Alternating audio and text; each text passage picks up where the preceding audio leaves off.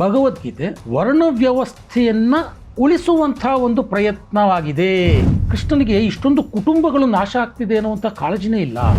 ಭಗವದ್ಗೀತೆಯ ಸಿದ್ಧಾಂತ ಯಾವುದೋ ಅದಕ್ಕೆ ಈ ಭಾಗ ಒಪ್ಪಿಗೆ ಅಲ್ಲ. ಕೃಷ್ಣ ಯುದ್ಧ ಮಾಡುವಂತಲೇ ಅಲ್ವಾ ಮುಂದಿನ 17 ಅಧ್ಯಾಯಗಳಲ್ಲಿ ಹೇಳಿದ್ದು. ಜೀವ ಹೋಗ್ತಿದೆ ಅನ್ನುವಂಥ ಆತಂಕನೇ ಕಾಣಲ್ವಲ್ಲ ಭಗವದ್ಗೀತೆಯಲ್ಲಿ. ಇದು ಯಾವ ರೀತಿ ಜೀವಪರ ಆಗುತ್ತೆ ಭಗವದ್ಗೀತೆ ಅನ್ನುವಂಥ ವಾದವನ್ನು ಇವರು ಮಂಡಿಸ್ತಾರೆ. ಸನಾತನ ಸಂಸ್ಕೃತಿ ಅನ್ನೋದು ನಿನ್ನೆ ಬೆಳಗ್ಗೆ ಹುಟ್ಟುಕೊಂಡಿಲ್ಲ. ಇದ್ದಾಗ ಸರಿ, ಸತ್ತ ಮೇಲೂ ಕಷ್ಟ ಇದೆ ಯುದ್ಧದಲ್ಲಿ ಅಂತ ಅರ್ಜುನ ಹೇಳ್ತಾ ಇದ್ದಾನೆ. ಇವರು ಕೊಡುವ ಕಾರಣ ಇದೆಯಲ್ಲ, ಅದು ನಿಂತ್ಕೊಂಡೇ ಇಲ್ಲ. ಕೃಷ್ಣ ಯುದ್ಧ ಯಾಕೆ ಮಾಡಬೇಕು ಅಂತ 17 ಅಧ್ಯಾಯದಲ್ಲಿ ಹೇಳ್ತಾರೆ. ಯಾವುದೋ ಒಂದು ಅಂಶವನ್ನು ಇಟ್ಟುಕೊಂಡು ಇದೇ ಸಿದ್ಧಾಂತ ಅಂತ ಹೇಳೋದು ಹೊರಡೋದಲ್ಲ. ಇಡೀ ಭಗವದ್ಗೀತೆಯ ಕೃಷ್ಣನ ಈ ನಿಲುವಿದೆಯಲ್ಲ, ಇದು ಸನಾತನ ಸಂಸ್ಕೃತಿಯ ನಿಲುವು. ಕೃಷ್ಣ ಹೇಳ್ತಾ ಇರೋದು ಒಂದು ಯೂನಿವರ್ಸಲ್ ಆದ ಸಿದ್ಧಾಂತ. ಸ್ನೇಹಿತರೆ ನಮಸ್ಕಾರ, ಹೊಸದಿಗಂತ ಡಿಜಿಟಲ್ ಚಾನಲ್ಗೆ ಸ್ವಾಗತ. ಭಗವದ್ಗೀತೆ ಇವತ್ತು ಅನೇಕ ರೀತಿಯಲ್ಲಿ ಅನೇಕ ಆಯಾಮಗಳಲ್ಲಿ ಚರ್ಚೆ ಆಗ್ತಾ ಇದೆ. ಸೌದಿ ಅರೇಬಿಯಾದಂಥ ದೇಶದಲ್ಲಿ ಭಗವದ್ಗೀತೆಯನ್ನು ಅಲ್ಲಿನ ಪಠ್ಯಗಳಲ್ಲಿ ಸೇರಿಸುವಂಥ ಪ್ರಯತ್ನಗಳು ಆಗ್ತಾ ಇವೆ. ಅದನ್ನು ಅಲ್ಲಿನ ಸರ್ಕಾರ ಕೂಡ ಒಪ್ಕೊಂಡಿದೆ. ಅನೇಕ ದೇಶಗಳಲ್ಲಿ ಭಗವದ್ಗೀತೆಯ ಬಗ್ಗೆ ಅನೇಕ ಉಪನ್ಯಾಸ ಕಾರ್ಯಕ್ರಮಗಳು ಯಾವುದೇ ಒಂದು ತಾರತಮ್ಯ ಇಲ್ಲದೆ ನಡೀತಾ ಇದೆ. ಆದರೆ ಭಾರತದಲ್ಲಿ ಕೆಲವರಿಗೆ ಭಗವದ್ಗೀತೆ ಅಂತಂದರೆ ಒಂದು ರೀತಿ ಮೈ ಪರ್ಚ್ಕೊಳ್ಳುವಂಥ ಒಂದು ಮನಸ್ಥಿತಿ ಇದೆ. ಇತ್ತೀಚೆಗೆ ಅನೇಕ ವಿದ್ಯಮಾನಗಳು ಕರ್ನಾಟಕದಲ್ಲೂ ನಡೀತು. ಕುವೆಂಪು ವಿಶ್ವವಿದ್ಯಾನಿಲಯದಲ್ಲಿ ಭಗವದ್ಗೀತೆ ಬಗ್ಗೆ ಒಂದು ವಿಚಾರಣಾ ಸಂಕಿರಣ ಮಾಡಿದ್ದಕ್ಕೇ ಸಾಕಷ್ಟು ವಾದ ವಿವಾದಗಳು ಹುಟ್ಕೊಂಡಿತ್ತು. ಭಗವದ್ಗೀತೆ ಅನ್ನುವಂಥದ್ದು ವರ್ಣ ವ್ಯವಸ್ಥೆಯನ್ನು ಪ್ರತಿಪಾದಿಸುತ್ತೆ. ಭಗವದ್ಗೀತೆ ಅನ್ನೋದು ದಲಿತ ವಿರೋಧಿ. ಭಗವದ್ಗೀತೆ ಪುರೋಹಿತಶಾಹಿ ಕಲ್ಪನೆಗಳನ್ನು ನಮ್ಮ ಮನಸ್ಸಿನಲ್ಲಿ ತುಂಬುತ್ತೆ. ಹೀಗೆ ಒಂದಲ್ಲ ಒಂದು ಭಗವದ್ಗೀತೆ ಹಿಂಸೆಯನ್ನು ಪ್ರಚೋದಿಸುತ್ತೆ. ಈ ಥರ ಒಂದೊಂದೇ ಭಗವದ್ಗೀತೆ ಬಗ್ಗೆ ಪುಂಖಾನುಪುಂಖವಾಗಿ ಮಾತುಗಳು ಕೇಳಿಬರ್ತಾ ಇದೆ. ಈ ಬಗ್ಗೆ ಹಲವಾರು ಪುಸ್ತಕಗಳು ಕೂಡ ಬಂದ್ಬಿಟ್ಟಿವೆ. ತಾವು ಪ್ರಗತಿಪರರು ಅಂತ ಅನ್ನಿಸ್ಕೊಂಡವರು, ತಾವು ವಿದ್ವಾಂಸರು ಅಂತ ಅನ್ನಿಸ್ಕೊಂಡವರು ಅನೇಕರು ಅನೇಕ ರೀತಿಯ ಪುಸ್ತಕಗಳನ್ನು ಬರೆದು ಬಿಟ್ಟಿದ್ದಾರೆ. ಭಗವದ್ಗೀತೆಯ ಹುಳುಕುಗಳನ್ನು ನಾನು ಎತ್ತಿ ತೋರಿಸ್ತಾ ಇದ್ದೀನಿ ಅನ್ನುವಂಥ ರೀತಿಯಲ್ಲಿ ಅವರು ಆ ಪುಸ್ತಕಗಳನ್ನು ಬರೆದಿದ್ದಾರೆ. ಸೊ ಅನೇಕ ಜನ ಈ ರೀತಿ ಭಗವದ್ಗೀತೆಯ ವಿರುದ್ಧ ಮಾತಾಡ್ತಿದ್ದಾರೆ. ಆದರೆ ವಾಸ್ತವವಾಗಿ ಈ ರೀತಿಯ ಮಾತುಗಳ ಮುಖಾಂತರ ಒಂದಷ್ಟು ಗೊಂದಲ ಸೃಷ್ಟಿಯಾಗಿದೆ ಸಮಾಜದಲ್ಲಿ. ಆ ಗೊಂದಲವನ್ನು ನಿವಾರಿಸುವಂಥ ಒಂದು ಪ್ರಯತ್ನವನ್ನು ನಾವು ಈ ಕಾರ್ಯಕ್ರಮದ ಮುಖಾಂತರ ಮಾಡ್ತಾಯಿದ್ದೇವೆ. ನಮ್ಮ ಸತ್ಯಮಿಥ್ಯ ಕಾರ್ಯಕ್ರಮದ ಸರಣಿಯಲ್ಲಿ ವಿದ್ವಾನ್ ಜಗದೀಶ ಶರ್ಮ ಸಂಪ ಅವರು ಮಹಾಭಾರತದ ಅನೇಕ ವ್ಯಕ್ತಿತ್ವಗಳ ಪರಿಚಯವನ್ನು ಮಾಡಿಕೊಡ್ತಾ ಬಂದಿದ್ದಾರೆ. ಇವತ್ತು ಅವರು ಭಗವದ್ಗೀತೆಯ ಪರಿಚಯವನ್ನು ನಿಮ್ಮ ಮುಂದೆ ಇಡೋರಿದ್ದಾರೆ. ಈ ಎಲ್ಲ ಆರೋಪಗಳು, ಮಿಥ್ಯಾರೋಪಗಳಿರ್ಬೋದು, ವಾದಗಳಿರ್ಬೋದು, ಅಥವಾ ಸದುದ್ದೇಶದ ಒಂದಷ್ಟು ಕಮೆಂಟ್ಗಳಿರ್ಬೋದು, ಇದೆಲ್ಲವುಗಳ ಬಗ್ಗೆ ಜಗದೀಶ್ ಶರ್ಮ ಸಂಪ ಅವರು ತಮ್ಮದೇ ಆದ ರೀತಿಯಲ್ಲಿ ವಿಶ್ಲೇಷಣೆಯನ್ನು ನಿಮ್ಮ ಮುಂದೆ ಇಡೋರಿದ್ದಾರೆ. ಇವತ್ತು ಜಗದೀಶ್ ಶರ್ಮ ಸಂಪ ನಮ್ಮ ಜೊತೆ ಇದ್ದಾರೆ. ನಾನು ಅವರಿಗೆ ಸ್ವಾಗತವನ್ನು ಬಯಸ್ತೇನೆ. ನಮಸ್ಕಾರ ಸರ್. ನಮಸ್ತೆ ಸರ್, ಭಗವದ್ಗೀತೆ ಸಾಕಷ್ಟು ರೀತಿಯಲ್ಲಿ ಚರ್ಚೆಗಳು ಆಗ್ತಾ ಇದೆ. ಒಂದಷ್ಟು ಪುಸ್ತಕಗಳು ಬಂದಿವೆ. ನಾನಾಗಲೇ ಹೇಳಿದಾಗೆ ಒಂದು ಪುಸ್ತಕದಲ್ಲಿ ಭಗವದ್ಗೀತೆ ಒಂದು ಅವಲೋಕನ ಅಂತ ಒಂದು ಪುಸ್ತಕ. ಆ ಪುಸ್ತಕದಲ್ಲಿ ಒಂದಷ್ಟು ನಾನು ಓದಿದೆ ಕುತೂಹಲಕ್ಕೆ, ಏನು ಬರೆದಿದ್ದಾರೆ ನೋಡೋಣ ಅಂತ. ಸಾಕಷ್ಟು ವಿಚಾರಗಳನ್ನು, ಪ್ರಶ್ನೆಗಳನ್ನು ಅವರು ಆ ಪುಸ್ತಕದಲ್ಲಿ ಎತ್ತಿದರು. ಅವರದೇ ರೀತಿಯಲ್ಲಿ ಸಾಕಷ್ಟು ಜನ ಆ ರೀತಿಯ ಪ್ರಶ್ನೆಗಳನ್ನು ಎತ್ತಿದ್ದಾರೆ. ಅವರೊಬ್ಬರು ಅಂತಲ್ಲ, ಬೇಕಾದಷ್ಟು ಜನ. ಒಂದಷ್ಟು ಆ ಪ್ರಶ್ನೆಗಳಿಂದ ಒಂದಷ್ಟು ಗೊಂದಲಗಳು ಉಂಟಾಗಿರಬಹುದು ಅಂತ ನನಗನ್ನಿಸ್ತು. ಹಾಗಾಗಿ ನೀವು ಕೂಡ ಇವತ್ತು ಕೆಲವೊಂದು ಗೊಂದಲ ನಿವಾರಣೆ ಮಾಡಬೇಕು ಅನ್ನುವಂಥ ಒಂದು ಮನವಿಯನ್ನು ಮೇರೆಗೆ ನಮ್ಮ ಸ್ಟುಡಿಯೋಗೆ ಬಂದಿದ್ದೀರಿ. ಮೊದಲನೇದು ನಾನು ತಗೋತೀನಿ. ಅರ್ಜುನ ವಿಷಾದ ಯೋಗ, ಅದರಲ್ಲಿ ಭಗವದ್ಗೀತೆ ವರ್ಣ ವ್ಯವಸ್ಥೆಯನ್ನು ಉಳಿಸುವಂಥ ಒಂದು ಪ್ರಯತ್ನವಾಗಿದೆ. ಆ ವಿಷಾದ ಯೋಗವನ್ನು ಓದಿದ್ರೆ ನಮಗೆ ಹಾಗನ್ಸುತ್ತೆ ಅಂತ ಕೆಲವರು ಹೇಳ್ತಾರೆ. ಅಂದರೆ ಸ್ತ್ರೀಷು ದುಷ್ಟಾಸು ವಾರ್ಷ್ಣೇಯ ಜಾಯತೆ ವರ್ಣಸಂಕರಃ ಸಂಕರೋ ನರಕಾಯೈವ ಕುಲಜ್ಞಾನಾಂ ಕುಲಸ್ಯ ಚ. ಅಂದರೆ ಅವನು ಇದರಲ್ಲಿ ಅವ್ರು ಏನು ಹೇಳ್ತಾರೆ ಅಂತಂದರೆ, ಅರ್ಜುನ ಕೃಷ್ಣನನ್ನು ಕೇಳ್ತಾನೆ, ಯಾಕೆ ನಾನು ಯುದ್ಧ ಮಾಡಬೇಕು ಅಂತ. ಆದರೆ ಕೃಷ್ಣ ಕೊಡುವ ಉತ್ತರ ಇದೆಯಲ್ಲ, ಕೃಷ್ಣನಿಗೆ ಇಷ್ಟೊಂದು ಕುಟುಂಬಗಳು ನಾಶ ಆಗ್ತಿದೆ ಅನ್ನುವಂಥ ಕಾಳಜಿನೇ ಇಲ್ಲ. ಅಯ್ಯೋ, ಇದರಿಂದ ನಮ್ಮ ವರ್ಣ ವ್ಯವಸ್ಥೆ ಹಾಳಾಗೋಗ್ಬಿಡುತ್ತೆ ಅನ್ನೋ ರೀತಿಯಲ್ಲಿ ಕೃಷ್ಣ ಉತ್ತರ ಕೊಡ್ತಾನೆ. ಅಂದರೆ ಭಗವದ್ಗೀತೆಯ ಆರಂಭದಲ್ಲೇ ವರ್ಣ ವ್ಯವಸ್ಥೆಯನ್ನು ಉಳಿಸುವಂತಹ ಒಂದು ಹುನ್ನಾರ ಕಾಣುತ್ತೆ ಅಂತ ಆ ಒಂದು ವಾದ ಸರಣಿ ಮುಂದುವರಿಯುತ್ತೆ. ಇದಕ್ಕೆ ನಿಮ್ಮ ವಿಶ್ಲೇಷಣೆ ಏನು? ಮೊದಲನೇದಾಗಿ ಏನು ಅಂತಂದರೆ, ಭಗವದ್ಗೀತೆ ಅಂತ ನಾವೀಗ ಮಹಾಭಾರತದ ಮಧ್ಯದಲ್ಲಿರುವ 18 ಅಧ್ಯಾಯಗಳನ್ನು ಭಗವದ್ಗೀತೆ ಅಂತ ಕರಿತಾ ಇದ್ದೀವಿ. ಇದರಲ್ಲಿ ಮೊದಲ ಅಧ್ಯಾಯ ಅರ್ಜುನ ವಿಷಾದ ಯೋಗ. ಉಳಿದ 17 ಅಧ್ಯಾಯ ಅರ್ಜುನನ ವಿಷಾದಕ್ಕೆ ಕೃಷ್ಣ ಉತ್ತರಿಸ್ತಾ ಹೋಗೋದು. ಅಲ್ಲೂ ಅರ್ಜುನನ ಮಾತಿದೆ, ಸಂವಾದವಾಗಿ ಬೆಳೆಯುತ್ತೆ. ಆದರೆ ಮೊದಲ ಅಧ್ಯಾಯ ಏನು ಅಂತ ಅಂದರೆ ಅರ್ಜುನನಿಗೆ ವಿಷಾದ ಆಗತ್ತೆ, ಅದನ್ನು ಹೇಳುವಂಥ ಒಂದು ಅಧ್ಯಾಯ ಅದು. ಅರ್ಜುನನಿಗೆ ಯಾಕೆ ವಿಷಾದ ಆಗುತ್ತೆ ಅಂದರೆ ನಾನು ಯುದ್ಧ ಮಾಡೋದಿಲ್ಲ ಅಂತ ಅವನು ನಿಲ್ತಾನೆ. ಎದುರಿನಲ್ಲಿರುವ ತನ್ನವರನ್ನು ಕಂಡು ಅವನಿಗೆ ವಿಷಾದ ಆಗಿದೆ. ಅದರ ಪರಿಣಾಮವಾಗಿ ಅವನು ನಾನು ಯಾರ ಜೊತೆಗೂ ಯುದ್ಧ ಮಾಡೋದಿಲ್ಲ ಅಂತ ಹೇಳ್ತಾ ಇರೋದು. ಯಾಕೆ ಯುದ್ಧ ಮಾಡೋದಿಲ್ಲ ಅಂತ ಅನ್ನೋದಕ್ಕೆ ಅರ್ಜುನ ಸಾಕಷ್ಟು ಕಾರಣಗಳನ್ನು ಕೊಡ್ತಾನೆ. ಅವನು ಬೇರೆ ಬೇರೆ ಕಾರಣಗಳನ್ನು ಕೊಡ್ತಾನೆ. ತಾನು ಯಾಕೆ ಯುದ್ಧ ಮಾಡ್ತಾ ಇಲ್ಲ ಅಂತ ಅನ್ನೋದಕ್ಕೆ ಅವನು ಕೇವಲ ತನ್ನವರು ಅಂತ ಮಾತ್ರ ಮಾತಾಡ್ಕೊಳ್ತಾ ಇಲ್ಲ, ಅವನು ಇನ್ನಷ್ಟು ವಿಸ್ತಾರವಾಗಿ ಮಾತಾಡ್ಕೊಂಡಿದ್ದಾನೆ ಅರ್ಜುನ. ಉಳಿದ 17 ಅಧ್ಯಾಯಗಳು ಅರ್ಜುನ ಯಾಕೆ ಯುದ್ಧ ಮಾಡಬೇಕು ಅನ್ನೋದನ್ನು ಹೇಳ್ತಾ ಇವೆ. ಮೊಟ್ಟ ಮೊದಲ ಪ್ರಶ್ನೆ ಏನು ಅಂತ ಅಂದರೆ, ಮೊದಲ ಅಧ್ಯಾಯದಲ್ಲಿ ಈಗ ಅರ್ಜುನನ ಮಾತಿದೆಯಲ್ಲ, ಸ್ತ್ರೀಷು ದುಷ್ಟಾಸು ವಾರ್ಷ್ಣೇಯ ಜಾಯತೆ ವರ್ಣಸಂಕರ ಅನ್ನೋ ಮಾತನ್ನಿಟ್ಟುಕೊಂಡು ಈ ಯುದ್ಧದ ಪರಿಣಾಮವಾಗಿ ವರ್ಣಸಂಕರ ಆಗತ್ತೆ. ಯಾಕೆ ಅಂತ ಅಂದರೆ ಇಲ್ಲಿ ಪುರುಷರೆಲ್ಲ ಸಾಯ್ತಾರೆ ಯುದ್ಧಕ್ಕೆ ಬಂದವರು. ಆಗ ಇವರ ಸ್ತ್ರೀಯರೇನಿದ್ದಾರೆ ಅವರು ದುಷ್ಟರಾಗುತ್ತಾರೆ, ದೋಷಗ್ರಸ್ತರಾಗುತ್ತಾರೆ. ಆ ದೋಷ ಅವರಲ್ಲಿ ಬಂದಾಗ ಅದು ವರ್ಣಸಂಕರಕ್ಕೆ ಕಾರಣ ಆಗುತ್ತೆ. ಹಾಗಾಗಿ ಈ ಯುದ್ಧ ವರ್ಣಸಂಕರವನ್ನು ಉಂಟು ಮಾಡಿ ನರಕ ಸಿಗುವಂಥ ಪಾಪವನ್ನು ಕೊಡುತ್ತೆ ಅನ್ನುವ ಮಾತನ್ನು ಇಲ್ಲಿ ಆಡಿದೆ ಅಂತ ಇರೋದು. ಹಾಗಾಗಿ ಒಟ್ಟು ಭಗವದ್ಗೀತೆಯ ಆಶಯ ಏನು ಅಂದರೆ ವರ್ಣ ವ್ಯವಸ್ಥೆಯನ್ನು ಉಳಿಸೋದು ಅಂತ ಆರೋಪ ಇದೆಯಲ್ಲ. ಈಗ ಅರ್ಜುನ ಹೇಳ್ತಾ ಇರೋದು ಈ ಕಾರಣಕ್ಕಾಗಿ ಯುದ್ಧ ಮಾಡೋದಿಲ್ಲ ಅಂತ. ಮತ್ತು ಮುಂದೆ ಕೃಷ್ಣ ಹೇಳೋದೇನು, ನೀನು ಹೇಳಿರೋ ಕಾರಣ ಸರಿ ಇದೆ, ಯುದ್ಧ ಮಾಡಬೇಡ ಅಂತ ಹೇಳದ್ನ, ಕೃಷ್ಣ ಯುದ್ಧ ಮಾಡು ಅಂತ ಹೇಳದ್ನ. ಕೃಷ್ಣ ಯುದ್ಧ ಮಾಡು ಅಂತಲೇ ಅಲ್ವಾ ಮುಂದಿನ 17 ಅಧ್ಯಾಯಗಳಲ್ಲಿ ಹೇಳಿದ್ದು. ಆಗ ಈ ವಾದಕ್ಕೆ ಏನು ಪ್ರಾಶಸ್ತ್ಯ ಸಿಕ್ತು ಭಗವದ್ಗೀತೆಯಲ್ಲಿ ಅಂತ ಬರುತ್ತೆ. ಈ ವಾದ ಇದೆಯಲ್ಲ, ಇವ್ರು ಹೇಳ್ತಾ ಇದ್ದಾರಲ್ಲ, ವರ್ಣ ಪದ್ಧತಿಯನ್ನು ಸ್ಥಾಪಿಸೋದು ಉಳಿಸೋದು ಗೀತೆಯ ಉದ್ದೇಶ ಅನ್ನುವ ಇವರದ ಒನ್ಲೈನ್ ಆಕ್ಷೇಪ ಏನಿದೆ, ಆ ಆಕ್ಷೇಪ ಯಾವಾಗ ನಿಜ ಆಗ್ತಿತ್ತು ಅಂತ ಅಂದರೆ ಅರ್ಜುನನ ಅಭಿಪ್ರಾಯವನ್ನು ಕೃಷ್ಣ ಒಪ್ಪಿ ನೀನು ಹೇಳಿದ್ದು ಸರಿ ಇದೆ ಅರ್ಜುನ, ರಥ ತಗೊಂಡು ಮನೆಗೆ ಹೋಗೋಣ ಅಂತ ಹೊರಟಿದ್ರೆ ಕೃಷ್ಣ, ಈ ಅಭಿಪ್ರಾಯ ನಿಲ್ತಾ ಇತ್ತು. ಆದರೆ ಕೃಷ್ಣ ಅದಲ್ಲ ಹೇಳಿದ್ದು. ಕೃಷ್ಣ ಯುದ್ಧ ಯಾಕೆ ಮಾಡಬೇಕು ಅಂತ 17 ಅಧ್ಯಾಯದಲ್ಲಿ ಹೇಳ್ದ. ಒಂದು ಅಧ್ಯಾಯದಲ್ಲಿ ಒಂದು 16 ಶ್ಲೋಕಗಳಲ್ಲಿ ಅರ್ಜುನ ಯಾಕೆ ಮಾಡೋಲ್ಲ ಅಂತ ಹೇಳಿದರೆ ಇನ್ನಷ್ಟು ವಿಸ್ತಾರವಾಗಿ ಒಂದು 600 ಶ್ಲೋಕ 550 600 ಶ್ಲೋಕಗಳಲ್ಲಿ ಕೃಷ್ಣ ಯುದ್ಧ ಮಾಡಬೇಕು ಅನ್ನೋದನ್ನೇ ಹೇಳ್ತಾ ಹೋಗ್ತಾ ಇದ್ದಾನೆ. ಅದರ ಅರ್ಥ ಇವರು ಕೊಡುವ ಕಾರಣ ಇದೆಯಲ್ಲ ಅದು ನಿಂತ್ಕೊಂಡೇ ಇಲ್ಲ. ಈ ಕಾರಣ ನಿಂತ್ಕೊಂಡೇ ಇಲ್ಲ. ಇದಕ್ಕೆ ವಿರುದ್ಧವಾಗಿ ಯುದ್ಧ ನಡಿಬೇಕು ಅಂತಲೇ ಕೃಷ್ಣ ಹೇಳುವಾಗ ಈ ಮಾತನ್ನು ಇಟ್ಟುಕೊಂಡು ಭಗವದ್ಗೀತೆ ವರ್ಣ ವ್ಯವಸ್ಥೆಯನ್ನು ಉಳಿಸೋದಕ್ಕೆ ಹೊರಟಿದೆ ಅಂತ ಹೇಳೋದಕ್ಕೆ ಯಾವ ಕಾರಣಕ್ಕೂ ಸಾಧ್ಯ ಇಲ್ಲ. ನಮ್ಮಲ್ಲಿ ಶಾಸ್ತ್ರಗಳಲ್ಲಿ ಹಿಂದಿನ ಪದ್ಧತಿಗಳಲ್ಲೊಂದು ಪೂರ್ವಪಕ್ಷ ಸಿದ್ಧಾಂತ ಅಂತ ಒಂದು ಪದ್ಧತಿ ಇತ್ತು.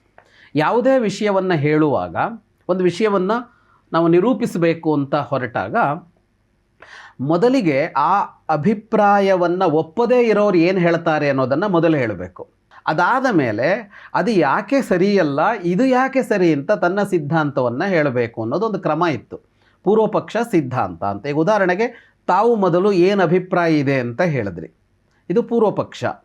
ಆಮೇಲೆ ನಾನು ಅದಕ್ಕೇನು ಹೇಳೋಕ್ಕೆ ಹೋಗ್ತೀನೋ ಅದು ಸಿದ್ಧಾಂತ. ಇದನ್ನೇ ಅವರು ಮಾಡ್ಬೋದು. ಈಗ ನಾನೇನು ಹೇಳಿದೇನೋ ಇದನ್ನು ಪೂರ್ವಪಕ್ಷವಾಗಿ ಇಟ್ಕೊಂಡು ಅವ್ರು ಇನ್ನೊಂದು ಸಿದ್ಧಾಂತ ಹೇಳ್ಬೋದು ಅದರಲ್ಲಿ ಅವ್ರ ಅಭಿಪ್ರಾಯವನ್ನು. ಅಂದರೆ ನಾನು ಏನನ್ನು ಹೇಳೋದಕ್ಕೆ ಹೊರಟಿದ್ದೀನೋ ಅದು ಅಲ್ಲದ್ದನ್ನು ಅದಕ್ಕೆ ವಿರುದ್ಧವಾದದ್ದನ್ನು ಮೊದಲು ಮಾತಾಡ್ಕೊಳ್ತಾರೆ, ಆಮೇಲೆ ಯಾಕಲ್ಲ ಅಂತ ಹೇಳ್ತಾರೆ.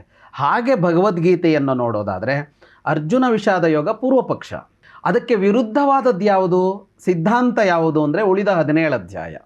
ಹಾಗಾಗಿ ಯುದ್ಧ ಮಾಡಲಾರೆ ಅಂತ ಹೇಳಿದ್ದನ್ನು ಯುದ್ಧ ಮಾಡುತ್ತೇನೆ ಅಂತ ಅರ್ಜುನನ ಬಾಯಿನಲ್ಲಿ ಕೃಷ್ಣ ಹೇಳಿಸುವಾಗ ಕೊನೆಗೆ ಇಷ್ಟು ಅಂಶಗಳನ್ನು ಮಾತನಾಡಿ ಆಗ ಏನಾಯಿತು ಅದಕ್ಕೆ ಅರ್ಥ ಅಂತ ಅಂದರೆ ಈ ವಾದ ಅಲ್ಲ ಅಂತಲೇ ಆಗೋಯ್ತು. ಇದು ಪೂರ್ವಪಕ್ಷಕ್ಕೆ ಸೇರಿ ಹೋಯಿತು, ಇದು ಸಿದ್ಧಾಂತದ ಭಾಗಕ್ಕೆ ಸೇರಿಕೊಳ್ಳಿಲ್ಲ.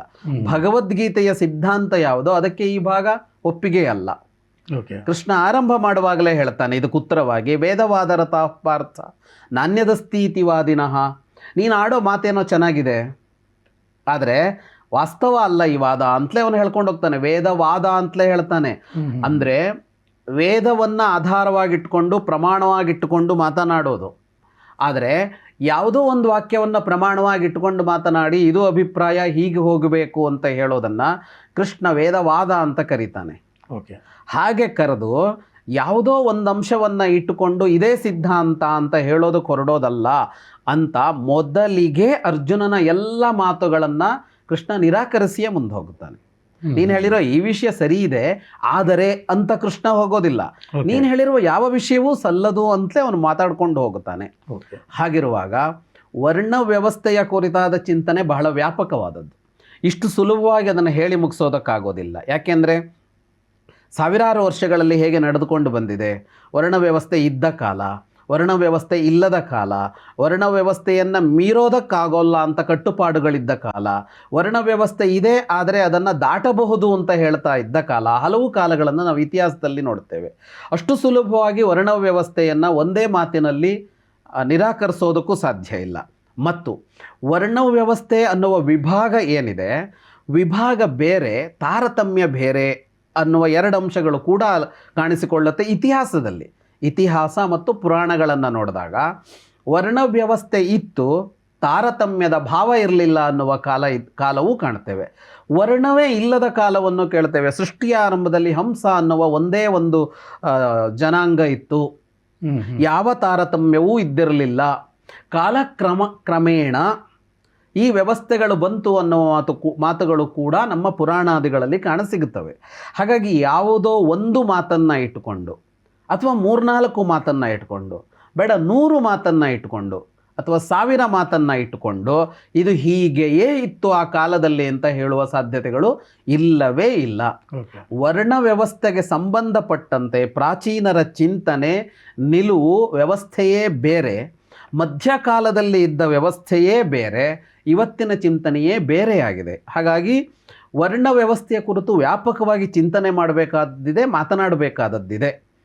ಪ್ರಸ್ತುತಕ್ಕೆ ಬಂದು ಮಾತಾಡೋದಾದರೆ ಭಗವದ್ಗೀತೆ ವರ್ಣವ್ಯವಸ್ಥೆಯ ಪ್ರತಿಪಾದಕವಾದ ಗ್ರಂಥವಾಗಿ ವರ್ಣವ್ಯವಸ್ಥೆಯನ್ನು ಸ್ಥಾಪಿಸೋದಕ್ಕೆ ಹೊರಟಿಲ್ಲ ಅನ್ನೋದು ಉತ್ತರ. ವರ್ಣವ್ಯವಸ್ಥೆ ಬಗ್ಗೆ ಬೇಕಷ್ಟು ಮಾತಾಡಲಿಕ್ಕಿದೆ, ಮುಂದೆ ಮಾತಾಡೋಣ ಯಾವಾಗ ಬೇಕಿದ್ರೂ ಅದನ್ನು. ಆದರೆ ಗೀತೆಯನ್ನು ಇಟ್ಟುಕೊಂಡು ನೋಡಿದಾಗ ಅರ್ಜುನನ ಈ ಮಾತನ್ನು ಇಟ್ಟುಕೊಂಡು ಭಗವದ್ಗೀತೆಯ ಆಶಯ, ಭಗವದ್ಗೀತೆಯ ಉದ್ದೇಶ ವರ್ಣವ್ಯವಸ್ಥೆಯನ್ನು ಸ್ಥಾಪಿಸುವುದು ಅಂತ ಹೇಳುವ ಮಾತಿದೆಯಲ್ಲ, ಇದನ್ನು ಒಪ್ಪೋದಕ್ಕೆ ಸಾಧ್ಯ ಇಲ್ಲ. ಭಗವದ್ಗೀತೆಗೂ ವರ್ಣವ್ಯವಸ್ಥೆಗೂ ಸಂಬಂಧ ಇಲ್ಲ. ಭಗವದ್ಗೀತೆಯಲ್ಲಿ ವರ್ಣವ್ಯವಸ್ಥೆಗೆ ಸಂಬಂಧ ಕೆಲವು ಮಾತುಗಳು ಬಂದಿವೆ, ಸಾಂದರ್ಭಿಕವಾದ ಮಾತುಗಳು, ಅದಕ್ಕೆ ಆ ಸಂದರ್ಭಕ್ಕನುಗುಣವಾಗಿ ಅರ್ಥ ಮಾಡ್ಕೋಬೇಕಾಗುತ್ತೆ. ಇಲ್ಲಿ ಇನ್ನೊಂದು ಮಹಿಳೆಯರ ಬಗ್ಗೆನೂ ಬರ್ತದೆ. ಈ ಯುದ್ಧದಿಂದಾಗಿ ಕುಟುಂಬಗಳ ನಾಶ ಆದರೆ, ಯೋಧರು ಸತ್ತು ಹೋದರೆ ಆ ಕುಟುಂಬದ ಮಹಿಳೆಯರು ನೈತಿಕವಾಗಿ ಅವರು ಹಾದಿ ತಪ್ಪುವಂಥ ಸಾಧ್ಯತೆ ಇದೆ ಅನ್ನುವಂಥ ಒಂದು ಆತಂಕವನ್ನು ಇಲ್ಲಿ ಭಗವದ್ಗೀತೆಯಲ್ಲಿ ವ್ಯಕ್ತಪಡಿಸ್ತಾರೆ. ಅಂದರೆ ಮಹಿಳೆಯರ ಬಗ್ಗೆ ಎಂಥ ಕೀಳು ಮನಸ್ಥಿತಿ ಆಗಿನ ಕಾಲದಲ್ಲಿ ಇತ್ತು, ಅದನ್ನು ಭಗವದ್ಗೀತೆ ಮುಖಾಂತರ ಇಲ್ಲಿ ಹೇಳಲಾಗ್ತಿದೆ ಅನ್ನುವಂಥದ್ದು. ಅಂದರೆ ಹಾಗಾದರೆ ಪುರುಷರು ದಾರಿ ತಪ್ಪೋದಿಲ್ವಾ? ಮಹಿಳೆಯರ ಮೇಲೆ ಬಗ್ಗೆ ಮಾತ್ರ ನೀವು ಯಾಕೆ ನೈತಿಕ ಪೊಲೀಸ್ಗಿರಿ, ಇದನ್ನು ಭಗವದ್ಗೀತೆ ಹೇಳುತ್ತೆ ಅನ್ನುವಂಥದ್ದು ಒಂದು ವಾದ. ಮೊದಲನೇದು, ಭಗವದ್ಗೀತೆ ಅದು ಎಲ್ಲರಿಗೂ ಸಲ್ಲುವಂಥದ್ದು. ಎಲ್ಲ ಜೀವಗಳಿಗೆ, ಅದು ಮನುಷ್ಯರು ಮಾತ್ರ ಅಲ್ಲ, ಮನುಷ್ಯರನ್ನು ಮೀರಿಸಿದ ಜೀವಗಳಿಗೂ ಸಂಬಂಧಪಟ್ಟಿದ್ದು ಭಗವದ್ಗೀತೆ. ಇಡೀ ಭಗವದ್ಗೀತೆ ಅದು ಜೀವ ಮತ್ತು ಪರಮಾತ್ಮ, ಜೀವಾತ್ಮ ಮತ್ತು ಪರಮಾತ್ಮ ಇಬ್ಬರ ಭೇದ ಏನು, ಅದರ ಅಂಶಗಳೇನು, ಯಾವಾಗ ಜೀವಾತ್ಮನ ಸ್ಥಿತಿ, ಯಾವಾಗ ಪರಮಾತ್ಮನ ಸ್ಥಿತಿ, ಇಂಥ ಅಂಶಗಳನ್ನು ಮಾತಾಡ್ತಾ ಇದೆ. ಅದು ಈ ಯಾವುದೇ ಇಲ್ಲಿ ಕಾಣಸಿಗುವ ವಿಭಾಗಗಳನ್ನು ಮೀರಿದ್ದಿದೆ ಅಂತಲೇ ಹೇಳ್ತಾ ಇದೆ. ಈಗ ಭಗವದ್ಗೀತೆ ಅರ್ಜುನನ ವಿಷಾದ ಯೋಗದ ಪ್ರಶ್ನೆಗಳು ಬಂದ ಕೂಡಲೇ ಕೃಷ್ಣ ಆರಂಭ ಮಾಡುವ ಮುಂದಿನ ಅಧ್ಯಾಯ ಇದೆಯಲ್ಲ, 2ನೇ ಅಧ್ಯಾಯ ಇದೆಯಲ್ಲ, ಆ 2ನೇ ಅಧ್ಯಾಯವೇ ಅಲ್ಲಿಂದಲೇ ಆರಂಭ ಮಾಡಿಕೊಳ್ತಾ ಸಾವು ಅಂದ್ರೇನು, ಬದುಕು ಅಂದ್ರೇನು, ಇಲ್ಲಿ ವಿಭಾಗ ವಾಸ್ತವವಾಗಿ ಇದೆಯಾ, ಇದು ಏನು ಅಂತಲೇ ಹೇಳ್ತಾ ಹೋಗುವಾಗ ಲಿಂಗ ತಾರತಮ್ಯ, ಲಿಂಗ ಭೇದ, ತಾರತಮ್ಯ ಅನಂತರ ಲಿಂಗ ಭೇದವನ್ನಾಗಲಿ, ಜಾತಿ ಭೇದವನ್ನಾಗಲಿ, ಸಾಮರ್ಥ್ಯದ ಭೇದವನ್ನಾಗಲಿ, ಸಂಪತ್ತಿನ ಹಿನ್ನೆಲೆಯಲ್ಲಿ ಬರುವ ಭೇದವನ್ನಾಗಲಿ ಭಗವದ್ಗೀತೆ ಮೀರಿ ಮಾತಾಡುತ್ತೆ. ಅದು ಮೀರಿ ಮಾತಾಡುತ್ತೆ. ಇದು ಯಾವುದಕ್ಕೂ ಸಂಬಂಧಪಡದ ಇನ್ನೂ ಎತ್ತರದ ಸಿದ್ಧಾಂತವನ್ನೇ ಅದು ಸ್ಥಾಪನೆ ಮಾಡಿದೆ. ಹಾಗೆ ಮಾಡಿರುವಾಗ ಸ್ತ್ರೀಯರನ್ನು ಅದು ಇನ್ನೊಂದು ದೃಷ್ಟಿಯಿಂದ ನೋಡ್ತು ಅಂತ ಹೇಳೋದಕ್ಕೆ ಯಾವ ಆಧಾರವೂ ಸಿಗೋದಿಲ್ಲ ಅದರಲ್ಲಿ. ಯಾಕೆ? ಕೃಷ್ಣ ಮುಂದೆ ಅದನ್ನು ಪ್ರತ್ಯಕ್ಷವಾಗಿ ಅಂದರೆ ಮುಕ್ತವಾಗಿಯೇ ಹೇಳ್ತಾನೆ ಅದನ್ನು, ಆ ಮಾತನ್ನು. ಸ್ತ್ರೀಯೋ ವೈಶ್ಯಾಸ್ತಥಾ ಶೂದ್ರಾಸ್ತೇಪಿ ಯಾಂತಿ ಪರಾಂ ಗತಿಂ. ಈ ಮಾತು ಕೃಷ್ಣನ ಬಾಯಲ್ಲೇ ಬಂದಿದೆ, ಭಗವದ್ಗೀತೆಯಲ್ಲೇ ಬಂದಿರೋದು. ಸ್ತ್ರೀಯರು, ವೈಶ್ಯರು, ಶೂದ್ರರು ಇವರು ಕೂಡ ಪರಗತಿಯನ್ನು ಹೊಂದುತ್ತಾರೆ. ಪರಗತಿಯನ್ನು ಅಂದರೆ ಇವರಿಗೂ ಮೋಕ್ಷ ಇದೆ, ಇವರಿಗೂ ಸದ್ಗತಿ ಇದೆ, ಇವರಿಗೂ ಸ್ವರ್ಗ ಮೊದಲಾದ ಪುಣ್ಯಲೋಕಗಳಿವೆ ಅಂತಲೇ ಕೃಷ್ಣ ನೇರವಾಗಿ ಹೇಳ್ತಾನೆ. ಅಂದರೆ ನೇರವಾಗಿ ಇವ್ರನ್ನ ಉಲ್ಲೇಖಿಸಿಯೇ ಹೇಳ್ತಾನೆ ಅನ್ನೋದರ ಅರ್ಥ ಏನು? ಈ ಭೇದಕ್ಕೆ ಅರ್ಥ ಇಲ್ಲ ಕೃಷ್ಣನ ಆಶಯದಲ್ಲಿ ಅಂತಲೇ ಅರ್ಥ. ಹಾಗಾಗಿ ಭಗವದ್ಗೀತೆ ಅಧ್ಯಾತ್ಮದ ಸಾಧನೆಗೆ ಸಂಬಂಧಪಟ್ಟಂತೆ ಸರ್ವರೂ ಸಮಾನರು ಅಂತಲೇ ಹೇಳ್ತಾ ಇದೆ. ಆತ್ಮ ಸಾಧನೆಗೆ ಸಂಬಂಧಪಟ್ಟಂತೆ ಯಾವ ಭೇದಗಳು ಲೆಕ್ಕಕ್ಕೆ ಬರೋದಿಲ್ಲ. ಮನುಷ್ಯನ, ಪ್ರಾಣಿಯ, ವೃಕ್ಷವ, ಇನ್ನೊಂದ ಅನ್ನುವ ಯಾವ ಭೇದಗಳು ಬರೋದಿಲ್ಲ ಅಂತ. ಹಾಗಿರುವಾಗ ಒಟ್ಟು ಭಗವದ್ಗೀತೆಯ ಆಶಯದಲ್ಲಿ ಅದಿಲ್ಲ. ಇನ್ನು ಈ ಮಾತನ್ನು ಇಟ್ಕೊಂಡು ಹೇಳೋದು ಅಂತಾದರೆ ಹಿಂದಿನ ಪ್ರಶ್ನೆಗೆ ಉತ್ತರಿಸುವಾಗ ಇದು ಅರ್ಜುನನ ಮಾತು, ವಿಷಾದ ಯೋಗದ ಮಾತು. ಸ್ತ್ರೀಷು ದುಷ್ಟಾಸು ವಾರ್ಷ್ಣೇಯ ಜಾಯತೆ ವರ್ಣಸಂಕರಃ ಅಂತ. ಹಿಂದಿನ ಪ್ರಶ್ನೆಯನ್ನು ಉತ್ತರಿಸುವಾಗಲೇ ಒಂದು ಉತ್ತರ ನಾನು ಕೊಟ್ಟಿದ್ದೆ. ಏನು ಅಂದರೆ ಇದು ಪೂರ್ವ ಪಕ್ಷ, ಇದು ಅರ್ಜುನನ ಅಭಿಪ್ರಾಯ ಸರಿಯಲ್ಲ ಅಂತಲೇ ಕೃಷ್ಣ ಹೇಳ್ತಾ ಹೋಗಿರೋದು. ಹಾಗಾಗಿ ಇದಕ್ಕೆ ಬೆಲೆ ಇಲ್ಲ. ಈ ವಾದಕ್ಕೆ ಬೆಲೆ ಇಲ್ಲ ಅಂದ್ರೆ ಅರ್ಥ ಏನು? ಈ ವಾದ ಭಗವದ್ಗೀತೆಯ ಸಿದ್ಧಾಂತ ಅಲ್ಲ. ಆದರೆ ಇದನ್ನೇ ಇಟ್ಕೊಂಡು ಮಾತಾಡಿದ್ರು ಕೂಡ ಇಲ್ಲಿ ಸ್ತ್ರೀಯರು, ಆ ಯೋಧರು ಸತ್ತ ಮೇಲೆ ಸ್ತ್ರೀಯರು ಅನೈತಿಕ ಕ್ರಿಯೆಗಳಲ್ಲಿ ತೊಡಗುತ್ತಾರೆ ಅಂತ ಹೇಳ್ತಾ ಇದೆಯಾ ಈ ಮಾತು ಅಂದರೆ ಇದು ಅದನ್ನೂ ಹೇಳ್ತಾ ಇಲ್ಲ. ಅರ್ಜುನ ಏನು ಹೇಳ್ತಾ ಇದ್ದಾನೆ? ದೊಡ್ಡ ಪ್ರಮಾಣದಲ್ಲಿ ಯೋಧರು ಸತ್ರೆ, ವೀರರು ಸತ್ರೆ, ಅಲ್ಲಿ ಪುರುಷರ ಯುದ್ಧ ಮಾಡ್ತಾ ಇದ್ರು, ಮಹಿಳೆಯರು ಇರಲಿಲ್ಲ. ಯಾರೋ ಒಬ್ಬ ತಂದೆ ಇದ್ದಾನೆ, ಅಲ್ಲಿ ಒಬ್ಬ ಮಗ ಇದ್ದಾನೆ, ಒಬ್ಬ ಗಂಡ ಇದ್ದಾನೆ, ಒಬ್ಬ ಸಹೋದರ ಇದ್ದಾನೆ. ಈ ತರಹ ಎಲ್ಲ ಇವರು ಸತ್ತು ಹೋದಾಗ ಏನಾಗತ್ತೆ ಅಂತ ಹೇಳ್ತಾನೆ ಅರ್ಜುನ. ಏನಾಗತ್ತೆ ಅಂದರೆ ಏನಾಗಿದೆ ಅಂತ ನೋಡಬೇಕು. ಇತಿಹಾಸದಲ್ಲಿ ನೋಡೋಣ. ಇತಿಹಾಸದ ಯಾವುದೇ ಯುದ್ಧವನ್ನು ತೆಗೆದುಕೊಂಡ್ರು ಅಂದರೆ ಒಂದು 50% ಹೆಚ್ಚು ಯುದ್ಧಗಳಲ್ಲಿ ಒಂದು ರಾಜ್ಯದ ಮೇಲೆ ದಾಳಿ ಮಾಡಿ ಆ ರಾಜ್ಯವನ್ನು ವಶಪಡಿಸಿಕೊಂಡ ಮೇಲೆ ಶತ್ರು ಸೈನಿಕರು ಏನು ಮಾಡಿದ್ರು ರಾಜಧಾನಿಯಲ್ಲಿ ಅಂತ ಬರುತ್ತಲ್ಲ, ಏನು ಬರುತ್ತೆ? ಅಲ್ಲಿಯ ಸಂಪತ್ತನ್ನು ಕೊಳ್ಳೆ ಹೊಡೆದರು ಮತ್ತು ಸ್ತ್ರೀಯರ ಮೇಲೆ ಅತ್ಯಾಚಾರ ಮಾಡಿದರು ಅಂತಲೇ ಅಲ್ವಾ ಇತಿಹಾಸ ಹೇಳ್ತಾ ಇರೋದು. ಭಾರತಕ್ಕೆ ಹೊರಗಡೆಯಿಂದ ಬಂದು ದಾಳಿ ಮಾಡಿದವರು ಇದನ್ನೇ ಮಾಡಿದ್ದಾರೆ. ಭಾರತದ ಹಲವು ದುಷ್ಟ ರಾಜರುಗಳ ಸೇನೆ ಕೂಡ ಇದನ್ನೇ ಮಾಡಿದೆ ಅನ್ನೋದನ್ನು ಇತಿಹಾಸ ಉಲ್ಲೇಖಿಸುತ್ತೆ. ನಾವು ಕಂಡ ಸತ್ಯ ಇದು. ಇವತ್ತೂ ಕೂಡ ಇಂಥದ್ದೊಂದು ನಡೆದರೆ ಅಂದರೆ ಒಂದು ಯಾವುದೋ ಎರಡು ಗುಂಪಿನ ನಡುವೆ ಒಂದು ಗಲಾಟೆ ನಡೆದರೆ, ಹೊಡೆದಾಟ ನಡೆದರೆ ನಂತರ ಏನು ಮಾಡ್ತಾರೆ ಇವರು ಅಂದರೆ ಮನೆಗಳಿಗೆ ನುಗ್ಗೋದು, ಯಾರು ಸೋತಿದಾರೋ ಸತ್ತಿದಾರೋ ಅವರ ಸ್ತ್ರೀಯರ ಮೇಲೆ ಇವರು ಅತ್ಯಾಚಾರದಂಥ ಪ್ರಕರಣ ಮಾಡೋದು ಇವತ್ತೂ ಕಾಣ್ತಾ ಇರುವ ಸತ್ಯ. ವರ್ತಮಾನದ ಸತ್ಯವೂ ಹೌದು, ಇತಿಹಾಸದ ಸತ್ಯವೂ ಹೌದು. ಅರ್ಜುನ ಹೇಳ್ತಾ ಇರೋದು ಇದನ್ನು. ದೊಡ್ಡ ಪ್ರಮಾಣದಲ್ಲಿ ಈ ತರಹ ಸಾವು ನೋವುಗಳಾದರೆ ಉಳಿದವರು ಆ ಸ್ತ್ರೀಯರನ್ನ ಹಾಳು ಮಾಡ್ತಾರೆ ಎನ್ನುವ ಅರ್ಥದಲ್ಲಿ ಹೇಳ್ತಾ ಇರೋದು. ಹಾಳು ಮಾಡ್ತಾರೆ ಅಂತ, ಸ್ತ್ರೀಯರು ಅನೈತಿಕತೆಗೆ ಇಳಿತಾರೆ ಅಂತ ಅಲ್ಲ. ಮಹಾಭಾರತದಲ್ಲೇ ಯುದ್ಧಕ್ಕೆ ಈ ಘಟನೆಗೆ ಸಾಕ್ಷಿ ಸಿಗತ್ತೆ. ಈಗ ಯಾದವರು ಪರಸ್ಪರ ಹೊಡೆದಾಡಿಕೊಂಡು ಸಾಯ್ತಾರೆ. ಕೊನೆ ಹಂತದಲ್ಲಿ ಅರ್ಜುನ ಹೋಗ್ತಾನೆ, ಯಾದವ ಸ್ತ್ರೀಯರು ಅಲ್ಲಿರುವ ಎಲ್ಲ ಸ್ತ್ರೀಯರನ್ನು ಕರ್ಕೊಂಡು ಆಸ್ತಿನಪುರಕ್ಕೆ ಬರುವಾಗ ಹಲವು ದರೋಡೆಕೋರರು ಬಂದು ಅಲ್ಲಿದ್ದ ಕೆಲವರು ಸ್ತ್ರೀಯರನ್ನು ಅಪಹರಿಸಿಕೊಂಡು ಹೋದರು ಅಂತ ಮಹಾಭಾರತವೂ ಹೇಳುತ್ತೆ, ಭಾಗವತವೂ ಹೇಳುತ್ತೆ. ಅಂದರೆ ಆ ತರಹ ಯಾರು ಕಾಯಬೇಕೋ ಅಂತಹ ಯೋಧರ ಮರಣದ ಅನಂತರ ಇಂಥದ್ದು ನಡೆಯತ್ತೆ ಅಂತ ಅರ್ಜುನ ಹೇಳ್ತಾ ಇರೋದು. ಇಂಥದ್ದು ನಡೀಬೋದು ಅಂತ. ಹಾಗಂತ ಕುರುಕ್ಷೇತ್ರ ಯುದ್ಧದ ಅನಂತರ ಇದು ನಡೆದಿಲ್ಲ. ಆದರೆ ಒಂದು ಮಹಾಯುದ್ಧ ನಡೆದು ದೊಡ್ಡ ಸಾವು ನೋವುಗಳಾದಾಗ ಇದು ಸಂಭವ ಅಂತ ಹೇಳ್ತಾ ಇರೋದೇ ಹೊರತು ಇದಾಗಿಬಿಟ್ರೆ ಸ್ತ್ರೀಯರೆಲ್ಲ ಏನೋ ದಾರಿ ತಪ್ಪುತ್ತಾರೆ ಅಂತಲ್ಲ. ದುಷ್ಟ ಪುರುಷರು ಸ್ತ್ರೀಯರನ್ನು ಹೀಗೆ ದುರ್ಬಳಕೆ ಮಾಡ್ಕೊಳ್ತಾರೆ, ಅವರ ಮೇಲೆ ಈ ಥರ ಆಕ್ರಮಣಗಳನ್ನು ಮಾಡ್ತಾರೆ ಅಂತ ಅವನು ಹೇಳ್ತಾ ಇರೋದು. ಇದರ ಅರ್ಥ ಸ್ತ್ರೀಯರು ಇನ್ನೊಂದು ಪ್ರಶ್ನೆಯೂ ಎತ್ಬೋದು ಅದಕ್ಕೆ. ಸ್ತ್ರೀಯರಿಗೆ ಸಾಮರ್ಥ್ಯ ಇಲ್ವಾ, ಸ್ತ್ರೀಯರು ದುರ್ಬಲರು ಅಂತ ಹೇಳ್ತಾ ಇದ್ದೀರಾ ಅಂದರೆ ಸ್ತ್ರೀಯರು ದುರ್ಬಲರು ಅಂತ ಅಲ್ಲ, ಆದರೆ ಸಬಲರು ಅಂತ ಆದ ಕಾಲದಲ್ಲೂ ಇದರಿಂದ ಹೊರಗೆ ಬಂದಿಲ್ವಲ್ಲ ನಮ್ಮ ಸಮಾಜ. ಸ್ತ್ರೀಯರು ಸಬಲರಾದ ಇವತ್ತು ಕೂಡ ರಾತ್ರಿ 12 ಗಂಟೆಗೆ ಒಬ್ಬ ಮಹಿಳೆ ಏಕಾಂಗಿಯಾಗಿ ರಾತ್ರಿ ಓಡಾಡಬಹುದು ಅಂತ ಒಂದು ಸಮಾಜವನ್ನು ಸೃಷ್ಟಿಯೇ ಮಾಡ್ಕೊಂಡಿಲ್ವಲ್ಲ ನಾವು. ಇವತ್ತು ನಡೀತಾ ಇದೆಯಲ್ಲ ಅದು. ಇವತ್ತು ಎಷ್ಟು ನಡೀತಾ ಇದೆ, ಮೊದಲಿಗಿಂತ ಹೆಚ್ಚು ಅನ್ನೋ ಥರ ನಡೀತಾ ಇದೆಯಲ್ಲ. ಹಾಗಿರುವಾಗ ಅಂತಹ ಒಂದು ಅರ್ಜುನನಿಗೆ ಅಂತಹ ಒಂದು ಸಾಮಾಜಿಕ ದುಷ್ಪರಿಣಾಮ ಯುದ್ಧದಲ್ಲಿ ಕಾಣಿಸ್ತು. ಹಾಗಾಗಿ ಇದರಲ್ಲಿ ಸ್ತ್ರೀಯರ ಕುರಿತಾದ ಸದ್ಭಾವ ಅರ್ಜುನನಲ್ಲಿದೆಯೇ ಹೊರತು ಸ್ತ್ರೀಯರನ್ನು ಕನಿಷ್ಠ ಅಂತ ನೋಡುವಂತಹ ಭಾವ ಅವನಲ್ಲಿಲ್ಲ. ಸೊ ಇಲ್ಲಿ ಇನ್ನೂ ಒಂದು ವಿಚಾರ ಬರುತ್ತೆ, ಏನು ಪತಂತಿ ಪಿತರೋ ಹ್ಯೇಷಾಂ ಲುಪ್ತ ಪಿಂಡೋದಕ ಕ್ರಿಯಾ ಅಂತ. ಅಂದರೆ ಈ ಶ್ಲೋಕದ ಅರ್ಥ ಇಲ್ಲಿ ಇವರು ವಾದ ಮಾಡುವಂಥದ್ದು, ಅಂದರೆ ಭಗವದ್ಗೀತೆಯ ವಿರೋಧಿಗಳು ಇಲ್ಲಿ ಭಗವದ್ಗೀತೆಯಲ್ಲಿ ಏನು ಹೇಳುತ್ತೆ ಅಂದರೆ ಇವ್ರು ಸಾಯ್ತಾರೆ ಅನ್ನುವಂಥ ಕಾಳಜಿ ಇಲ್ಲ. ಇವರು ಸತ್ತ ಮೇಲೆ ಇವರು ಅಪ್ಪ ಅಮ್ಮಂಗೋ ತಾತಂಗೋ ಯಾರು ಪಿಂಡ ಇಡೋರು ಯಾರು ಇರಲ್ವಲ್ಲ. ಅಂದರೆ ತಮ್ಮ ಧರ್ಮದ ಆಚರಣೆಗೆ ಧಕ್ಕೆ ಬಂತಲ್ಲ, ಈ ಥರದ ಆತಂಕ ಇದೆ ಹೊರತು ಜೀವ ಹೋಗ್ತಿದೆ ಅನ್ನುವಂಥ ಆತಂಕನೇ ಕಾಣಲ್ವಲ್ಲ ಭಗವದ್ಗೀತೆಯಲ್ಲಿ.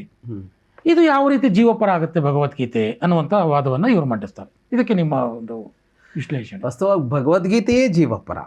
ಯಾಕೆ ಅಂತ ಅಂದರೆ, ಈಗ ಜೀವ ಅನ್ನೋದು ಹುಟ್ಟಿದಾಗಿನಿಂದ ಸಾಯುವವರೆಗೆ ಇದೆ ಅಂತ ಅನ್ನೋದಿದೆಯಲ್ಲ, ಅದು ಒಂದು ವಾದ, ಒಂದು ಅಭಿಪ್ರಾಯ. ಕಣ್ಣಿಗೆ ಏನು ಕಾಣಿಸುತ್ತೆ? ಅವನು ಹುಟ್ಟಿದ್ದು ಕಾಣಿಸ್ತಿದೆ, ಸತ್ತಿದ್ದು ಕಾಣಿಸ್ತಿದೆ.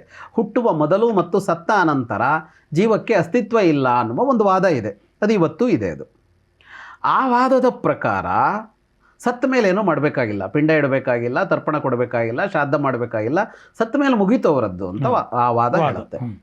ಆದರೆ ಇವುಗಳೆಲ್ಲ ಏನು ಹೇಳ್ತವೆ ಅಂತ ಅಂದರೆ, ಸತ್ತ ಅನಂತರವೂ ಬದುಕಿದೆ, ಹುಟ್ಟುವ ಮೊದಲು ಬದುಕಿತ್ತು ಅಂತ ಹೇಳ್ತವೆ. ಪೂರ್ವಜನ್ಮ ಇದೆ, ಪುನರ್ಜನ್ಮ ಇದೆ, ಮತ್ತೇನೋ ಇದೆ, ಸದ್ಗತಿ ಇದೆ, ಏನೋ ಒಂದನ್ನು ಇವುಗಳು ಹೇಳ್ತಾ ಇದ್ದಾರೆ. ಅದನ್ನು ಇಟ್ಟುಕೊಂಡು ಈ ಸಿದ್ಧಾಂತವನ್ನು ಒಪ್ಪಿಕೊಂಡು ಮಾತನಾಡುವಾಗ ಒಂದು ಜೀವದ ಬದುಕು ಅಂತ ಇದೆಯಲ್ಲ, ಅದನ್ನು ಹುಟ್ಟಿನಿಂದ ಸಾವಿನವರೆಗೆ ಅಂತ ಮಾತ್ರ ಕನ್ಸಿಡರ್ ಮಾಡೋಕ್ಕಾಗಲ್ಲ. ಹುಟ್ಟಿನ ಹಿಂದೆ ಏನು, ಹುಟ್ಟಿನ ಮುಂದೆ ಏನು ಅಂತ ನೋಡಬೇಕಾಗತ್ತೆ. ಈಗ ಒಂದು ಜೀವ ಸತ್ತಿದೆ ಅಂತ ಅಂದರೆ, ಸತ್ತ ಮೇಲೂ ಅದಕ್ಕೊಂದು ಬದುಕಿದೆ ಅಂತಂದಾಗ ಆ ಬದುಕು ಏನಾಗತ್ತೆ ಅಂತ ಅದನ್ನು ಒಪ್ಪುವವರು ನೋಡಬೇಕಾಗತ್ತೆ. ಅದನ್ನು ನಂಬದೇ ಇರೋರು ನೋಡಬೇಕಾಗಿಲ್ಲ, ಸಾಯೋವರೆಗಿನದ್ದನ್ನು ಮಾತ್ರ ನೋಡ್ಬೋದು ಅವರು. ಆದರೆ ಅರ್ಜುನ ಸತ್ತ ಮೇಲಿನ ಬದುಕನ್ನು ಒಪ್ಪಿಕೊಳ್ಳುವವ, ಸತ್ತ ಮೇಲೂ ಬದುಕಿದೆ ಅನ್ನೋದನ್ನು ಒಪ್ಪಿಕೊಳ್ಳುವವ.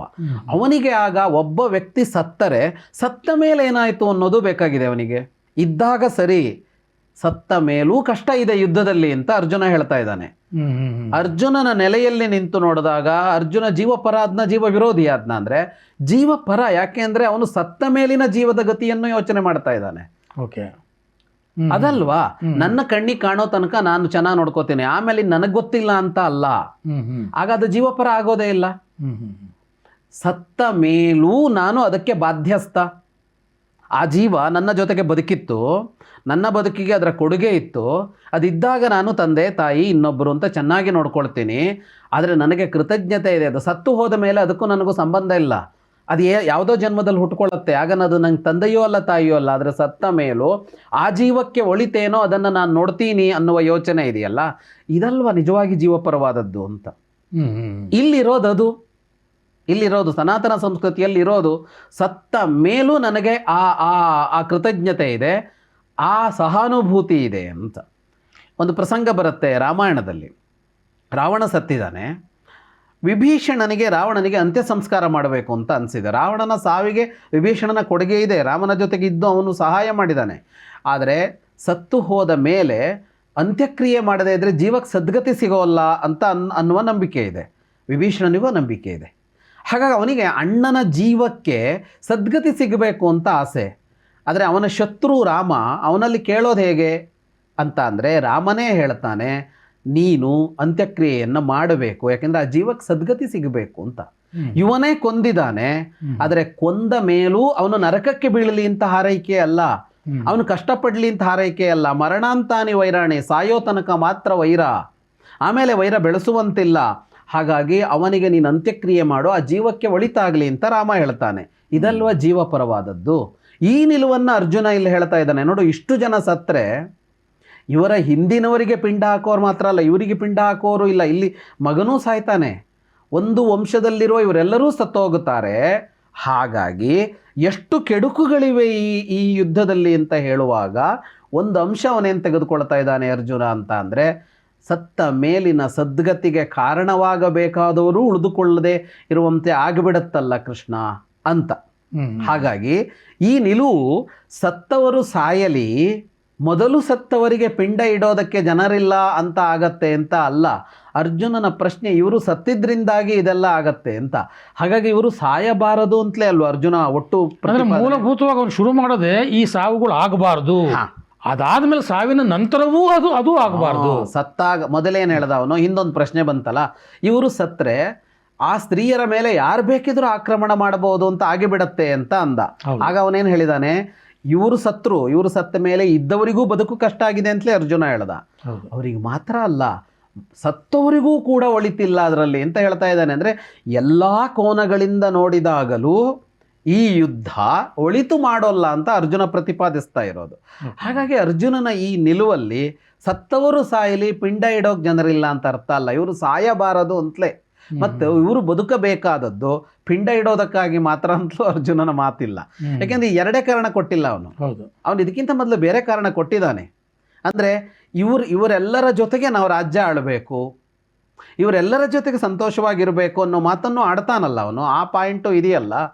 ಯಾಕೆಂದ್ರೆ ನಮ್ಮವರನ್ನು ಕೊಂದ ಮೇಲೆ ಸುಖ ಪಡೋದಕ್ಕೆ ಏನಿರುತ್ತೆ, ರಾಜ್ಯ ಅನ್ನೋದನ್ನು ನಾವು ಪಡೆದುಕೊಳ್ಳಬೇಕಾದದ್ದು ನಮ್ಮವರ ಜೊತೆಗೆ ಖುಷಿಯಾಗಿರೋದಕ್ಕೆ ಅಂತ. ಹಾಗಾಗಿ ಇವರು ಸಾಯಬಾರದು ಅಂತಲೇ ಒಟ್ಟು ಆಶಯ ಅರ್ಜುನನದ್ದು. ಅದಕ್ಕೆ ಅವನು 10 ಕಾರಣಗಳನ್ನು ಕೊಡ್ತಾ ಹೋಗಿದ್ದಾನೆ. ಆದ್ದರಿಂದ ಇಲ್ಲಿ ಅರ್ಜುನನ ನಿಲುವು ಇದೆಯಲ್ಲ, ಅದು ಇಲ್ಲಿ ಬದುಕಿರೋರ ಬಗ್ಗೆಯೂ ಕೂಡ ಸತ್ತವರ ಬಗ್ಗೆಯೂ ಕೂಡ ಅಂತ. ಹಾಗಾಗಿ ಗೀತೆಯ ಆಶಯ ಸತ್ತವರ ಕ್ಷೇಮ ಮಾತ್ರ ಅಲ್ಲ, ಬದುಕಿರೋರ ಕ್ಷೇಮ ಕೂಡ ಹೌದು. ಇಲ್ಲಿ ಭಗವದ್ಗೀತೆಯ ಟೀಕಾಕಾರರಲ್ಲಿ ಜಿ ರಾಮಕೃಷ್ಣ ಅವರು ಒಬ್ಬರು ಪ್ರಮುಖರು, ಕರ್ನಾಟಕದಲ್ಲಿ ಪ್ರಗತಿಪರರು ಅಂತ ಹೇಳಿಕೊಂಡವರು. ಅವರು ಒಂದು ಕಡೆ ಹೇಳ್ತಾರೆ, ಮಹಿಳೆಯರು ಶೂದ್ರರು ಪಾಪಯೋನಿಗಳು, ಅವರನ್ನು ಕಡೆಗಣ್ಣಿನಿಂದ ನೋಡುವುದೇ ಸರಿ, ಇದಕ್ಕೆ ಗೀತೆಯ ಆಧಾರ ಇದೆ ಅಂತ ಯಾರೋ ಒಬ್ಬರು ಶಂಕರಾಚಾರ್ಯರು ಹೇಳಿದ್ರು ಅಂತ ಹೇಳ್ತಾರೆ. ಯಾರು ಶಂಕರಾಚಾರ್ಯರು ಅಂತಲೂ ಅವ್ರು ಹೇಳಲ್ಲ, ಆ ಶಂಕರಾಚಾರ್ಯರು ಹೇಳಿದ್ರು ಅಂತ ಇವ್ರಿಗೆ ಯಾರು ಹೇಳಿದ್ರು ಅಂತಲೂ ಅವ್ರು ಹೇಳಲ್ಲ. ಒಂದು ಕೋಟ್ ಮಾಡ್ತಾರೆ. ಸರಿ, ಆದರೆ ಬರೀ ಅವರ ಆ ಜಿಸ್ಟನ್ನಷ್ಟೇ ತಗೊಳ್ಳೋದಾದರೆ ಮಹಾಭಾರತದಲ್ಲಿ ಆ ರೀತಿ ಏನಾದರೂ ಉಲ್ಲೇಖ ಇದೆಯಾ ಅಂದರೆ ಮಹಿಳೆಯರು ಮತ್ತು ಶೂದ್ರರು ಪಾಪಯೋನಿಗಳು ಅನ್ನುವಂಥದ್ದು. ಈಗ ಯಾರು ಹೇಳಿದ್ರು ಅಂತ ಇಲ್ಲ, ಯಾರಿಗೆ ಹೇಳಿದ್ರು ಅಂತ ಇಲ್ಲ, ಯಾವಾಗ ಹೇಳಿದ್ರು ಅಂತಲೂ ಇಲ್ಲ. ಆದರೂ ಒಂದು ವಾದ ಬಂದಿದೆ. ಜಿ ರಾಮಕೃಷ್ಣ ಅವರು ಹಿರಿಯರು, ನಾವು ಅವರ ಮಾತನ್ನಂತೂ ನಾವು ಒಪ್ಪೋಣ. ಈಗ ರಾಮಕೃಷ್ಣ ಅವರು ಈಗ ಹೇಳಿದ್ದಾರೆ ಅಂದರೆ ಯಾರೋ ಒಬ್ಬರು ಹೇಳಿರಬಹುದು, ಸುಳ್ಳು ಹೇಳೋಲ್ಲ ರಾಮಕೃಷ್ಣ ಅವರು ಅಂತ ಅಂದುಕೊಂಡೇ ಇದಕ್ಕೆ ಉತ್ತರಿಸೋದಕ್ಕೆ ಹೋಗೋಣ. ಯಾರೋ ಒಬ್ಬರು ಹೇಳಿರ್ಬೋದು. ಇದು ಹೇಗಿದೆ ಅಂತ ಅಂದರೆ, ಸನಾತನ ಸಂಸ್ಕೃತಿ ಅನ್ನೋದು ನಿನ್ನೆ ಬೆಳಗ್ಗೆ ಹುಟ್ಕೊಂಡಿಲ್ಲ, ಅದು ಅತ್ಯಂತ ಪ್ರಾಚೀನ ಕಾಲದಿಂದ ಬೆಳ್ಕೊಂಡು ಬಂದಿದೆ. ಸನಾತನ ಸಂಸ್ಕೃತಿ ಅನ್ನೋದು ಯಾರೋ ಒಬ್ಬ ಹೇಳಿದ ಅಭಿಪ್ರಾಯದ ಮೇಲೆ ನಿಂತುಕೊಂಡೂ ಇಲ್ಲ. ಇಲ್ಲಿ ಅದೆಷ್ಟೋ ಜನ ಆಡಿರುವ ಮಾತುಗಳೆಲ್ಲ ಸೇರಿ ಈ ಸಂಸ್ಕೃತಿ ರೂಪುಗೊಂಡಿದೆ. ಯಾವುದೋ ಒಂದು ಪುಸ್ತಕಕ್ಕೂ ಸೀಮಿತವಾಗಿ ಯಾವುದೇ ಒಂದು ಗ್ರಂಥದ ಆಧಾರದ ಮೇಲೂ ಈ ಸಂಸ್ಕೃತಿ ನಿಂತುಕೊಂಡಿಲ್ಲ. ಇದರ ಒಳಗೇನೆ, ಸನಾತನ ಸಂಸ್ಕೃತಿಯ ಒಳಗೇನೆ ಪರಸ್ಪರ ವಿರುದ್ಧ ನಿಲುವಿನ ಅಂಶಗಳೇ ಬೇಕಷ್ಟಿವೆ. ಒಂದೇ ಸಂಸ್ಕೃತಿ, ಒಂದೇ ಸನಾತನ ಧರ್ಮ, ಆದರೆ ಆಚರಣೆಗಳಲ್ಲಿ ಭಿನ್ನತೆ ಇದೆ, ಬಟ್ಟೆಯಲ್ಲಿ ಭಿನ್ನತೆ ಇದೆ, ಊಟದಲ್ಲಿ ಭಿನ್ನತೆ ಇದೆ, ಸಿದ್ಧಾಂತಗಳಲ್ಲೇ ಭಿನ್ನತೆ ಇದೆಯಲ್ಲ. ಈಗ ಬಹಳ ಪ್ರಮುಖವಾಗಿ ಅಂತ ತೆಗೆದುಕೊಂಡ್ರೆ ದ್ವೈತ, ಅದ್ವೈತ, ವಿಶಿಷ್ಟಾದ್ವೈತ, ಸಾಂಖ್ಯ, ಯೋಗ, ನ್ಯಾಯ, ವೈಶೇಷಿಕ ಅಂತ ಇಷ್ಟೆಲ್ಲ ಇವೆ. ದರ್ಶನಗಳು ಅಂತ ಇವೆ, ಷಡ್ದರ್ಶನಗಳು ಅಂತ ಕರಿತೀವಿ. ಷಡ್ದರ್ಶನಗಳು ಒಂದರ ವಿರುದ್ಧವಾದ ನಿಲುವೆ ಇನ್ನೊಂದರದ್ದು. ಒಂದು ದ್ವೈತವನ್ನು ಹೇಳುತ್ತೆ, ಅಂದರೆ ಯಾವ ಕಾಲಕ್ಕೂ ಜೀವ ಬೇರೆ ದೇವರು ಬೇರೆ ಅಂತ ಒಂದು ಸಿದ್ಧಾಂತ ಹೇಳುತ್ತೆ. ಇನ್ನೊಂದು ಅದ್ವೈತ ಅಂತ ಇದೆ, ಇಲ್ಲ ಜೀವ ದೇವರು ಎರಡು ಒಂದೇ ಅಂತ ಹೇಳುತ್ತೆ. ನೋಡಿ ಎಷ್ಟು ಪರಸ್ಪರ ವಿರುದ್ಧವಾದದ್ದು ಅಂದರೆ, ಇಷ್ಟು ಪರಸ್ಪರ ವಿರುದ್ಧವಾದದ್ದು. ಅದು ದೇವರ ವಿಚಾರದಲ್ಲೇ ಒಂದೇ ನಿಲುವಲ್ಲ, ಹೀಗಿರುವ ಸಿದ್ಧಾಂತ ಇದು. ಹಾಗಿರುವಾಗ ಯಾರೋ ಒಬ್ಬರು ಹೇಳಿದ ಒಂದು ಕೋಟ್ ಮೇಲೆ, ಒಂದು ಸ್ಟೇಟ್ಮೆಂಟ್ ಮೇಲೆ ನೀವು ಇಡೀ ಸನಾತನ ಸಿದ್ಧಾಂತ ಹೀಗೆ ಅಂತ ನಿರ್ಣಯಿಸೋದಕ್ಕಾಗೋದೇ ಇಲ್ಲ. ಯಾಕೆ ಅಂದರೆ ಅತ್ಯಂತ ಮುಕ್ತವಾದ, ಅತ್ಯಂತ ಪ್ರಜಾಪ್ರಭುತ್ವವಾದಿಯಾದ ಒಂದು ಸಿದ್ಧಾಂತ ಅಂತಿದ್ರೆ ಅದು ಸನಾತನ ಸಿದ್ಧಾಂತ. ಯಾಕೆ ಅಂದರೆ ಇಲ್ಲಿ ಪರಸ್ಪರ ವಿರುದ್ಧವಾದ ಅಭಿಪ್ರಾಯಗಳಿಗೂ ಬೆಲೆ ಇದೆ. ಅದನ್ನು ಹೊರಗೆ ಹಾಕೋದಿಲ್ಲ. ಅವರನ್ನು ಒಪ್ಪಿಕೊಂಡು ಇವರನ್ನು ಒಪ್ಪಿಕೊಂಡು, ಆ ಸಿದ್ಧಾಂತವನ್ನು ಒಪ್ಪಿಕೊಂಡು ಈ ಸಿದ್ಧಾಂತವನ್ನು ಒಪ್ಪಿಕೊಂಡು ಬದುಕು ಮಾಡ್ತೀವಿ. ಯಾವತ್ತೂ ಇದೆ, ಇದು ಇವತ್ತೇನು ಹುಟ್ಟಿದ್ದಲ್ಲ ಇದು ಅಂತ. ಇದೇ ಭಗವದ್ಗೀತೆಯನ್ನು ಇಟ್ಟುಕೊಂಡೆ ಶಂಕರಾಚಾರ್ಯರು ಭಗವದ್ಗೀತೆ ಅದ್ವೈತವನ್ನು ಹೇಳ್ತಾ ಇದೆ ಅಂತ ಹೇಳ್ತಾರೆ. ಇದೇ ಭಗವದ್ಗೀತೆಯನ್ನು ಇಟ್ಕೊಂಡು ಮಧ್ವಾಚಾರ್ಯರು ಇದು ದ್ವೈತವನ್ನು ಹೇಳ್ತಾ ಇದೆ ಅಂತ ಹೇಳ್ತಾರೆ. ಇದೇ ಭಗವದ್ಗೀತೆಯನ್ನು ಇಟ್ಕೊಂಡು ರಾಮಾನುಜಾಚಾರ್ಯರು ವಿಶಿಷ್ಟಾದ್ವೈತವನ್ನು ಹೇಳ್ತಾ ಇದೆ ಅಂತ ಹೇಳ್ತಾರೆ. ಇದೇ ಬ್ರಹ್ಮಸೂತ್ರವನ್ನೇ ಇವರು 3 ಜನವೂ ಕೋಟ್ ಮಾಡ್ತಾರೆ. ಇದೇ ಬ್ರಹ್ಮಸೂತ್ರವನ್ನೇ ಇಟ್ಟುಕೊಂಡು ಶಕ್ತಿ ವಿಶಿಷ್ಟಾದ್ವೈತಿಗಳು ಇನ್ನೊಂದು ಸಿದ್ಧಾಂತವನ್ನ ಹೇಳ್ತಾ ಇದ್ದಾರೆ. ತಮ್ಮ ಜ್ಞಾನಕ್ಕೆ ದಕ್ಕಿದ ರೀತಿಯಲ್ಲಿ ಅವರು ವಿಶ್ಲೇಷಣೆ ವೀರಶೈವ ಸಿದ್ಧಾಂತ ಇದೇ ಬ್ರಹ್ಮಸೂತ್ರವನ್ನು ಒಪ್ಪಿಕೊಂಡೇ ಮಾತಾಡುತ್ತೆ. ಉಪನಿಷತ್ತುಗಳನ್ನು ಒಪ್ಪಿಕೊಂಡು ಎಲ್ಲ ಸಿದ್ಧಾಂತಗಳು ಮಾತನಾಡ್ತಾರೆ. ಸಾಂಖ್ಯ ಸಿದ್ಧಾಂತ ಇದೆ, ಯೋಗ ಸಿದ್ಧಾಂತ ಬೇರೆ ಥರದಲ್ಲಿದೆ, ನ್ಯಾಯ ಸಿದ್ಧಾಂತ ಇದೆ, ವೈಶೇಷಿಕ ಸಿದ್ಧಾಂತ ಇದೆ, ಮೀಮಾಂಸಾ ಇದೆ, ಮೀಮಾಂಸಾ ಸಿದ್ಧಾಂತ ಇದೆ. ಮೀಮಾಂಸಾ ಮತ್ತು ವೇದಾಂತ ಅನ್ನೋದು ಪರಸ್ಪರ ವಿರುದ್ಧವಾದ ಮಾತುಗಳನ್ನಾಡುತ್ತವೆ. ಪರಸ್ಪರ ಸಾವಿರಾರು ವರ್ಷಗಳ ಕಾಲ ವಿರುದ್ಧದ ಮಾತುಗಳನ್ನಾಡ್ಕೊಂಡು ಬಂದಿವೆ. ಅದನ್ನು ವಿರೋಧಿಸುವ, ಇದನ್ನು ವಿರೋಧಿಸುವ ಸಾವಿರಾರು ಗ್ರಂಥಗಳು ಹುಟ್ಟುಕೊಂಡಿವೆ. ಇದಿಷ್ಟು ಸೇರಿಯೇ ಈ ಸನಾತನ ಸಿದ್ಧಾಂತ ಅಂತ ಹೇಳ್ತೀವಿ. ಹಾಗಾಗಿ ಯಾವುದೋ ಒಂದು ಮಾತನ್ನ ಕೋಟ್ ಮಾಡಿ ಇದು ಸನಾತನ ಸಿದ್ಧಾಂತ ಅಂತ ಹೇಳೋದಕ್ಕೆ ಸಾಧ್ಯವೇ ಇಲ್ಲ. ಹಾಗಾಗಿ ಯಾವುದಾದರೂ ಒಬ್ಬ ಶಂಕರಾಚಾರ್ಯರು ಎಲ್ಲಾದರೂ ಏನನ್ನಾದರೂ ಹೇಳಿರಬಹುದು, ಅದು ಭಗವದ್ಗೀತೆಯ ಸಿದ್ಧಾಂತ ಆಗಬೇಕು ಅಂತ ಇಲ್ಲ. ಎಲ್ಲೋ ಒಂದು ಕಡೆ ಒಂದು ಸ್ಟೇಟ್ಮೆಂಟ್ ಇರ್ಬೋದು ಸರ್, ಸ್ತ್ರೀಯರು ಪಾಪಯೋನಿಗಳು ಅಂತ ಒಂದು ಮಾತು ಇರ್ಬೋದು, ಶೂದ್ರರು ಪಾಪಯೋನಿಗಳು ಅಂತಲೂ ಒಂದು ಮಾತು ಇದ್ದಿರಬಹುದು ಸರ್. ಇಷ್ಟರ ಆಧಾರದ ಮೇಲೆ ಇದು ಸನಾತನ ಧರ್ಮ, ಸನಾತನ ಸಿದ್ಧಾಂತ ಅಂತ ಆಗೋದೇ ಇಲ್ಲ ಅಂತ. ಎಲ್ಲೋ ಒಂದು ಕಡೆ ಬ್ರಾಹ್ಮಣನನ್ನು ಬೈದಿರೋ ಮಾತುಗಳಿವೆ, ಎಲ್ಲೋ ಒಂದು ಕಡೆ ಕ್ಷತ್ರಿಯನನ್ನು ಬೈದಿರೋ ಮಾತುಗಳಿವೆ, ಎಲ್ಲೋ ಒಂದು ಕಡೆ ವೈಶ್ಯನನ್ನು ಬೈದಿರೋ ಮಾತುಗಳಿವೆ, ಎಲ್ಲರನ್ನೂ ಬೈದಿರೋ ಮಾತುಗಳಿವೆ. ಇಲ್ಲಿ ಎಲ್ಲರನ್ನೂ ಬೈದಿರುವ ಮಾತುಗಳಿವೆ, ಎಲ್ಲರನ್ನ ಹೊಗಳಿರುವ ಮಾತುಗಳು ಇವೆ. ಸುದೀರ್ಘವಾದ ಕಾಲ, ಸುದೀರ್ಘವಾದ ಅಭಿಪ್ರಾಯಗಳು, ಅದರ ಭಿನ್ನತೆಗಳು ಇದೆಲ್ಲ ಸೇರಿರುವ ಸಂಸ್ಕೃತಿಯಲ್ಲಿ ಯಾವುದೋ 4 ಕೋಟ್ಗಳನ್ನು ಇಟ್ಟುಕೊಂಡು ಇದು ಸನಾತನ ಸಂಸ್ಕೃತಿ ಅಂತ ಹೇಳೋದಕ್ಕೆ ಯಾವ ಕಾರಣಕ್ಕೂ ಸಾಧ್ಯ ಆಗೋದಿಲ್ಲ. ಹಾಗಾಗಿ ಸ್ತ್ರೀಯರು ಶೂದ್ರರು ಪಾಪಯೋನಿಗಳು ಅಂತ ಅನ್ನುವ ನಿಲುವನ್ನು ಒಪ್ಪಿಕೊಳ್ಳೋದಕ್ಕೆ ಸನಾತನ ಸಂಸ್ಕೃತಿಯಲ್ಲಿ ಸಾಧ್ಯವೇ ಇಲ್ಲ, ಯಾವ ಕಾರಣಕ್ಕೂ ಸಾಧ್ಯವೇ ಇಲ್ಲ. ಯಾಕೆ? ಹಲವು ಅಂಶಗಳಿವೆ. ಆದರೆ ಇಷ್ಟಕ್ಕೆ ತೆಗೆದುಕೊಂಡು ಮಾತನಾಡೋದು, ಗೀತೆಯಲ್ಲಿದೆಯಾ ಅಂತ ತೆಗೆದುಕೊಂಡು ಮಾತನಾಡೋದಾದರೆ, ಈ ಗೀತೆ, ಇಡೀ ಗೀತೆಯಲ್ಲಿ ಕೃಷ್ಣ ಮಾತನಾಡುವಾಗ ಅವನು ಜೀವಾತ್ಮ, ಜೀವ ಅಂತ ಅಂದ್ಕೊಂಡು ಮಾತಾಡ್ತಾ ಇದ್ದಾನೆ. ಜೀವಾತ್ಮ ಅಂತ ಯಾವುದಕ್ಕೆ ಹೇಳ್ತಾನೋ ಅದಕ್ಕೆ ಲಿಂಗ ಇಲ್ಲ, ಅದಕ್ಕೆ ಜಾತಿ ಇಲ್ಲ. ನಾವು ಒಳಗಡೆ ನಮ್ಮ ಆತ್ಮ ಅಂತ ಹೇಳ್ತೀವಲ್ಲ, ಆತ್ಮಕ್ಕೆ ಜೀವ ಇಲ್ಲ, ಯಾವುದೂ ಇಲ್ಲ ಅಂತಲೇ ಅವನು ಹೇಳ್ತಾ ಇರೋದು. ಇದನ್ನು ಮೀರಿದ್ದು ಅಂತ, ಆತ್ಮ ಅನ್ನೋದು ಇವೆಲ್ಲವನ್ನ ಮೀರಿದ್ದು ಅಂತಲೇ ಭಗವದ್ಗೀತೆ ಪ್ರತಿಪಾದಿಸ್ತಾ ಇರುವಾಗ ಎಲ್ಲಿಂದ ಬರುತ್ತೆ ಅದು? ಹಾಗಾಗಿ ಈ ಭೇದಗಳೇ, ನೀವು ಅಧ್ಯಾತ್ಮದ ಮಾತನ್ನಾಡೋದಕ್ಕೆ ಆರಂಭ ಮಾಡಿದ್ರೆ, ತತ್ವಶಾಸ್ತ್ರವನ್ನು ಮಾತಾಡೋದಕ್ಕೆ ಆರಂಭ ಮಾಡಿದ್ರೆ, ಅಲ್ಲಿ ಬರುವ ಆ ಆತ್ಮಕ್ಕೆ ಇದು ಯಾವುದೂ ಇಲ್ಲ, ಇದೆಲ್ಲವನ್ನ ಮೀರಿರೋದು ಅಂತ ಹೇಳುವಾಗ ನೀವು ಇಲ್ಲಿ ಯಾರೋ ಒಬ್ಬರನ್ನು ಕೆಳಗೆ ಅಂತ ಹೇಳೋದಕ್ಕೆ ಅಧ್ಯಾತ್ಮದ ಮಾತುಕತೆಗಳಲ್ಲೇ ಅವಕಾಶ ಇರೋದಿಲ್ಲ. ಭಗವದ್ಗೀತೆಯಲ್ಲಂತೂ ಅದು ಇಲ್ಲವೇ ಇಲ್ಲ ಅಂತ ಅನ್ನೋದಕ್ಕೆ ನಾನು ಹಿಂದಿನ ಒಂದು ಉತ್ತರವನ್ನು ಕೊಡುವಾಗ ನಾನು ಅದನ್ನು ಬಳಸಿದೆ. ಸ್ತ್ರೀಯಃ ವೈಶ್ಯಾಃ ತಥಾ ಶೂದ್ರಾಃ ತೇಪಿ ಯಾಂತಿ ಪರಾಂ ಗತಿಂ. ಕೃಷ್ಣ ಹೇಳ್ದ. ಅವತ್ತು ಇಂಥದ್ದೊಂದು ವಾದ ಇದ್ದಿರಬಹುದು ಈ ಮಾತನ್ನು ಹೇಳುವಾಗ. ಇವತ್ತು ಯಾವುದೋ ಪ್ರಶ್ನೆಗೆ ಉತ್ತರ ಕೊಡ್ತಾ ಇರಬಹುದು. ಇವತ್ತಂತೂ ಹುಟ್ಟತ್ತೆ ಅಂತಲೂ ಅವನಿಗೆ ಗೊತ್ತಿರ್ಬೋದು, ದೂರದೃಷ್ಟಿ. ಅವನು ಹೇಳ್ದ, ನೀವ್ಯಾರೋ ಬ್ರಾಹ್ಮಣರಿಗೆ ಮಾತ್ರ ಮೋಕ್ಷ ಸಿಗತ್ತೆ, ನೀವ್ಯಾರೋ ಬ್ರಾಹ್ಮಣರು ಮಾತ್ರ ದೇವರ ಜೊತೆಗೆ ಬದುಕ್ತೀರಿ, ನಿಮಗೆ ಯಾರೋ ಬ್ರಾಹ್ಮಣರಿಗೆ ಮಾತ್ರ ದೇವರ ಸಾನ್ನಿಧ್ಯ ಸಾಧ್ಯ, ಅಥವಾ ನೀವ್ಯಾರೋ ಕ್ಷತ್ರಿಯರಿಗೆ ಮಾತ್ರ ಸಾಧ್ಯ ಅಂತಲ್ಲ. ಏನೂ ಇಲ್ಲ ಅರ್ಜುನ. ಸ್ತ್ರೀಯರಾಗಿರಬಹುದು, ವೈಶ್ಯರಾಗಿರಬಹುದು, ಶೂದ್ರರಾಗಿರಬಹುದು, ಎಲ್ಲರೂ ಅಲ್ಲಿಗೆ ಹೋದಾಗ ಸಮಾನವೇ. ಈಗ ಅದ್ವೈತ ಸಿದ್ಧಾಂತದ ಪ್ರಕಾರ ಅಂತ ತೆಗೆದುಕೊಂಡ್ರೆ ಈ ಎಲ್ಲ ಜೀವಾತ್ಮಗಳು ಪರಮಾತ್ಮನಲ್ಲಿ ಲೀನವಾಗಿ ಪರಮಾತ್ಮನೇ ಆಗುತ್ತಾನೆ ಅಂತ ಅಂದರೆ, ಅದರಲ್ಲಿ ಯಾರು ಬ್ರಾಹ್ಮಣರು ಮಾತ್ರ ಪರಮಾತ್ಮನೊಡನೆ ಲೀನ ಆಗ್ತಾನೆ ಅಂತ ಗೀತೆ ಹೇಳ್ತಾ ಇಲ್ಲ. ಸ್ತ್ರೀನೋ ವೈಶ್ಯನೋ ಶೂದ್ರನೋ ಸಂಬಂಧ ಇಲ್ಲ, ಎಲ್ಲರೂ ಆಗುತ್ತಾರೆ ಅಂತ. ದ್ವೈತ ಸಿದ್ಧಾಂತವನ್ನೇ ಇಟ್ಕೊಂಡು ಮಾತಾಡೋಣ. ದ್ವೈತ ಸಿದ್ಧಾಂತದಲ್ಲಿ ಭಗವತ್ ಸಾನ್ನಿಧ್ಯ ಸಿಗತ್ತೆ ಅಂತ ಒಂದು ಪ್ರತಿಪಾದನೆ ಇದ್ದರೆ, ಯಾರಿಗೆ ಸಿಗತ್ತೆ? ಬ್ರಾಹ್ಮಣರಿಗೆ ಮಾತ್ರ ಸಿಗತ್ತೆ, ಕ್ಷತ್ರಿಯರಿಗೆ ಮಾತ್ರ ಸಿಗತ್ತೆ ಅಂತ ಭಗವದ್ಗೀತೆ ಹೇಳ್ತಾ ಇಲ್ಲ. ಜೀವ ಸಾಮಾನ್ಯಕ್ಕೆ ಅಂತ ಯಾರು ಬೇಕಿದ್ರೂ ಆಗಲಿ ಭಗವತ್ ಸಾನ್ನಿಧ್ಯ ಅನ್ನೋದು ಸಿಗತ್ತೆ ಅನ್ನೋ ಮಾತನ್ನು ಆಡ್ತಾ ಇದೆ. ಜೊತೆಗೆ ಗೀತೆ ಯಾವ ಮಹಾಭಾರತದ ನಡುವೆ ಬಂದಿದೆಯೋ ಆ ಮಹಾಭಾರತದಲ್ಲಿ ಇವರೆಲ್ಲರೂ ಕೂಡ ಅಲ್ಲಿ ಹೋಗಿದ್ರು ಅನ್ನೋ ಕಥೆಯನ್ನು ಹೇಳುತ್ತಲ್ಲ. ಕೊನೆಗೆ ಯುಧಿಷ್ಠಿರ ಸ್ವರ್ಗಕ್ಕೆ ಹೋದ ಕಥೆಯೊಂದಿಗೆ ಮುಕ್ತಾಯ ಆಗುತ್ತೆ. ಆ ಯುಧಿಷ್ಠಿರ ಸ್ವರ್ಗಕ್ಕೆ ಹೋದಾಗ ಅಲ್ಲಿ ದ್ರೌಪದಿ ಇರಲಿಲ್ವಾ? ಅಲ್ಲಿ ಕಾಣಿಸ್ಲಿಲ್ವಾ ಅವನಿಗೆ? ಅಲ್ಲಿ ಕುಂತಿ ಕಾಣಿಸ್ಲಿಲ್ವಾ? ಅಲ್ಲಿ ಮಾದ್ರಿ ಕಾಣಿಸ್ಲಿಲ್ವಾ? ಎಲ್ಲರೂ ಕಾಣಿಸ್ತಿದ್ದಾರೆ ಅಲ್ಲಿ. ಅದಕ್ಕಿಂತ ಮೊದಲು ಒಂದು ಘಟನೆಯೇ ನಡೆಯುತ್ತೆ. ಒಂದು ವ್ಯಾಸರು ಒಮ್ಮೆ ಸತ್ತವರನ್ನೆಲ್ಲ ಇವರಿಗೆ ತೋರಿಸ್ತಾರೆ, ಸತ್ತವರೆಲ್ಲ ಬಂದುಬಿಡ್ತಾರೆ. ಆಗ ಈ ದುರ್ಯೋಧನ ಮೊದಲಾದವರ ಹೆಂಡತಿಯರು ಇನ್ನೂ ಬದುಕಿರ್ತಾರೆ, ಪಾಂಡವರ ಅರಮನೆಯಲ್ಲೇ ಇರ್ತಾರೆ ಅವರು. ಅವರನ್ನೆಲ್ಲ ಒಂದು ರಾತ್ರಿ ಒಗ್ಗೂಡಿಸ್ತಾರೆ ವ್ಯಾಸರು. ಮಹಾಭಾರತ ಕಥೆಯನ್ನು ಹೇಳುತ್ತೆ.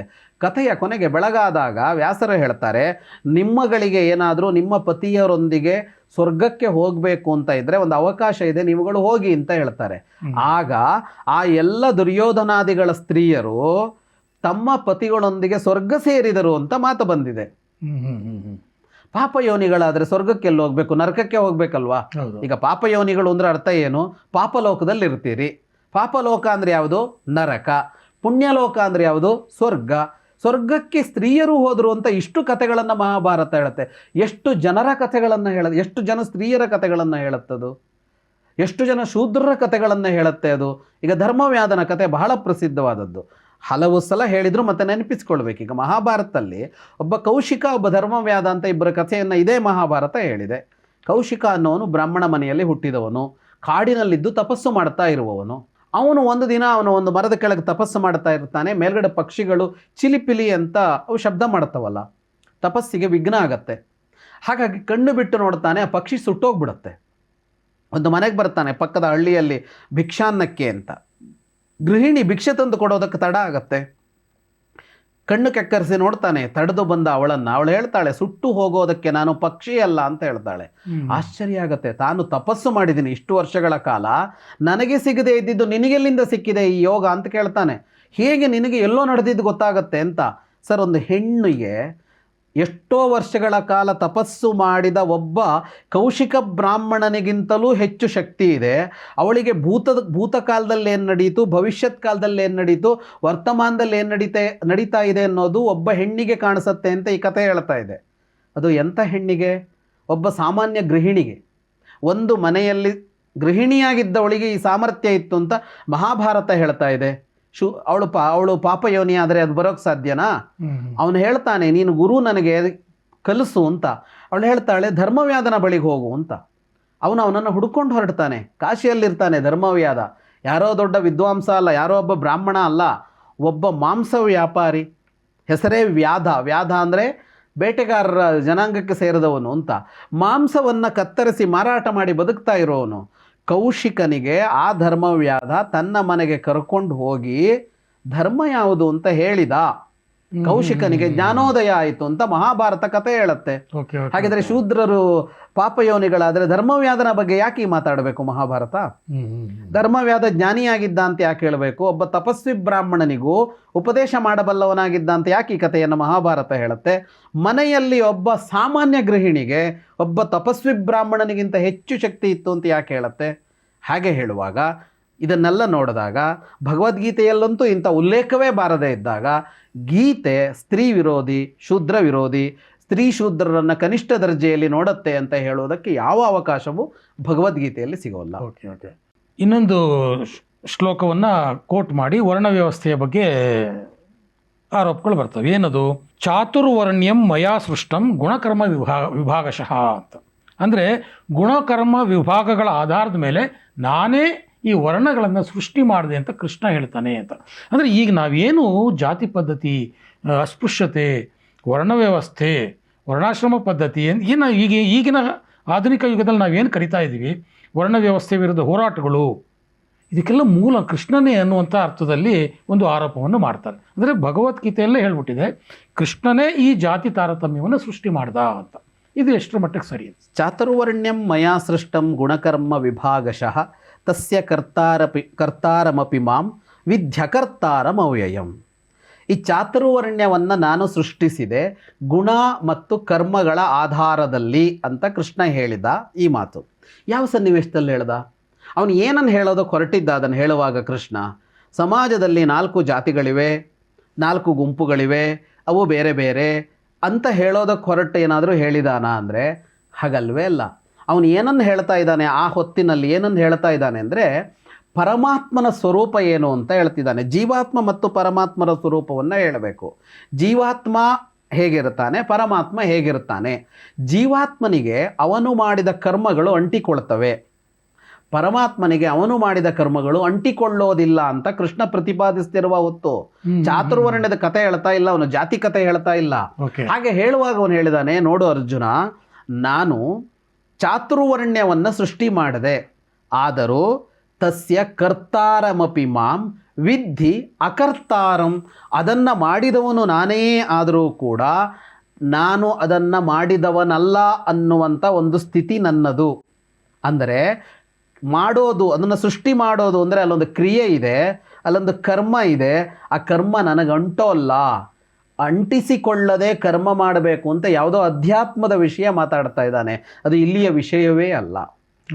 ಇಷ್ಟಾದರೂ ಚಾತುರ್ವರ್ಣ್ಯವನ್ನು ಸೃಷ್ಟಿಸಿದೆ ಅಂತ ಕೃಷ್ಣ ಹೇಳದ್ನಲ್ಲ, ಹಾಗಾಗಿ ಈ ವ್ಯವಸ್ಥೆಯನ್ನು ಕೃಷ್ಣ ಸೃಷ್ಟಿಸಿದನ ಅಂತ ಬಂದರೆ ಚಾತುರ್ವರ್ಣ್ಯದ ಬಗ್ಗೆ ಬಹಳ ಮಾತಾಡಬೇಕಿದೆ. ಇಷ್ಟು ವಾಕ್ಯಗಳಿಂದಾಗಿ ಚಾತುರ್ವರ್ಣ್ಯ ಇತ್ತು ಇಲ್ಲ ಯಾವುದನ್ನು ನಿರ್ಣಯಿಸೋದಕ್ಕಾಗೋದಿಲ್ಲ. ನಾನು ಹಿಂದೊಂದು ಪ್ರಶ್ನೆಯನ್ನು ಹೇಳುವಾಗ ಹೇಳಿದೆ, ಅದು ಮತ್ತೆ ಹೇಳ್ಕೊಂಡ್ಬಿಡ್ತೀನಿ. ಏನು ಅಂದರೆ ಚಾತುರ್ವರ್ಣ್ಯ ಇದ್ದ ಕಾಲ, ಹೌದು, ಚಾತುರ್ವರ್ಣ್ಯ ಮತ್ತು ತಾರತಮ್ಯ ಇದ್ದ ಕಾಲ, ಚಾತುರ್ವರ್ಣ್ಯ ಇದ್ದು ತಾರತಮ್ಯ ಇಲ್ಲದ ಕಾಲ, ಚಾತುರ್ವರ್ಣ್ಯ ಇಲ್ಲದೆಯೂ ತಾರತಮ್ಯ ಇರುವ ಕಾಲ, ಇಂಥದ್ದೆಲ್ಲ ನೋಡ್ತೀವಿ. ಚಾತುರ್ವರ್ಣ್ಯ ಭಾರತವನ್ನು ಹೊರತುಪಡಿಸಿ ಅಮೇರಿಕಾದಂಥ ಮುಂದುವರೆದ ದೇಶಗಳಲ್ಲಿಲ್ಲ. ತಾರತಮ್ಯ ಇಲ್ವಾ ಸಮಾಜದಲ್ಲಿ? ಸಮಾಜ ಇದೆಯಾ? ಇಲ್ಲ. ಅಲ್ಲಿ ವರ್ಗ ತಾರತಮ್ಯ ಇರ್ಬೋದು, ಬೌದ್ಧಿಕ ತಾರತಮ್ಯ ಇರ್ಬೋದು, ಬುದ್ಧಿವಂತ ದಡ್ಡ ಅನ್ನುವ ತಾರತಮ್ಯ ಇರ್ಬೋದು. ಆಫ್ರಿಕಾದಲ್ಲಿ ಬಣ್ಣದ ತಾರತಮ್ಯ ಇರ್ಬೋದು. ಹಾಗಾಗಿ ನಾನು ಹೇಳ್ತಾ ಇರೋದೇನೆಂದರೆ, ವರ್ಣ ವ್ಯವಸ್ಥೆ ಇಲ್ಲದೆಯೂ ತಾರತಮ್ಯ ಇರುವ ಕಾಲ, ಇರುವ ವ್ಯವಸ್ಥೆ ಅಂತ ಇದೆ. ಹಾಗೆ ವರ್ಣಾಶ್ರಮ ಅನ್ನೋದರ ಬಗ್ಗೆ ಇಡೀ ಮಾನವ ಜನಾಂಗದ ಇತಿಹಾಸವನ್ನು ಇಟ್ಟುಕೊಂಡು, ಇಡೀ ಮಾನವ ಜನಾಂಗದ ಚಿಂತನೆಯನ್ನು ಇಟ್ಟುಕೊಂಡು ಮಾತಾಡಬೇಕು. ಅಷ್ಟು ಸುಲಭಕ್ಕೆ ನಿರ್ಣಯಕ್ಕೆ ಬರೋದಕ್ಕಾಗೋದಿಲ್ಲ. ಇಲ್ಲಿ ಕೃಷ್ಣ ಏನು ಹೇಳ್ದ ಅಂತ ಅಂದರೆ, ಕೃಷ್ಣ ಹೇಳ್ತಾ ಇರೋದು 4 ವರ್ಗಗಳನ್ನು ಕ್ರಿಯೆಗಳಿಗೆ ಸಂಬಂಧಪಟ್ಟಂತೆ ಚಾತುರ್ವರ್ಣ್ಯ ಅಂತ ಹೇಳ್ತಾ ಇರೋದು. ಏನದು ಅಂತ ಅಂದರೆ, 4 ತರಹದ್ದು ಒಂದು ಸೃಷ್ಟಿ ಅನ್ನೋದು ನಡೆಯುವಾಗ ಅಲ್ಲಿ 4 ಅಂಶಗಳು ಬೇಕು. ಯಾವ ಅಂಶಗಳು ಬೇಕು? 1 ಅರಿವು ಬೇಕು, 2 ರಕ್ಷಣೆ ಬೇಕು, 3ನೆಯದ್ದು ಸಂಪತ್ತು ಬೇಕು. ಸಂಪತ್ತು ಅಂದರೆ ಸಾಧನ ಸಲಕರಣೆಗಳು ಬೇಕು. ಮತ್ತೊಂದು ಕ್ರಿಯೆ ಬೇಕು. 4 ಬೇಕು ಸರ್. ಅರಿವು ಮತ್ತು ರಕ್ಷಣೆ ಮತ್ತು ಬೇಕಾದ ಉಪಕರಣಗಳು ಮತ್ತು ಕ್ರಿಯೆ 4 ಸೇರಿದಾಗ ಒಂದು ಸೃಷ್ಟಿ ಇರೋದಕ್ಕೆ ಸಾಧ್ಯ. ಈ 4 ಇದ್ದಾಗ ಒಂದು ಸಮಾಜ ಇರೋದಕ್ಕೆ ಸಾಧ್ಯ. ಈ 4 ಇದ್ದಾಗ ನಾನು ನೀವು ಇರೋದಕ್ಕೆ ಸಾಧ್ಯ ಸರ್. ಈ 4 ಪ್ರತಿ ಮನುಷ್ಯನಲ್ಲೂ ಇರೋದಿದು ಸರ್. ನಮಗೊಂದು ಅರಿವಿದೆ. ಈ ಅರಿವಿರೋದ್ರಿಂದಾಗಿ ನಾವೊಂದು ಕ್ರಿಯೆ ಮಾಡ್ತೀವಿ. ಅರಿವೇ ಇಲ್ಲದೆ ಇದ್ದರೆ ಕ್ರಿಯೆ ಮಾಡೋದಕ್ಕಾಗೋದಿಲ್ಲ. ಆ ಕ್ರಿಯೆ ಮಾಡಬೇಕು ಅಂತ ಅಂದರೆ ನಮಗೇನು ಉಪಕರಣಗಳು ಬೇಕು ಸರ್? ಅಥವಾ ಒಂದು ಸವಲತ್ತುಗಳು ಬೇಕು ಸರ್. ಅದೆಲ್ಲ ಬೇಕು, ಅದೆಲ್ಲ ಸಂಪತ್ತೆ. ಈಗ ಉದಾಹರಣೆಗೆ ನಾವಿಲ್ಲಿ ಮಾತಾಡೋದಕ್ಕೆ ಕೂತಿದ್ದೀವಿ, ಒಂದು ಅರಿವಿನ ಕೆಲಸ ಮಾಡ್ತಾ ಇದ್ದೀವಿ. ಈ ಅರಿವಿದೆಯಲ್ಲ ಸರ್, ಈ ಅರಿವು ಹೊರಗೆ ಹೋಗಬೇಕು ಅಂದರೆ ಒಂದು ಕ್ರಿಯೆ ಬೇಕು. ನಾನು ಮಾತನಾಡಬೇಕು, ನೀವು ಮಾತನಾಡಬೇಕು, ಇದು ಕ್ರಿಯೆ. ಬರೀ ಮಾತನಾಡಿದರೆ ಅರಿವು ಎಲ್ಲಿಗೂ ಹೋಗಿ ತಲುಪೋಲ್ಲ. ಅದಕ್ಕೆ ಇಲ್ಲೊಂದು ಮೈಕ್ ಬೇಕು, ಎದುರಿಗೊಂದು ಕ್ಯಾಮರಾ ಬೇಕು, ಇನ್ಯಾರೋ ಅಲ್ಲಿ ಕುಳಿತುಕೊಂಡು ಅದನ್ನು ಎಡಿಟ್ ಮಾಡಬೇಕು. ಇಷ್ಟೆಲ್ಲ ಆಗುವಾಗ ಒಂದು ಸ್ಟುಡಿಯೋ ಬೇಕು, ಸ್ಟುಡಿಯೋಕ್ಕೊಂದು ಬೆಳಕು ಬೇಕು. ಎಷ್ಟು ಸಲಕರಣೆಗಳು ಬೇಕು ಸರ್ ಒಂದು ಕ್ರಿಯೆ ನಡೆಯುವಾಗ? ಒಂದು ಅರಿವನ್ನು ಮುಂದೆ ಇಡಬೇಕು ಅಂತಂದಾಗ ಇಷ್ಟು ಉಪಕರಣಗಳು ಬೇಕು. ಮತ್ತು ಇದಿಷ್ಟು ಸೇರಿ ಕ್ರಿಯೆ ನಡಿಬೇಕು ಸರ್. ಒಂದು ಕ್ರಿಯೆ ಅಲ್ಲ, ನಾಲೆಲ್ಲಿಂದಲೋ ಬರಬೇಕು, ನೀವೆಲ್ಲಿಂದಲೋ ಬರಬೇಕು, ನಾವೆಲ್ಲಿ ಕೂರಬೇಕು, ಇನ್ಯಾರೋ ಕ್ಯಾಮರಾ ಹಿಂದೆ ನಿಲ್ಲಬೇಕು. ಇಷ್ಟಾರು ಕ್ರಿಯೆಗಳು ಸೇರ್ಕೊಂಡಿವೆ ಸರ್ ಇಲ್ಲಿ. ಇಷ್ಟೆಲ್ಲ ಆದಮೇಲೆ ಇಷ್ಟಕ್ಕೆ ರಕ್ಷಣೆ ಬೇಕು. ರಕ್ಷಣೆ ಅಂದರೆ ಯಾರೋ ಶತ್ರುಗಳಿಂದಲೇ ರಕ್ಷಣೆ ಅಂತಲ್ಲ ಸರ್. ನಾನು ಮಾತನಾಡುವಾಗ ನನ್ನ ಧ್ವನಿಗೊಂದು ರಕ್ಷಣೆ ಬೇಕು. ನಾನು ನನ್ನ ಧ್ವನಿ ಹಾಳು ಮಾಡ್ಕೊಂಡು ಕೂತ್ರೆ ಇವತ್ತು ನಾನು ಧ್ವನಿ ಹೊರಗಡೆ ಬರೋಲ್ಲ. ನನ್ನ ಧ್ವನಿ ಪೆಟ್ಟಿಗೆ ಸರಿ ಇರಬೇಕು ಸರ್, ಅಲ್ವಾ? ನನ್ನ ಧ್ವನಿಯ ರಕ್ಷಣೆ ಬೇಕು, ನನ್ನ ಆರೋಗ್ಯದ ರಕ್ಷಣೆ ಬೇಕು. ನಾನು ಮಲಗಿಬಿಟ್ರೆ ಇವತ್ತು ಹೇಗೆ ಬರೋಕ್ಕಾಗತ್ತೆ? ಇಲ್ಲಿ ಜ್ವರ ಬಂದು ರಕ್ಷಣೆ ಬೇಕು ನನಗೆ. ಈ ರಕ್ಷಣೆ, ಈ 4 ಇಲ್ಲದೆ ಬದುಕಿಲ್ಲ ಸರ್. ಚಾತುರ್ವರ್ಣ್ಯ ಅಂತ ಬಡ್ಕೋತಾ ಇದ್ದಾರಲ್ಲ, ಅಲ್ಲಿ ಹೇಳ್ತಾ ಇರೋದು ಈ ಸಿದ್ಧಾಂತವನ್ನ. ಏನೇ ಒಂದು ಸೃಷ್ಟಿಯಲ್ಲಿ ನಡಿಬೇಕು ಅಂತ ಅಂದ್ರೂ 4 ಅಂಶ ಇದೆ. ಅರಿವು, ಕ್ರಿಯೆಗೆ ಬೇಕಾದ ಸಲಕರಣೆಗಳು ಮತ್ತು ಇವೆಲ್ಲವನ್ನ ಕಾಪಾಡುವ ಒಂದು ವ್ಯವಸ್ಥೆ. ಈ 4 ಚಾತುರ್ವರ್ಣ್ಯ. ಕೃಷ್ಣ ಹೇಳ್ತಾ ಇದ್ದಾನೆ, ಈ 4 ನಾನು ಸೃಷ್ಟಿ ಮಾಡಿದ್ದೇನೆ ಅಂತ. ಈ 4 ಸೃಷ್ಟಿ ಮಾಡಿದ್ದೇನೆ ಅಂತ. ಪ್ರಶ್ನೆಯಲ್ಲಿ ಅಂದರೆ ಈ ಚಾತುರ್ವರ್ಣ್ಯದ ವಿರುದ್ಧ ಹೋರಾಟದಲ್ಲಿ ಚಾತುರ್ವರ್ಣ್ಯ ವಂಶ ಪಾರಂಪರ್ಯವ ಅನ್ನೋದ್ರ ಬಗ್ಗೆ ಚರ್ಚೆ ನಡಿಬೇಕಿದೆ. ಹೌದು ಹೌದು. ಚಾತುರ್ವರ್ಣ್ಯವೇ ತಪ್ಪಾ ಸರಿಯಾ ಅಂತ ಅಲ್ಲ. ಚಾತುರ್ವರ್ಣ್ಯ ನೀವು ವಂಶ ಪಾರಂಪರ್ಯ ಅಲ್ಲ ಅಂತ ತೀರ್ಮಾನ ಮಾಡಿದ ಮೇಲೂ ಈ 4 ಇರುತ್ತೆ ಸರ್. ಈ 4 ಇಲ್ಲದೆ ಹೇಗೆ? ಓಕೆ. ಈಗ ಕ್ರಿಯೆ ಎಲ್ಲಿ ಬಂತು? ಇಲ್ಲಿ ಅರಿವು ಅಂತ ಇದೆ. ಕ್ರಿಯೆ ಎಲ್ಲಿ ಬಂತು ಅಂದರೆ ಕ್ರಿಯೆಯನ್ನು ಸೇವಾ ಅನ್ನುವ ಅರ್ಥದಲ್ಲಿ ಬಳಸಿದ್ದಾರೆ. ಶೂದ್ರ ಸೇವೆ ಮಾಡಬೇಕು ಅನ್ನೋದಕ್ಕೆ ಮೇಲ್ಜಾತಿಯವರ ಕಾಲೊತ್ತಬೇಕು ಅಂತ ಹೇಳಿದ್ದಲ್ಲ ಸರ್. ಸರ್ ಇವತ್ತು ನೋಡಿ, ಈಗ ಅರಿವಿನ ವೃತ್ತಿಗಳು ಅಂದರೆ ಯಾವುದು ಸರ್? ಒಂದು ಮೇಷ್ಟ್ರಾಗಬೇಕು ಅಲ್ವಾ, ಇಲ್ಲ ನಿಮ್ಮಂತೆ ಈ ಕೆಲಸ ಮಾಡಬೇಕು, ಮಾಧ್ಯಮ ಜರ್ನಲಿಸಮ್ ಅಥವಾ ಸೋಷಿಯಲ್ ಮೀಡಿಯಾ, ಇದು ಇವತ್ತು ಅರಿವಿನ ಕೆಲಸವನ್ನು ಮಾಡುತ್ತೆ. ಇದಾದ ಮೇಲೆ ಸರ್ ಇದಕ್ಕೆ ಬೇಕಾಗುವ ಉಪಕರಣಗಳು ಬೇಕಾಗಿದೆ ಸರ್. ಇದಕ್ಕೆ ಉಪಕರಣಗಳ ಸೃಷ್ಟಿ ಅಂತ ಒಂದಿದೆ, ಆಯಿತಾ? ಹಣ ಇರಲಿ, ಯಾವುದು ಬೇಕಿದ್ರೂ ಇರಲಿ, ಇದನ್ನು ರಕ್ಷಿಸುವ ಒಂದು ವ್ಯವಸ್ಥೆ ಅಂತ ಇದೆ. ಇದಿಷ್ಟು ಬಿಟ್ಟು ಪ್ರಪಂಚದಲ್ಲಿ ಎಷ್ಟು ವೃತ್ತಿ ಉಳ್ಕೊಳ್ತು ಅಂತ ಪ್ರಶ್ನೆ ಸರ್. ಒಂದು ಹಣಕಾಸಿನ ವ್ಯವಸ್ಥೆ, ಇನ್ನೊಂದು ಇದನ್ನು ಕಾಪಾಡುವ ವ್ಯವಸ್ಥೆ, ಇನ್ನೊಂದು ಅರಿವನ್ನು ದಾಟಿಸುವ ವ್ಯವಸ್ಥೆ. 3 ವೃತ್ತಿ ಬಂತು ಸರ್. ಈ 3 ವೃತ್ತಿ ಉಳಿದ ಮೇಲೆ ಪ್ರಪಂಚದಲ್ಲಿ ಎಷ್ಟು ವೃತ್ತಿಗಳಿದೆ ಸರ್? ಎಷ್ಟು ಸಾವಿರ ವೃತ್ತಿಗಳು. ಇದನ್ನು ತಯಾರಿಸುವ ಫ್ಯಾಕ್ಟ್ರಿಗಳು, ಇದನ್ನು ತಯಾರಿಸುವ ಕೃಷಿ, ಊಟಕ್ಕೆ ಬೇಕಾದಂತೆ ತಯಾರಿಸುವ ಕೃಷಿ, ಹಣವನ್ನು ಮುದ್ರಿಸುವ ವ್ಯವಸ್ಥೆ, ಇಷ್ಟಾರು ವ್ಯವಸ್ಥೆಗಳಿವೆಯಲ್ಲ, ಆಳುವ ವ್ಯವಸ್ಥೆ. ಇದಿಷ್ಟೂ ಸೇರಿದರೆ ಇದು 3, ಅದು 3 ಲಕ್ಷ 3 ಕೋಟಿ ವೃತ್ತಿಗಳಿಲ್ವಾ? ಇದೇ ಹಳೆ ಚಾತುರ್ವರ್ಣ್ಯ ವ್ಯವಸ್ಥೆಯನ್ನೇ ಒಪ್ಕೊಂಡು ಮಾತಾಡೋದಾದರೆ, ಈಗ ಆರೋಪ ಇದೆಯಲ್ಲ, ಬ್ರಾಹ್ಮಣ ಏನು ಮಾಡಬೇಕು? ಪಾಠ ಪ್ರವಚನ ಮಾಡಬೇಕು ಅಂತ ಅಲ್ವಾ? ಕ್ಷತ್ರಿಯ ಏನು ಮಾಡಬೇಕು? ರಕ್ಷಣೆ ಮಾಡಬೇಕು. ವೈಶ್ಯ ಏನು ಮಾಡಬೇಕು? ಹಣಕಾಸಿನ ವ್ಯವಸ್ಥೆ ನೋಡ್ಕೋಬೇಕು ಅಂತ ಈಗ ಆರೋಪ ಇರೋದನ್ನು ಹೇಳ್ತಾ ಇರೋದು ನಾನು. ಹಾಗೆ ಆಗಬೇಕು ಅಂತ ನಾನು ಹೇಳ್ತಾ ಇಲ್ಲ. ಇದು 3 ಸರ್. ಇದು 3 ಹೊರತುಪಡಿಸಿ ಸಮಾಜದಲ್ಲಿದ್ದ ಉಳಿದ ಇಷ್ಟನ್ನು ಯಾರು ನೋಡ್ಕೋಬೇಕು ಅಂತ ಅರ್ಥ ಬಂತು ಸರ್. ಕೃಷಿ ಯಾರು ನೋಡಬೇಕು? ಫ್ಯಾಕ್ಟ್ರಿ ಯಾರು ನಡೆಸಬೇಕು? ಅಡ್ಮಿನಿಸ್ಟ್ರೇಷನ್ ಯಾರು ಮಾಡಬೇಕಿಲ್ಲ? ಅಡ್ಮಿನಿಸ್ಟ್ರೇಷನ್ ಬಂದಿಲ್ವಲ್ಲ ಇದು 3ರಲ್ಲಿ. ಅಡ್ಮಿನಿಸ್ಟ್ರೇಷನ್ ಯಾರು ಮಾಡಬೇಕು? ಇದನ್ನು ಸೇವೆ ಅನ್ನೋ ಶಬ್ದದಲ್ಲಿ ಕರೆದಿರೋದು. ಸರ್ಕಾರಿ ಸೇವೆ ಅಂತ ಹೇಳ್ತೀವಲ್ಲ, ಹಾಗೆ ಕರೆದಿರೋದು. ಸೇವೆ ಅಂದರೆ ಇನ್ನೊಬ್ಬರ ಕಾಲುವತ್ತು ಅಂತ ಅರ್ಥ ಅಲ್ಲ. ಹಾಗಾಗಿ ಪ್ರಾಚೀನರು ಹೇಳುವ ಚಾತುರ್ವರ್ಣ್ಯ ವ್ಯವಸ್ಥೆಯನ್ನು ಹಾಗೆಯೇ ಒಪ್ಪಿಕೊಂಡ್ರು. ಇವರು ಶೂದ್ರನಿಗೆ ಕೊನೆಯ ಸ್ಥಾನ ನೀಡಲಾಯಿತು ಅಂತ ಹೇಳೋದಕ್ಕೆ ಅರ್ಥ ಸಿಗೋಲ್ಲ. ಫ್ಯಾಕ್ಟ್ರಿಗಳು ಅವನ ಕೈಲೇ ಇರಬೇಕು, ಉದ್ಯೋಗ ಅವನು ಮಾತ್ರ ಮಾಡಬೇಕಲ್ಲ ಸರ್. ಪ್ರಪಂಚದಲ್ಲಿ ಇಷ್ಟು ಉದ್ಯೋಗಗಳಿವೆಯಲ್ಲ, ಇವು 3 ಜನ ಮಾಡೋ ಹಾಗೆ ಇಲ್ವಲ್ಲ ಇವರು? ಬೇರೆ ಉದ್ಯೋಗ ಮಾಡುವಂಗಿಲ್ವಲ್ಲ ಇವರು? ಒಂದು ಕಂಪ್ನಿ CEO ಆಗೋಕ್ಕಾಗಲ್ವಲ್ಲ ಈ 3 ಜಾತಿಯವರು? ಹೌದೌದೌದು, ಕರೆಕ್ಟ್. ಯಾಕೆಂದ್ರೆ ಇವನೇನು ಮಾಡಬೇಕು? ಪಾಠ ಮಾತ್ರ ಮಾಡಬೇಕು. ಇವ್ನು ಕಂಪ್ನಿ CEO ಆಗೋಕ್ಕೆ ಬರಲ್ಲ.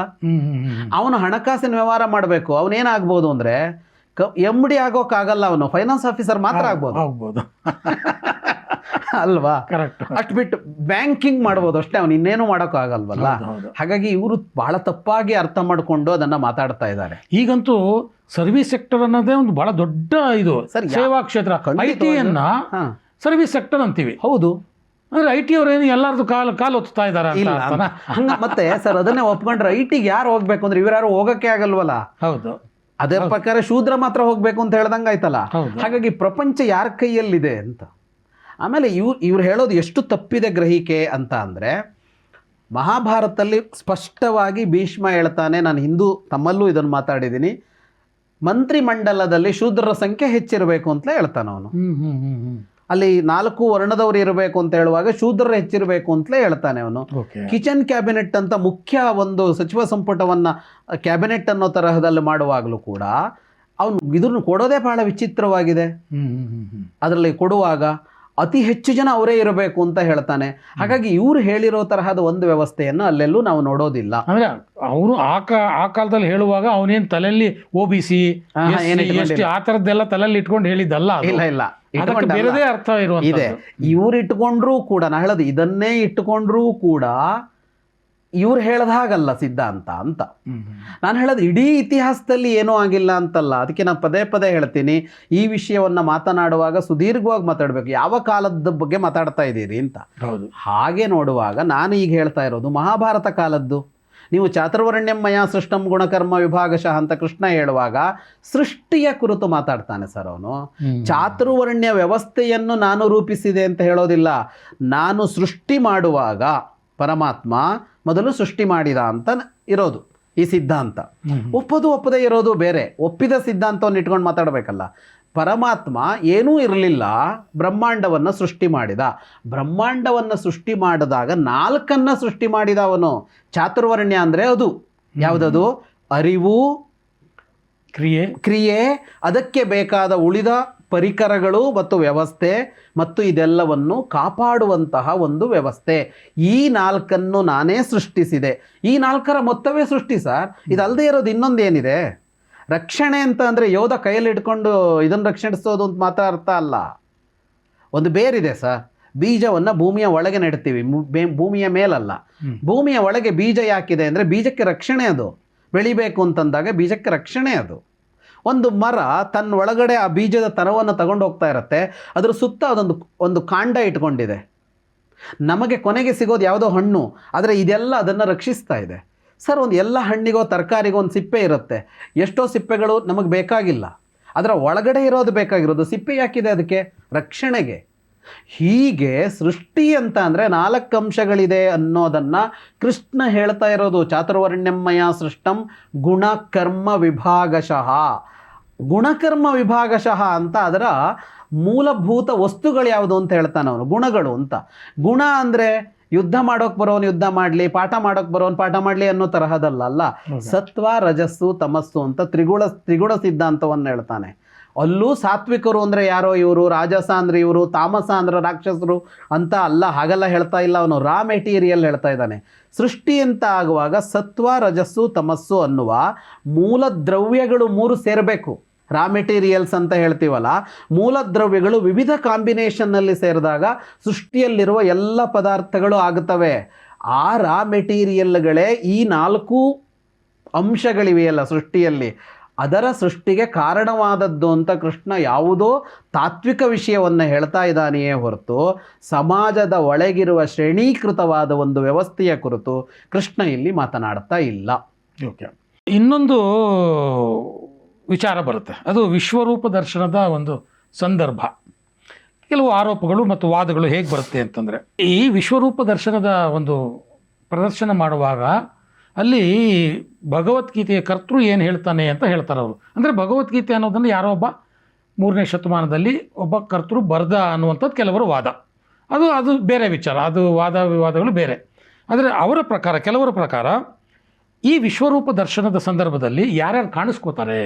ರುದ್ರ, ಆದಿತ್ಯ, ವಸುಗಳು, ಸಾಧ್ಯರು, ವಿಶ್ವೇ ದೇವತೆಗಳು, ಅಶ್ವಿನಿಗಳು, ಮರುತ್ತುಗಳು, ಇವರನ್ನೆಲ್ಲ ವಿಶ್ವರೂಪ ದರ್ಶನದ ಸಂದರ್ಭದಲ್ಲಿ ನೋಡಬಹುದು. ಇದು ಓಕೆ.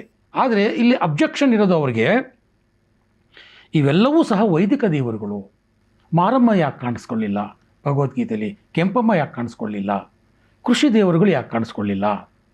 ಅಂದರೆ ಮೂಲತಃ ಭಗವದ್ಗೀತೆ ಅನ್ನೋದು ವೈದಿಕ ಸಂಸ್ಕೃತಿಯನ್ನು, ವೈದಿಕ ಪರಂಪರೆಯನ್ನು ಉಳಿಸೋದಕ್ಕಷ್ಟೇ ಇದೆ ಹೊರತು ಬೇರೆ ಇನ್ಯಾವ ಸಮುದಾಯಗಳಿಗೂ ಅದು ಯಾವುದೇ ರೀತಿಯಲ್ಲೂ ರಕ್ಷಣೆ ಕೊಡುವಂಥ ಕಾಳಜಿ ಭಗವದ್ಗೀತೆಯಲ್ಲಿ ಇಲ್ಲ ಅನ್ನೋಂಥದ್ದನ್ನು ಇದ್ರ ಮುಖಾಂತರ ಹೇಳ್ತಾರೆ.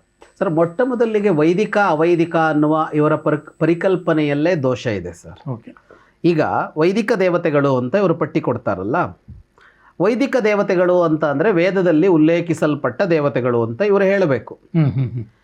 ರಾಮ ಕೃಷ್ಣ ಅಲ್ಲ ವೇದದಲ್ಲಿ ಬಂದೇ ಇಲ್ವಲ್ಲ. ಹೌದು, ರಾಮಕೃಷ್ಣ ಹುಟ್ಟೋಕ್ಕಿಂತ ಮೊದಲೇ ವೇದ ಬಂದ್ಬಿಟ್ಟಿತ್ತು. ಕರೆಕ್ಟ್. ಈ ರಾಮಕೃಷ್ಣರನ್ನು ಈ ಸಂಸ್ಕೃತಿ ದೇವರಾಗಿ ಒಪ್ಕೊಂಡಿದೆಯಾ, ಒಪ್ಕೊಂಡಿಲ್ವಾ? ಈಗ ಅವನು ಹೇಳುವಾಗ, ಕೃಷ್ಣ ವಿಶ್ವರೂಪ ಹೇಳುವಾಗ, ಈಗ ಕೃಷ್ಣನ ಕಾಲ ಅದು. ಹೌದು, ಭಗವದ್ಗೀತೆ. ಹೌದು. ಅದಕ್ಕಿಂತ ಮೊದಲು ರಾಮ ಬಂದಿದ್ದ. ಮತ್ಸ್ಯ, ಕೂರ್ಮ, ವರಾಹ ಅಂತ ಅವನದ್ದೇ ಅವತಾರಗಳು ಬಂದಿದ್ವು. ನರಸಿಂಹ, ಅದೆಲ್ಲ ಹೆಸರು ಉಲ್ಲೇಖ ಆಯ್ತಾ ಅಲ್ಲಿ? ಇಲ್ವಲ್ಲ. ಹಾಗಿದ್ರೆ ಮಾರಮ್ಮ ಮಾತ್ರ ಬಂದಿಲ್ಲ. ಈ ವೈದಿಕ ಸಂಸ್ಕೃತಿ ಅಂತ ಇವ್ರು ಯಾವುದನ್ನು ಹೆಸರಿಸ್ತಾರೋ ಅವರು ಪೂಜೆ ಮಾಡ್ಕೊಂಬಂದು ಉಳಿದ ದೇವತೆಗಳು ಕಾಣಿಸ್ತಾ ಇಲ್ವಲ್ಲ ಅಲ್ಲಿ? ಹೌದು. ಅವರೆಲ್ಲಿಗೋದ್ರು? ಹೌದು, ಅವರೆಲ್ಲಿಗೋದ್ರು? ಸೃಷ್ಟಿಕರ್ತ ಬ್ರಹ್ಮ ಎಲ್ಲಿ ಕಾಣಿಸ್ತಾ ಇದ್ದಾನೆ ಅಂತ ಬರೆದಿದೆ ಆ ಶ್ಲೋಕದಲ್ಲಿ? ಇಲ್ಲ ಅಲ್ವಾ? ಹಾಗಾಗಿ ಇವರು ಕಾನ್ಸೆಪ್ಟ್ ಅನ್ನ ಅವ್ರು ಅರ್ಥ ಮಾಡ್ಕೊಂಡು ಮಾತಾಡ್ತಾ ಇದಾರೋ, ಅರ್ಥ ಮಾಡ್ಕೊಳ್ಳದೆ ಮಾತಾಡ್ತಾ ಇದಾರೋ ಅಂತ ಗೊತ್ತಿಲ್ಲ ನನಗೆ. ಅಥವಾ ಬೇಕಂತಲೇ ಹೇಳ್ತಾ ಇರೋದು ಅರ್ಥ ಮಾಡ್ಕೊಂಡು ಮಾತಾಡ್ತಾ ಇದಾರೋ ಅಂತ ಹೇಳಿದ್ದೇನೆ. ಅವ್ರಿಗೆ ಅರ್ಥ ಆಗಿದೆ, ಬೇಕಂತ ಭ್ರಮೆ ಹುಟ್ಟಿಸ್ತಾ ಇದಾರ ಅಂತ. ಸರ್, ಏನು ಅಂತ ಅಂದ್ರೆ ನೋಡಿ, ನಮ್ಮಲ್ಲಿ 33 ಕೋಟಿ ದೇವತೆಗಳು ಅಂತ ಒಂದು ಮಾತಿದೆ. ವಾಸ್ತವವಾಗಿ ಏನಂದ್ರೆ 33 ದೇವತೆಗಳು. ದೇವರು ಅಲ್ಲ, ದೇವತೆಗಳು. ಇಡೀ ಸಂಸ್ಕೃತಿ ಅರ್ಥ ಆಗದೆ ಮಾತಾಡೋದು. 33 ದೇವತೆಗಳಿದ್ದಾರೆ ಸರ್. ಅದರ ಹಿಂದೆ ಒಬ್ಬ ಪರಮಾತ್ಮ ಅಂತ ಇದ್ದಾನೆ ಅಂತ ಮಾತು. ಒಬ್ಬ ಪರಮಾತ್ಮ ಅಂತ ಹಿಂದಿದ್ದಾನೆ. ಅವನು ಇದು ಯಾವುದೂ ಅಲ್ಲ, ಅವನಿಗೆ ರೂಪ ಇಲ್ಲ, ಅವನಿಗೆ ಆಕಾರ ಇಲ್ಲ, ಅವನು ಅಂತ ಹೇಳೋಕ್ಕಾಗಲ್ಲ, ಅದು ಅಂತ ಹೇಳಬೇಕು. ನಮ್ಮ ಸಂಸ್ಕೃತದಲ್ಲಿ ಅದು ಅದು ಅಂತಲೇ ಹೇಳ್ತಾ ಇರೋದು. ಓಕೆ ಅವನು ಅಂದ್ರೆ ಮತ್ತೆ ಪುಲ್ಲಿಂಗ ಆಗತ್ತೆ. ಓಕೆ ಅಲ್ಲಿ ಲಿಂಗ ತಾಟಸ್ಥ್ಯ ಇದೆ. ಬ್ರಹ್ಮ ಅಂತ ಕರೀತಾರೆ. ಪರಬ್ರಹ್ಮ, ಬ್ರಹ್ಮ ವಸ್ತು, ಬ್ರಹ್ಮ ವಸ್ತುವು, ಅದು ಅಂತಲೇ ಬಳಸತ್ತೆ. ಅಲ್ಲಿ ಪುಲ್ಲಿಂಗ ಸ್ತ್ರೀಲಿಂಗ ಬಳಸೋಲ್ಲ ಸಂಸ್ಕೃತ ಅದಕ್ಕೆ. ಯಾಕೆಂದ್ರೆ ಅದು ಪುಲ್ಲಿಂಗವೂ ಅಲ್ಲ ಸ್ತ್ರೀಲಿಂಗವೂ ಅಲ್ಲ, ಅದು ಅದು ಅಂತ ಕರೆಯೋದು. ಆ ಪರಮಾತ್ಮ ಅಂದರೆ ಅದು ಅಂತಲೇ ಹೇಳ್ಬೇಕು ನಾವು, ಅವನು ಅಂತ ಹೇಳಬಾರದು. ಅವನು ಅಂತ ಹೇಳಿದ ಕೂಡಲೇ ಅಲ್ಲಿ ಗಂಡಸುತನ ಅಂತ ಬಂತು. ಆ ಪರಮಾತ್ಮ ಅಂತ ಒಂದು ಇದೆಯಲ್ಲ, ಅದು ಇದನ್ನೆಲ್ಲ ಮೀರಿದ್ದು. ಅದರ ಅನಂತರ ಈ ವ್ಯವಸ್ಥೆಗೆ ದೇವತೆಗಳು ಅಂತ ಒಂದು ಗುಂಪು ಹುಟ್ಟುಕೊಳ್ತು. ಅಲ್ಲಿ ವಸುಗಳು, ರುದ್ರರು, ಆದಿತ್ಯರು ಅಂತ ಹೇಳ್ತಾ ಇರೋದು ದೇವರನ್ನಲ್ಲ, ದೇವತೆಗಳನ್ನು. ದೇವತೆಗಳು ಅಂದರೆ ಯಾರು ಅಂತ ಅಂದರೆ, ಸೃಷ್ಟಿ ಆರಂಭ ಮಾಡಿದಾಗ ಬೇರೆ ಬೇರೆ ಜನಾಂಗಗಳು ಹುಟ್ಟಿಕೊಂಡವು ಅಂತ ಕತೆ ಬರೋದು. ಕಶ್ಯಪರು ತಮ್ಮ ಬೇರೆ ಬೇರೆ ಪತ್ನಿಯರಿಂದ ಬೇರೆ ಬೇರೆ ಸೃಷ್ಟಿಯ ಎಲ್ಲ ಜೀವಿಗಳನ್ನು ಹುಟ್ಟಿಸಿದರು ಅಂತ. ಅದರಲ್ಲಿ ಅವರಿಗೊಬ್ಬಳು ಅದಿತಿ ಅಂತ ಒಬ್ಬಳು ಪತ್ನಿ ಇದ್ಲು, ಅವಳಿಗೆ ಮಕ್ಕಳು ಹುಟ್ಟಿದರು. ದಿತಿ ಅಂತ ಒಬ್ಬ ಇದ್ಲು, ಅವಳಿಗೆ ಒಂದಿಷ್ಟು ಮಕ್ಕಳು ಹುಟ್ಟಿದರು. ಮನು ಅಂತ ಒಬ್ಬಳು ಹೆಂಡತಿ ಇದ್ಲು, ಅವಳಿಗೆ ಒಂದಿಷ್ಟು ಮಕ್ಕಳು ಹುಟ್ಟಿದ್ಲು. ಕದ್ರು ಅಂತ ಇದ್ಲು, ಅವಳಿಗೆ ಒಂದಿಷ್ಟು ಮಕ್ಕಳು ಹುಟ್ಟಿದರು. ಈ ಹುಟ್ಟಿದ್ದೇ ಬೇರೆ ಬೇರೆ ಜನಾಂಗ ಆಯಿತು. ಉದಾಹರಣೆ, ಕಶ್ಯಪರ ಹೆಂಡತಿ ಮನುವಿನ ಮಕ್ಕಳೇ ಮನುಷ್ಯರು. ನಾವು ಮನುಷ್ಯರು, ಮಾನವರು ಅಂತ ಹೇಳ್ತೀವಲ್ಲ, ನಾವೆಲ್ಲ ಕಶ್ಯಪರ ಪತ್ನಿ ಮನುವಿನ ಮಕ್ಕಳು. ಕದ್ರುವಿನ ಮಕ್ಕಳು ನಾಗಗಳು. ಅದಿತಿಯ ಮಕ್ಕಳು ದೇವತೆಗಳು, ದಿತಿಯ ಮಕ್ಕಳು ದೈತ್ಯರು. ಧನು ಅಂತ ಒಬ್ಬ ಹೆಂಡತಿ ಇದ್ಲು, ಅವಳ ಮಕ್ಕಳು ದಾನವರು ಅಂತ. ಹೀಗೆ ಅದರಲ್ಲಿ 33 ಜನ ಅದಿತಿಯ ಮಕ್ಕಳು. ಅವರನ್ನು ದೇವತೆಗಳು ಅಂತ ಇವತ್ತು ಕರೀತಾ ಇರೋದು. ವಿಶ್ವರೂಪ ಸಂದರ್ಶನದಲ್ಲಿ ಆ 33 ಜನ ಕಾಣಿಸಿದರು ಅಂತ. ಅವ್ರು ಯಾರು ಅಂದರೆ ದ್ವಾದಶಾದಿತ್ಯರು, 12 ಜನ ಆದಿತ್ಯ ಅಂತ ಒಂದು ಗುಂಪು. ಅದರಲ್ಲಿ ಓಕೆ ಏಕಾದಶ ರುದ್ರರು ಅಂತ ಒಂದು ಗುಂಪು, ಅದರಲ್ಲಿ 11 ಜನ ಇದ್ದಾರೆ. ಅಷ್ಟ ವಸುಗಳು, 8 ಜನ ವಸುಗಳು ಅಂತ ಒಂದು ಗುಂಪು. ಅಶ್ವಿನಿ ದೇವತೆಗಳು ಅಂತ ಇಬ್ರು ಸೇರಿದರೆ 33 ಆಯ್ತು. ಇವರನ್ನ ದೇವತೆಗಳು ಅಂತ ಕರೆದು ಅದಿತಿಯ ಮಕ್ಕಳುಗಳು ಕಾಣಿಸಿದ್ರು ಅಲ್ಲಿ ಅಂತ ಹೇಳ್ತಾ ಇರೋದು ವಿಶ್ವರೂಪದಲ್ಲಿ. ಉಳಿದಂತೆ ಇವರು ಹೇಳ್ತಾ ಇರುವ ದೇವತೆಗಳ ಕಥೆಯೇ ಅಲ್ಲ ಅದು. ಕೆಂಪಮ್ಮ ಮಾರಮ್ಮ ಮಾತ್ರ ಅಲ್ಲ, ಕೃಷ್ಣನೇ ಬರಲಿಲ್ಲ, ರಾಮನೇ ಬರಲಿಲ್ಲ, ನರಸಿಂಹನೇ ಬರಲಿಲ್ಲ, ಮಹೇಶ್ವರ ಬರಲಿಲ್ಲ, ಅಥವಾ ಅಯ್ಯಪ್ಪ ಸ್ವಾಮಿ ಬರಲಿಲ್ಲ, ಸುಬ್ರಹ್ಮಣ್ಯ ಬರಲಿಲ್ಲ, ಗಣಪತಿ ಬರಲಿಲ್ಲ, ಪಾರ್ವತಿ ಬರಲಿಲ್ಲ, ಲಕ್ಷ್ಮಿ ಬರಲಿಲ್ಲ, ಸರಸ್ವತಿ ಬರಲಿಲ್ಲ. ಇವ್ರು ಯಾರೂ ಬಂದೇ ಇಲ್ವಲ್ಲ. ಇವರೆಲ್ಲ ವೈದಿಕ ದೇವತೆಗಳಲ್ವ? ಹಾಗಿದ್ರೆ ಏನೋ ಒಂದು ವಾಕ್ಯ ಇಟ್ಕೊಂಡು ಏನೋ ಮಾಡೋದಕ್ಕೆ ಹೊರಟ್ರೆ ಹೀಗೆ ಆಗುತ್ತೆ ಅಂತ. ಹಾಗಾಗಿ ವಿಶ್ವರೂಪ ದರ್ಶನದಲ್ಲಿ ಅಲ್ಲಿ ಕಾಣಿಸ್ತಾ ಇರೋದು ಈ ದೇವತೆಗಳು ಅನ್ನುವ ಅದಿತಿಯ ಮಕ್ಕಳು ಕಾಣಿಸಿದ್ರು ಅಂತ. ನೀವು ವಿಶ್ವರೂಪ ಅಂತ ಒಂದು ಚಿತ್ರ ಬರುತ್ತಲ್ಲ, ಇಡೀ ವಿಶ್ವರೂಪ ದರ್ಶನದ ಯೋಗ ಓದಿದ್ರೆ ಎಲ್ಲರೂ ಕಾಣಿಸಿದ್ದಾರೆ ಅಂತಲೇ ಅಲ್ಲಿ ಬಂದಿರೋದು. ಎಲ್ಲರೂ ಅಂದ್ರೆ ಯಾರು? ಅಲ್ಲಿ ರಾಕ್ಷಸರು ಕಾಣಿಸಿದ್ದಾರೆ, ಮನುಷ್ಯರು ಕಾಣಿಸಿದ್ದಾರೆ, ಇಡೀ ಬ್ರಹ್ಮಾಂಡ ಕಾಣಿಸ್ತಿದೆ ಅಂತಲ್ವಾ? ಮತ್ತು ಬ್ರಹ್ಮಾಂಡ ಕಾಣಿಸ್ತಿದ ಮೇಲೆ ಮಾರಮ್ಮ ಕಾಣಿಸ್ತಾ ಇರೋದು ಹೆಂಗೆ ಅಂತ. ಮಾರಮ್ಮನ ರೂಪ ಅಲ್ಲಿ ಕಾಣಿಸ್ಬೇಕು ಅಂತಿಲ್ಲ ಆ ಹೊತ್ತಲ್ಲಿ ಅವನಿಗೆ ಕಾಣಿಸಿದಾಗ. ಹಾಗಾಗಿ ದೇವತೆಗಳ ನಮ್ಮ ಪರಿಕಲ್ಪನೆಯೇ ಬೇರೆ, ಇವರು ವ್ಯಾಖ್ಯಾನಿಸ್ತಾ ಇರೋದೇ ಬೇರೆ. ವೈದಿಕ ದೇವತೆಗಳು ಅವೈದಿಕ ದೇವತೆಗಳು ಅಂತ ಇಲ್ಲ. ಯಾಕೆ ಅಂದರೆ ಈ ವೇದ ಅಂದರೆ ಏನು ಅನ್ನೋದೇ ಮೊದಲು ಅರ್ಥ ಮಾಡ್ಕೋಬೇಕಾಗಿದೆ. ಸರ್, ವೇದ ಅಂತ ಒಂದಿಷ್ಟು ಮಂತ್ರಗಳ ಸಾಲು, ಒಂದಿಷ್ಟು ಸಾಹಿತ್ಯದ ಸಾಲುಗಳು ಸರ್. ವೇದ ಅಂದರೆ ಅದೇನೆ, ಒಂದು ಸಾಹಿತ್ಯ. ಅದು ಈ ಸಾಹಿತ್ಯ ಯಾರೋ ಒಂದಿಷ್ಟು ಜನ ಒಮ್ಮೆ ಕುಳಿತು ಬರೆದಿಟ್ಟಿದ್ದಲ್ಲ ವೇದಗಳನ್ನು. ನಾವು ಹಾಗೆ ನಮ್ಮಲ್ಲಿ ಹಾಗೆ ಪರಂಪರೆ ಒಪ್ಪುತ್ತಲೇ ಇಲ್ಲ. ಈಗ ಮಹಾಭಾರತವನ್ನು ವ್ಯಾಸರು ಬರೆದರು, ವಾಲ್ಮೀಕಿ ರಾಮಾಯಣವನ್ನು ಬರೆದರು ಅಂತ ಬರೆದಾಗ ವೇದವನ್ನು ಯಾರೂ ಬರೆದಿಲ್ಲ. ಯಾವುದ್ಯಾವುದೋ ಋಷಿಗೆ ಕಾಣಿಸಿದ 2 ಸಾಲು, 4 ಸಾಲು, 6 ಸಾಲು, 8 ಸಾಲು ಇವುಗಳನ್ನು ಒಟ್ಟಿಗೆ ಸೇರಿಸಿದಾಗ ವೇದ ಅಂತ ಆಗಿದೆ. ವೇದದ ಚರಿತ್ರೆ ಹೇಳುತ್ತೆ ಸಾವಿರಾರು ವೇದಗಳಿದ್ವು ಅಂತ, ವೇದ ಶಾಖೆಗಳಿದ್ವು ಅಂತ. ಇವತ್ತೊಂದು 10 ಉಳಿದಿಲ್ಲ. ಇವತ್ತೊಂದು 10 ಶಾಖೆಗಳು ಉಳಿದಿಲ್ಲ. ಋಗ್ವೇದದಲ್ಲೊಂದು 2 ಶಾಖೆ, ಯಜುರ್ವೇದದಲ್ಲೊಂದು 4 ಶಾಖೆ, ಸಾಮವೇದದಲ್ಲೊಂದು 3 ಶಾಖೆ, ಅಥರ್ವೇದದಲ್ಲೊಂದು 2 ಶಾಖೆ, 10ರ ಸಂಖ್ಯೆಯಲ್ಲಿದೆ. ಸಹಸ್ರವರ್ತ್ಮ ಸಾಮವೇದ 1000 ಶಾಖೆ ಸಾಮವೇದಕ್ಕಿತ್ತು ಅಂತ ಬರುತ್ತೆ. ಎಷ್ಟು ವೇದ ಮಂತ್ರಗಳಿದ್ದವು ಸಿಕ್ಕೇ ಇಲ್ಲ. ಆ ಮಂತ್ರಗಳಲ್ಲಿ ಏನಿದ್ವು ಅಂತಲೇ ಗೊತ್ತಿಲ್ಲ. ಯಾಕೆಂದ್ರೆ ಆ ಸಾಹಿತ್ಯವೇ ಉಪಲಬ್ಧ ಇಲ್ಲ. ಮತ್ತು ವೇದಗಳು ಅನ್ನೋದು ಇವರು ಹೇಳಿದಾಗ ವೇದ ಕಾಲ ಅಂತ ಒಂದಿತ್ತು, ಆವಾಗ ಬರೆದಿಟ್ರು ಅಂತಲ್ಲ. ವೇದ ಯಾವಾಗಲೂ ಹುಟ್ಟಬಹುದು. ಕಳೆದ ಶತಮಾನದಲ್ಲಿ ಇದೇ ಕರ್ನಾಟಕದ ಗೋಕರ್ಣದ ದೈವರಾತರು ರಮಣಾಶ್ರಮದಲ್ಲಿ ರಮಣರ ಸನ್ನಿಧಿಯಲ್ಲಿ ಹೊಸ ವೇದ ಸೃಷ್ಟಿಯಾಗಿದೆ ಅವರ ಬಾಯಿಂದ. ಅವರು ಯೋಗ ಸಮಾಧಿಯಲ್ಲಿದ್ದಾಗ ಅದು ಹೊರಗೆ ಬಂದಿದೆ, ಅದನ್ನು ಲಿಖಿತಗೊಳಿಸಲಾಗಿದೆ. ಛಂದೋದರ್ಶನ ಅಂತ ಕರೀತಾರೆ. ವೇದ ಮಂತ್ರಗಳು ಈ ಕಾಲದಲ್ಲೂ ಹುಟ್ಕೊಂಡಿವೆ, ಅವು ಬೇರೆ ಬೇರೆ ಏನನ್ನೋ ಹೇಳ್ತವೆ ಅವು. ಹಾಗೆ ವೇದ ಅಂತ ನಮ್ಮಲ್ಲಿ ಇರುವ ಪರಿಕಲ್ಪನೆಯೇ ಅದು ಯಾವ ಕಾಲದಲ್ಲೂ ಹುಟ್ಟಬಹುದು, ಯಾರಲ್ಲಿಯೂ ಹುಟ್ಟಬಹುದು ಅಂತ. ಹಾಗಿರುವಾಗ ಇದಿಷ್ಟು ವೇದಗಳು, ಇದರಲ್ಲಿ ಯಾವ ಅಂಶಗಳು ಬಂದಿಲ್ವೋ ಅದೆಲ್ಲ ಇಲ್ಲವೇ ಇಲ್ಲ ಅಂತ ಹೇಳೋಕೆ ಅವಕಾಶವೇ ಇಲ್ಲ. ಎಷ್ಟೋ ವೇದ ಮಂತ್ರಗಳು ಹುಟ್ಟಿದವು, ಅದರಲ್ಲಿ 99% ಇವತ್ತು ಅಸ್ತಿತ್ವದಲ್ಲಿಲ್ಲ. ಇರೋ 1% ಇರೋದಷ್ಟನ್ನೇ ವೇದ ಹೇಳ್ತಾ ಇದೆ, ಇಷ್ಟೇ ಸತ್ಯ ಅಂತ ಹೇಳೋಕ್ಕಾಗಲ್ಲ. ಹಾಗಾಗಿ ವೇದದಲ್ಲಿ ಹೇಳದ ಅಂಶಗಳು ಇವೆ. ಯಾಕೆಂದರೆ ವೇದ ಎಲ್ಲವನ್ನ ಹೇಳಿ ಮುಗಿಸಿಲ್ಲ ಅದಕ್ಕಾಗಿ.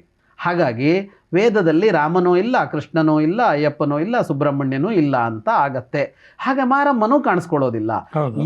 ಇದನ್ನ ಇಟ್ಟುಕೊಂಡು ವೈದಿಕ ಅವೈದಿಕ ದೇವತೆಗಳು ಅಂತೆಲ್ಲ ಮಾಡೋಕ್ಕಾಗಲ್ಲ. ಅಲ್ಲ, ಈಗಂತೂ ದಲಿತರ ದೇವತೆ ಬೇರೆ, ಮುಂದುವರೆದವರ ದೇವತೆ ಬೇರೆ, ಈ ಥರದ್ದೆಲ್ಲ ವಾದಗಳು ಶುರು ಆಗ್ಬಿಟ್ಟಿದೆ ಇದರ ಆಧಾರದ ಮೇಲೆ. ತುಂಬಾ ಇದೆ ಸರ್. ಶೂದ್ರರ ದೇವತೆಗಳು, ದಲಿತರ ದೇವತೆಗಳು, ಕಾಡಿನ ದೇವತೆಗಳು. ಹೌದು ಸರ್, ದೇವತೆಗಳು ಅಂತ ಅನ್ನೋದು ಅದು ಒಟ್ಟು 5 ಮೂಲ ಶಕ್ತಿಗಳಿಂದ ಹೊರಟಿವೆ ಅಂತ ಇರೋದು ಸರ್. ಅದು 5 ಮೂಲ ಶಕ್ತಿಗಳಿವೆ ಅಥವಾ 6 ಮೂಲ ಶಕ್ತಿಗಳಿವೆ. ಒಂದು ಶಿವ, ಒಂದು ವಿಷ್ಣು, ಒಂದು ಶಕ್ತಿ, ಒಂದು ಗಣೇಶ, ಒಂದು ಸುಬ್ರಹ್ಮಣ್ಯ, ಒಂದು ಸೂರ್ಯ ಅಂತ 6 ಅಥವಾ 5 ಇದರಿಂದ ಇವಿಷ್ಟು ಹುಟ್ಟಿವೆ ಅಂತ. ಪ್ರಧಾನವಾಗಿ 3 ಅಂತ ಹೇಳ್ತಾರೆ: ಶೈವ, ವೈಷ್ಣವ, ಶಾಕ್ತ ಅಂತ. ಈ 3ಕ್ಕೆ ಸಂಬಂಧಿಸಿದ ಎಷ್ಟು ದೇವತೆಗಳು ಬೇಕಿದ್ರೂ ಇಲ್ಲಿರಬಹುದು. ದೇವತೆಗಳು ನಿನ್ನೆ ಕಾಣಿಸ್ತಾ ಇರೋದು ಇವತ್ತು ಕಾಣಿಸಬಹುದು ಅಂತಲೇ ನಮ್ಮಲ್ಲಿ ಸಿದ್ಧಾಂತ ಇರೋದು. ಇಷ್ಟೇ ದೇವತೆಗಳು ಅಂತ ಮುಗಿಯೋದಿಲ್ಲ. ಆ ದಿವ್ಯ ಶಕ್ತಿ ಎಲ್ಲಿ ಬೇಕಿದ್ರೂ ಪ್ರಕಟ ಆಗ್ಬೋದು. ಅದೊಬ್ಬ ಮನುಷ್ಯನಲ್ಲಿ ಪ್ರಕಟ ಆಗ್ಬೋದು, ಒಂದು ಮರದಲ್ಲಿ ಪ್ರಕಟ ಆಗ್ಬೋದು, ಒಂದು ಪರ್ವತದಲ್ಲಿ ಪ್ರಕಟ ಆಗ್ಬೋದು, ಹರಿಯೋ ನದಿಯಲ್ಲಿ ಪ್ರಕಟ ಆಗ್ಬೋದು ಅಂತಲೇ ಇರೋದು. ಇವರ ಭಾಷೆಯಲ್ಲಿ ಹೇಳಬೇಕು ಅಂದ್ರೆ ಅತ್ಯಂತ ಪ್ರಜಾಪ್ರಭುತ್ವ ಮಾದರಿ ಸರ್ ನಮ್ಮದು.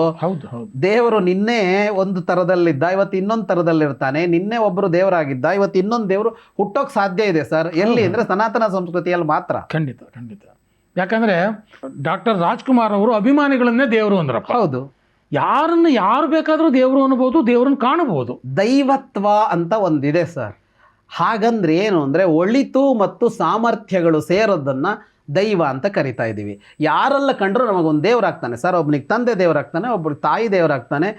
ಮಕ್ಕಳಿಗೆ ಹೇಳ್ತಾರೆ ಸರ್, ಬೆಡ್ ರಿಡನ್ ಆಗಿ ಮಲಗಿರ್ತಾರೆ, ತಂದೆನೋ ತಾಯಿನೋ ಸೇವೆ ಮಾಡುವ ಮಕ್ಕಳಿಗೆ ನೀನೇ ನನಗೆ ದೇವರು ಕಣಪ್ಪ ಅಂತ ಹೇಳ್ತಾರೆ. ಏನದು ದೇವರು ಅಂದರೆ ಅವನಲ್ಲಿ ಕಂಡ ಒಳಿತಿಗೆ ದೇವರು ಅಂತ ಹೇಳಿರೋದು ಅಂತ. ಹಾಗಾಗಿ ನಮ್ಮಲ್ಲಿ ದೇವರು ಅನ್ನೋದು ಬಹಳ ಮುಕ್ತವಾಗಿದೆ. ಯಾರೂ ದೇವರಾಗ್ಬೋದು, ಎಷ್ಟು ದೇವರು ಆಗ್ಬೋದು. ಸೊ ಇವರೊಬ್ಬರೇ ದೇವರು ಅನ್ನುವಂಥದ್ದು ಕಲ್ಪನೆನೇ ಅಲ್ಲ. ಏನೂ ಇಲ್ಲ. ಇದು ಜಾತಿಗೆ ದೇವರು, ಇದು ಹೆಣ್ಣಿಗೆ ದೇವರು, ಇದು ಗಂಡಿಗೆ ದೇವರು ಅಂತೆಲ್ಲ ಯಾವ ವಿಭಾಗಗಳು ಇರೋದಿಲ್ಲ. ಮತ್ತು ಈ ದೇವರುಗಳನ್ನು ಹೀಗೆಯೇ ಪೂಜಿಸಬೇಕು, ಹೋಮ ಮಾಡಿದರೆ ಮಾತ್ರ ದೇವರಿಗೆ ತೃಪ್ತಿ ಆಗತ್ತೆ. ಆ ಪೂಜೆಯ ವಿಧಾನಗಳು ಎಷ್ಟಿವೆ. ಪೂಜೆಯನ್ನು ಇವರೇ ಮಾಡಬೇಕು ಅಂತ ಹೇಳ್ತಾರಲ್ಲ. ಇಡೀ ಭಾರತದಲ್ಲಿ ಒಮ್ಮೆ ಭಾರತದಲ್ಲಿರುವ ಎಲ್ಲ ದೇವಸ್ಥಾನಗಳ ಅರ್ಚಕರ ಬಗ್ಗೆ ಒಂದು ಸರ್ವೆ ನಡೀಲಿ ಸರ್. ಓಕೆ. ಬ್ರಾಹ್ಮಣರು ಮಾತ್ರ ಪೂಜೆ ಮಾಡ್ತಾ ಇದ್ದಾರಾ ಅನ್ನೋ ಸತ್ಯ ಕೂಡ ಅವ್ರಿಗೆ ಹೊರಗಡೆ ಬೀಳುತ್ತೆ. ಹೌದು ಹೌದು ಹೌದು. ಎಲ್ಲ ಜಾತಿಯವರು ಪೂಜೆ ಮಾಡ್ತಾರೆ, ಅದು ಅವರೇ ಮಾಡಬೇಕು ಅಂತಲೂ ಇದೆ. ಹೌದು ಹೌದು. ಎಲ್ಲ ಕಡೆನಲ್ಲೂ ಇದೆ. ಖಂಡಿತ. ಬಹುತೇಕ ಈ ಗ್ರಾಮ ದೇವತೆಗಳು ಅಂತ ಬರ್ತಾವಲ್ಲ ಸರ್, ಬಹುತೇಕ ಗ್ರಾಮ ದೇವತೆಗಳಲ್ಲಿ ಬ್ರಾಹ್ಮಣೇತರರ ಪೂಜಾರಿಗಳೇ ಬಹುತೇಕ ಇರುವಂಥ, ಬಹುತೇಕ ಅಲ್ಲ 100%. ಸರ್, ಗ್ರಾಮ ದೇವತೆಗಳಲ್ಲಿ ಮಾತ್ರ ಅಲ್ಲ ಸರ್. ಬದರಿ, ಕೇದಾರ ನಮ್ಮ ಅತ್ಯಂತ ದೊಡ್ಡ 2 ಸ್ಥಾನಗಳಲ್ವಾ, ಬದರಿ ಮತ್ತು ಕೇದಾರ. ಕೇದಾರದಲ್ಲಿ ಯಾರು ಪೂಜೆ ಮಾಡ್ತಾರೆ? ಈ ಕರ್ನಾಟಕದಿಂದ ಹೋಗುವ ವೀರಶೈವರಲ್ವ ಪೂಜೆ ಮಾಡ್ತಾ ಇರೋದಲ್ಲಿ. ಅಲ್ಲೇ ಇಲ್ವಲ್ಲ ಅಂತ. ಅಂದರೆ ಎಲ್ಲರೂ ಪೂಜೆ ಮಾಡ್ಬೋದು, ಯಾರನ್ನೋ ಪೂಜೆ ಮಾಡ್ಬೋದು. ಹಾಗಾಗಿ ನೀವು ಇದನ್ನ ಬಹಳ ಭ್ರಮೆಗಳನ್ನು ಹುಟ್ಟಿಸೋ ಕೆಲಸ ಮಾಡ್ತಾ ಇದ್ದೀರಿ ಅಂತ ಅವ್ರಿಗೆ ಹೇಳಬೇಕು. ಅಂದರೆ ಈ ಭ್ರಮೆಗಳ ಮೂಲಕ ಹೊಡಿತಾ ಇದ್ದಾರೆ. ನನ್ನ ದೇವರು ಬೇರೆ, ನಿನ್ನ ದೇವರು ಬೇರೆ, ಅವನು ಪೂಜೆ ಅವನು ಪೂಜೆ ಮಾಡ್ತಾನೆ ಅಂದರೆ ಅದು ಅವನದ್ದು, ಇವನು ಪೂಜೆ ಮಾಡ್ತಾನೆ ಅಂದರೆ ಇವನದ್ದು. ಏನೂ ಇಲ್ಲ. ಎಲ್ಲರೂ ಪೂಜೆ ಮಾಡುವ ಜಾಗಕ್ಕೆ ಎಲ್ಲರೂ ಹೋಗ್ತಾರೆ. ಇವರು ಹೊರಗೆ ನಿಂತ್ಕೋಬೇಕು. ಅವನು ಪೂಜೆ ಮಾಡುವ ಗರ್ಭಗಳಿಗೆ ಇವನು ಒಳಗೆ ಹೋಗೋಂಗಿಲ್ಲ, ಇವನು ಹೊರಗೆ ನಿಂತ್ಕೋಬೇಕು. ಹೀಗೆ ಬದುಕಿಕೊಂಡು ಬಂದಿದ್ದೀವಿ ಸರ್ ಸಾವಿರಾರು ವರ್ಷದಿಂದ. ಇವತ್ತು ನಮಗೆ ಅರ್ಧ ಸತ್ಯ ಹೇಳಿ ಈ ಭ್ರಮೆಗಳನ್ನು ಹುಟ್ಟಿಸ್ತಾರೆ. ಅಂದರೆ ಯಾವುದೋ ಒಂದು ರಿಮೋಟ್ ಕೇಸಸ್ ಇರ್ತವೆ, ಯಾರೋ ಒಬ್ಬ ದಲಿತನ ಈ ದೇವಸ್ಥಾನಕ್ಕೆ ಬಿಡೋದಿಲ್ಲ, ಅಲ್ಲಿ ಅವನಿಗೆ ಅಸ್ಪೃಶ್ಯತೆ ಆಚರಣೆ ಆಗ್ತಾ ಇದೆ ಅಂತ ಅದನ್ನು ಜನರಲೈಸ್ ಮಾಡುವಂಥ ಒಂದು. ಈಗ ಅಯ್ಯಪ್ಪ ಸ್ವಾಮಿಗೆ ಮಹಿಳೆಯರಿಗೆ ಪ್ರವೇಶ ಇಲ್ಲ ಅಂತ ಗಲಾಟೆ ಎಬ್ಸಿದ್ರೆ, ಪುರುಷರು ಪ್ರವೇಶ ಇಲ್ಲದ ದೇವಸ್ಥಾನಗಳು ಭಾರತದಲ್ಲಿ ಇವೆಯಲ್ಲ. ಅಯ್ಯಪ್ಪ ಸ್ವಾಮಿ ಪಾಪ್ಯುಲರ್ ಆಗಿರ್ಬೋದು, ಯಾವುದೋ ಕಾರಣಕ್ಕೆ ಪಾಪ್ಯುಲಾರಿಟಿ ಇದೆಯಾ ಇಲ್ವಾ ಬೇರೆ, ಪುರುಷರೇ ಪ್ರವೇಶ ಮಾಡದ ದೇವಸ್ಥಾನಗಳು ಇವೆ. ಅವಾಗ ಏನಾಯ್ತು ನಿಮಗೆ ಅಂದರೆ, ಆ ಪ್ರವೇಶ ಮಾಡಬೇಕು ಮಾಡಬಾರ್ದು ಅನ್ನೋದು ನಿಮಗೆ ಲಿಂಗ ತಾರತಮ್ಯದ ಮಾನದಂಡ ಅಲ್ಲ ಅಂತ ಆಯ್ತದು, ಅಲ್ಲಿಗೇನೋ ಬೇರೆ ಕಾರಣ ಇದೆ ಅಂತ ಆಯ್ತು. ಆದ್ರೆ ನೀವು ಅದನ್ನು ಮಾತ್ರ ಅವ್ರು ಹೈಲೈಟ್ ಮಾಡಿ ತೋರ್ಸೋದಕ್ಕೆ ಹೋಗ್ತಾರೆ ಅಂತ. ಹಾಗಾಗಿ ಈ ಸಂಸ್ಕೃತಿ ಇದು ಬಹಳ ವಿಸ್ತಾರ, ಬಹಳ ವ್ಯಾಪಕ ಮತ್ತು ಬಹಳ ಕ್ರಮಗಳನ್ನು ಒಳಗೊಂಡಿದೆ, ಬಹಳ ವಿಧಾನಗಳನ್ನು ಒಳಗೊಂಡಿದೆ. ಏನೋ ಒಂದನ್ನು ಎತ್ತಿ ತೋರಿಸಿ ನೋಡಿ ಇಲ್ಲಿ ಭೇದ ಇದೆ ಅಂತ ಹೇಳೋದಕ್ಕಾಗೋದಿಲ್ಲ. ಹಾಗಾಗಿ ವಿಶ್ವರೂಪ ದರ್ಶನದಲ್ಲಿ 33 ದೇವತೆಗಳ ಹೆಸರನ್ನು ಹೇಳಿದರೆ ಅದಕ್ಕರ್ಥ ವೈದಿಕ ದೇವತೆಗಳನ್ನು ಮಾತ್ರ ತೋರಿಸಿ ಇದು ಅವೈದಿಕ ದೇವತೆಗಳಿಗೆ ಸ್ಥಾನ ಕೊಟ್ಟಿಲ್ಲ ಅಂತ ಅಲ್ಲವೇ ಅಲ್ಲ. ಯಾಕೆ ಅಂದರೆ ಕೃಷ್ಣ ಮುಂದೆ ದೈವೀ ಸಂಪತ್ತು ಆಸುರಿ ಸಂಪತ್ತು ಅಂತ ವಿಭಾಗಿಸ್ತಾನೆ. ದೈವೀ ಸಂಪತ್ತು ಮತ್ತು ಆಸುರಿ ಸಂಪತ್ತು ಅಂತ ವಿಭಾಗಿಸ್ತಾನೆ. ದೈವ ಅನ್ನೋ ಶಬ್ದವೇ ಇದೆ ಅಲ್ಲಿ, ದೇವರು ಅಂತ. ಅಂದರೆ ಇಂತಹ ಗುಣಗಳು, ಅಲ್ಲಿ ಸಂಪತ್ತು ಅಂತ ಹೇಳೋದು ಗುಣಗಳನ್ನು, ಅವನು ಇಷ್ಟು ಗುಣಗಳನ್ನು ಅವನು ದೈವೀ ಸಂಪತ್ತು ಅಂತ ಹೇಳ್ತಾನೆ, ಇಷ್ಟು ಗುಣಗಳನ್ನು ಆಸುರಿ ಸಂಪತ್ತು ಅಂತ ಹೇಳ್ತಾನೆ. ಕೆಡುಕಿನ ಗುಣಗಳೆಲ್ಲ ಆಸುರಿ ಅಂತ ಹೇಳ್ತಾನೆ, ಒಳಿತನದ್ದೆಲ್ಲ ದೈವಿ ಅಂತ ಹೇಳ್ತಾನೆ. ಇದು ಇದೆಯಾ ಅದು ದೈವ, ಇದು ಇದೆಯಾ ಅದು ಆಸುರ. ರಾಕ್ಷಸ ಅಲ್ಲ, ಆಸುರ ಅಂತ ಬೇರೆ, ಅಸುರ ಅಂತ ಅದು. ಈಗ ಒಂದೇ ಮನೆಯಲ್ಲಿ ಹುಟ್ಟಿಕೊಂಡ, ಒಂದೇ ತಂದೆ ತಾಯಿಗೆ ಹುಟ್ಟಿಕೊಂಡ ವಿಭೀಷಣ ದೇವರು ರಾವಣ ದುಷ್ಟ, ಇಬ್ಬರು ರಾಕ್ಷಸನ ಮಕ್ಕಳೇ ಅಲ್ಲ, ಬ್ರಾಹ್ಮಣನ ಮಕ್ಕಳು. ಆದರೆ ಅವ ರಾಕ್ಷಸ ರಾವಣ, ವಿಭೀಷಣ ಅವನದಲ್ಲ ಅಂತ ಬರುತ್ತೆ ಅಂತ. ಹಾಗಾಗಿ ಇಲ್ಲಿ ಇರೋದು ಏನು, ಕೃಷ್ಣ ಹೇಳ್ತಾನಲ್ಲ ದೈವಿ ಗುಣ ಆಸುರಿ ಗುಣಗಳನ್ನು ನೋಡಿ ಹೇಳಿದ್ರು ಅವನು ಯಾರು ಅಂತ. ಅವನ ಅಸುರ ಅಂತ ಕರೆದ್ರು ಅವನನ್ನು, ಇವನನ್ನು ದೇವರು ಅಂತ ಕರೆದ್ರು. ಹಾಗೆ ಕರೆದಾಗ ಇವರು ಹೇಳುವ ವೈದಿಕ ಅವೈದಿಕ ಯಾವ ವಿಭಾಗವೂ ಭಗವದ್ಗೀತೆಯ ಆಶಯ ಅಲ್ಲ. ಯಾರೂ ದೇವರಾಗಬಹುದು ಅಂತ ಹೇಳೋದೇ ಗೀತೆಯ ಆಶಯ. ಇನ್ನೊಂದು ಭಗವದ್ಗೀತೆಯ ಜನಪ್ರಿಯವಾದಂಥ ಒಂದು ಶ್ಲೋಕ ಇಟ್ಟುಕೊಂಡು ಕೆಲವರು ವಾದ ಮಾಡ್ತಾರೆ. ಸೊ ಕರ್ಮಣ್ಯೇ ವಾಧಿಕಾರಸ್ಥೆ ಮಾ ಫಲೇಶು ಕದಾಚನ ಮಾ ಕರ್ಮ ಫಲಹೇತುರ್ಭೂಹು ಮಾತೆ ಸಂಗೋಸ್ತ್ವ ಕರ್ಮಣಿ. ಸೊ ಅಂದರೆ ನಿನ್ನ ಕೆಲಸ ನೀನು ಮಾಡ್ಕೊಂಡು ಹೋಗು ಅನ್ನುವಂಥ ಅರ್ಥದಲ್ಲಿ ಭಗವದ್ಗೀತೆ ಹೇಳಿದೆ ಅಂತ ಕೆಲವರ ವಾದ. ಅಂದರೆ ಏನೋ ಒಂದು ಹೊಸದಾಗಿ ಯೋಚನೆ ಮಾಡಬೇಕು, ಏನೋ ಒಂದು ವ್ಯವಸ್ಥೆಯ ವಿರುದ್ಧ ನಾನು ಮಾತಾಡಬೇಕು, ವ್ಯವಸ್ಥೆಯಲ್ಲಿ ನನಗೆ ಒಂದಷ್ಟು ಗೊಂದಲಗಳಿವೆ, ಅದಕ್ಕೆ ಉತ್ತರ ಕಂಡುಕೋಬೇಕು ಅನ್ನುವಂಥ ಯಾರಾದರೂ ಒಬ್ಬರು ಡಿಸೆಂಟ್ ಯಾರು ಎತ್ತಿದ್ರೆ ಅದನ್ನು ತಗ್ಗಿಸುವಂಥ ಕೆಲಸವನ್ನು ಭಗವದ್ಗೀತೆ ಮಾಡುತ್ತೆ. ನಿನ್ಗೆ ಏನಿದೆಯೋ ಅದನ್ನು ಮಾಡ್ಕೊಂಡು ಹೋಗಪ್ಪ, ಇಲ್ಲದ ಉಸಾಬರಿ ನಿನಗೆ ಯಾಕೆ. ಅಂದರೆ ಇಲ್ಲಿ ಶೂದ್ರ ಮತ್ತು ದಲಿತ ಈ ಒಂದು ಸಂಗತಿಗಳಿಗೆ ಇದನ್ನು ತಾಳೆ ಮಾಡಿ ನೋಡುವಂಥ ಪ್ರಯತ್ನಗಳನ್ನು ಕೆಲವರು ಮಾಡ್ತಾರೆ. ಅಂದರೆ ದಲಿತರಿಗೂ ಹಾಗೆ ಮಾಡ್ತಾರೆ, ಅರ್ಜುನನಿಗೂ ಹಾಗೆ ಮಾಡದ, ಅರ್ಜುನನಿಗೂ ಹಾಗೆ ಕೃಷ್ಣ ಹೇಳದ. ನಿನಗೆ ಯಾಕೆ, ನಿನ್ನ ಕೆಲಸ ನೀನು ಮಾಡ್ಕೊಂಡು ಹೋಗು, ಧರ್ಮ ಏನು ಹೇಳಿದೆ ಧರ್ಮದ ಪ್ರಕಾರ ನೀನು ನಡ್ಕೊಂಡು ಹೋಗು ಅಷ್ಟೇ ಅಂತ ಭಗವದ್ಗೀತೆ ಹೇಳುತ್ತೆ. ಅಂದರೆ ಭಗವದ್ಗೀತೆಯಲ್ಲಿ ನಿಮಗೆ ಯಾವುದೇ ಒಂದು ವೈಯಕ್ತಿಕ ಸ್ವಾತಂತ್ರ್ಯ ಅನ್ನೋದೇ ಇಲ್ಲ. ಏನು ಹೇಳ್ಕೊಂಡು ಬಂದಿದ್ದಾರೋ ಅದನ್ನು ಮಾಡಬೇಕಷ್ಟೇ. ಅಂದರೆ ಸ್ಪಷ್ಟವಾಗಿ ಇದು ಯಥಾಸ್ಥಿತಿವಾದ ಭಗವದ್ಗೀತೆ ಅನ್ನುವಂಥದ್ದು. ಇದನ್ನು ನಾವು ಯಾಕೆ ಓದಬೇಕು ಅನ್ನುವಂಥ ಪ್ರಶ್ನೆಗಳನ್ನು ಎತ್ತಾರೆ. ವೈಚಾರಿಕ ಸ್ವಾತಂತ್ರ್ಯ ಇಲ್ಲ ಅಂತ ಇದರ ಮೂಲಕ ಹೇಳಕ್ ಹೊರಟಿರೋದು. ಅಂದರೆ ಬೌದ್ಧಿಕ ಸ್ವಾತಂತ್ರ್ಯ ಇಲ್ಲ. ನೀನೇ ಒಂದನ್ನು ಯೋಚಿಸಿ ನಾನು ಈ ನಿರ್ಣಯ ತೆಗೆದುಕೊಳ್ತೀನಿ ಅಂತ ಹೇಳೋದಕ್ಕೆ ಅವಕಾಶ ಇಲ್ಲ. ಇಷ್ಟು ಕೆಲಸ ನಿನಗೆ ಹೇಳಿದೆ ಅಷ್ಟು ಮಾಡು, ಅದರ ಫಲಕ್ಕೂ ನಿಂಗೆ ಸಂಬಂಧ ಇಲ್ಲ, ಏನು ಔಟ್ಪುಟ್ ಬರುತ್ತೆ ನಿಂಗೆ ಸಂಬಂಧ ಇಲ್ಲ, ಮಾಡೋದಷ್ಟೇ ನಿಂದು. ಹೌದೌದು.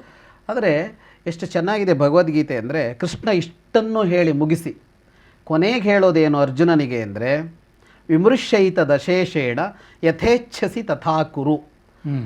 ಏತತ್ ಇದನ್ನು ನಾನು ಇಲ್ಲಿಯವರೆಗೆ ಹೇಳಿದ್ದನ್ನು ಇದನ್ನು ಅಶೇಷೇಣ ಒಂದನ್ನೂ ಬಿಡದೆ, ಒಂದು ಅಂಶವನ್ನೂ ಬಿಡದೆ, ವಿಮರ್ಶೆ ಮಾಡಿಕೊಂಡು ಯಥಾ ಇಚ್ಛಸಿ ನಿನಗೆ ಏನು ಮಾಡಬೇಕು ಅಂತ ಅನ್ನಿಸತ್ತೋ ತಥಾ ಕುರು ಅದನ್ನು ಮಾಡು ಅಂತ ಕೃಷ್ಣ ಹೇಳಿದ್ದಾನೆ. ಸರಿ, ಇಡೀ ಭಗವದ್ಗೀತೆ ಹೇಳಿದ ಮೇಲೆ ನಾನು ಹೇಳ್ತಾ ಇದ್ದೀನಿ ಅರ್ಜುನ ಯುದ್ಧ ಮಾಡು ಅಂತಲ್ಲ ಕೊನೆಗೆ ಹೇಳೋದು. ನೋಡಪ್ಪ, ಇಷ್ಟು ಅಂಶಗಳನ್ನು ನಿನ್ನೆದುರು ತೆರೆದಿಟ್ಟಿದ್ದೀನಿ, ಎಲ್ಲವನ್ನ ಯೋಚನೆ ಮಾಡು, ಯಾವುದೂ ಬಿಡದೆ ಯೋಚನೆ ಮಾಡು ಇದರಲ್ಲಿ. ಆಮೇಲೆ ನಿನಗೆ ಯಾವುದು ಸರಿ ಅನಿಸುತ್ತೋ ಅದನ್ನು ಮಾಡು ಅಂತ ಅನ್ನುವಾಗ, ಸರ್ ಎರಡು ಸ್ವಾತಂತ್ರ್ಯ ಇದೆ ಸರ್. ಒಂದು ವಿಚಾರ ಸ್ವಾತಂತ್ರ್ಯ ಸಂಪೂರ್ಣ ಇದೆ, ಬೌದ್ಧಿಕ ಸ್ವಾತಂತ್ರ್ಯ ಸಂಪೂರ್ಣ ಇದೆ, ನಿರ್ಣಯದ ಸ್ವಾತಂತ್ರ್ಯವೂ ಇದೆ. ಅಂದರೆ ನಾನು ಯೋಚಿಸಬೇಕು ಮತ್ತು ನಾನೇ ನಿರ್ಣಯಿಸಬೇಕು. ನಾನೇ ಯೋಚಿಸಬೇಕು, ನಾನೇ ನಿರ್ಣಯಿಸಬೇಕು ಅನ್ನೋದು ಭಗವದ್ಗೀತೆಯ ಕೊನೆಯ ಸಂದೇಶ. ಕೃಷ್ಣನೇ ಹೇಳಿದ್ರು ಒಪ್ಪಿಕೋ ಅಂತ ಕೃಷ್ಣ ಹೇಳೋಲ್ಲ ಸರ್. ಅದು ಸನಾತನತೆಯ ಮೂಲಭೂತ ಅಂಶವೇ ಪ್ರತಿಯೊಬ್ಬನಿಗೂ ಕೊಟ್ಟ ಬೌದ್ಧಿಕ ಸ್ವಾತಂತ್ರ್ಯ. ಓಕೆ, ನೀನು ಯೋಚನೆ ಮಾಡು, ನೀನು ನಿರ್ಣಯ ಮಾಡು ಅಂತ. ಹೀಗಿರುವಾಗ ಕರ್ಮಣ್ಯವಾಧಿಕಾರಸ್ಥೆ ಅಂತ ಹೇಳಿ ನೀವು ಕೆಲವರು ಬರೀ ಕೆಲಸ ಮಾಡ್ತಾ ಕುತ್ಕೊಳ್ಳಿ ಅಂತ ಹೇಳಿದಾನೆ ಅನ್ನೋದಕ್ಕೆ ಸಮ್ಮತವೇ ಆಗೋದಿಲ್ಲ. ಕೃಷ್ಣ ಹಾಗೆ ಹೇಳಿದ್ಮೇಲೆ ಅರ್ಜುನ ಹೇಳ್ತಾನೆ, ಸ್ಥಿತೋಸ್ಮಿ ಗತಸಂದೇಹ ಕರಿಷ್ಯೆ ವಚನಂ ತವ. ನಿನ್ನ ಇಷ್ಟೂ ಮಾತಿದೆಯಲ್ಲ, ನನ್ನ ಸಂದೇಹವನ್ನು ಪರಿಹಾರ ಮಾಡ್ತು, ನೀನು ಹೇಳ್ದಂತೆ ಮಾಡ್ತೀನಿ. ಏನು ಹೇಳಿದೆಯಾ, ಯುದ್ಧ ಮಾಡು ಅಂತ ಹೇಳಿದೆಯಲ್ಲ, ಅದನ್ನೇ ಮಾಡ್ತೀನಿ ಅಂತ ಅರ್ಜುನ ಹೇಳ್ತಾನೆ.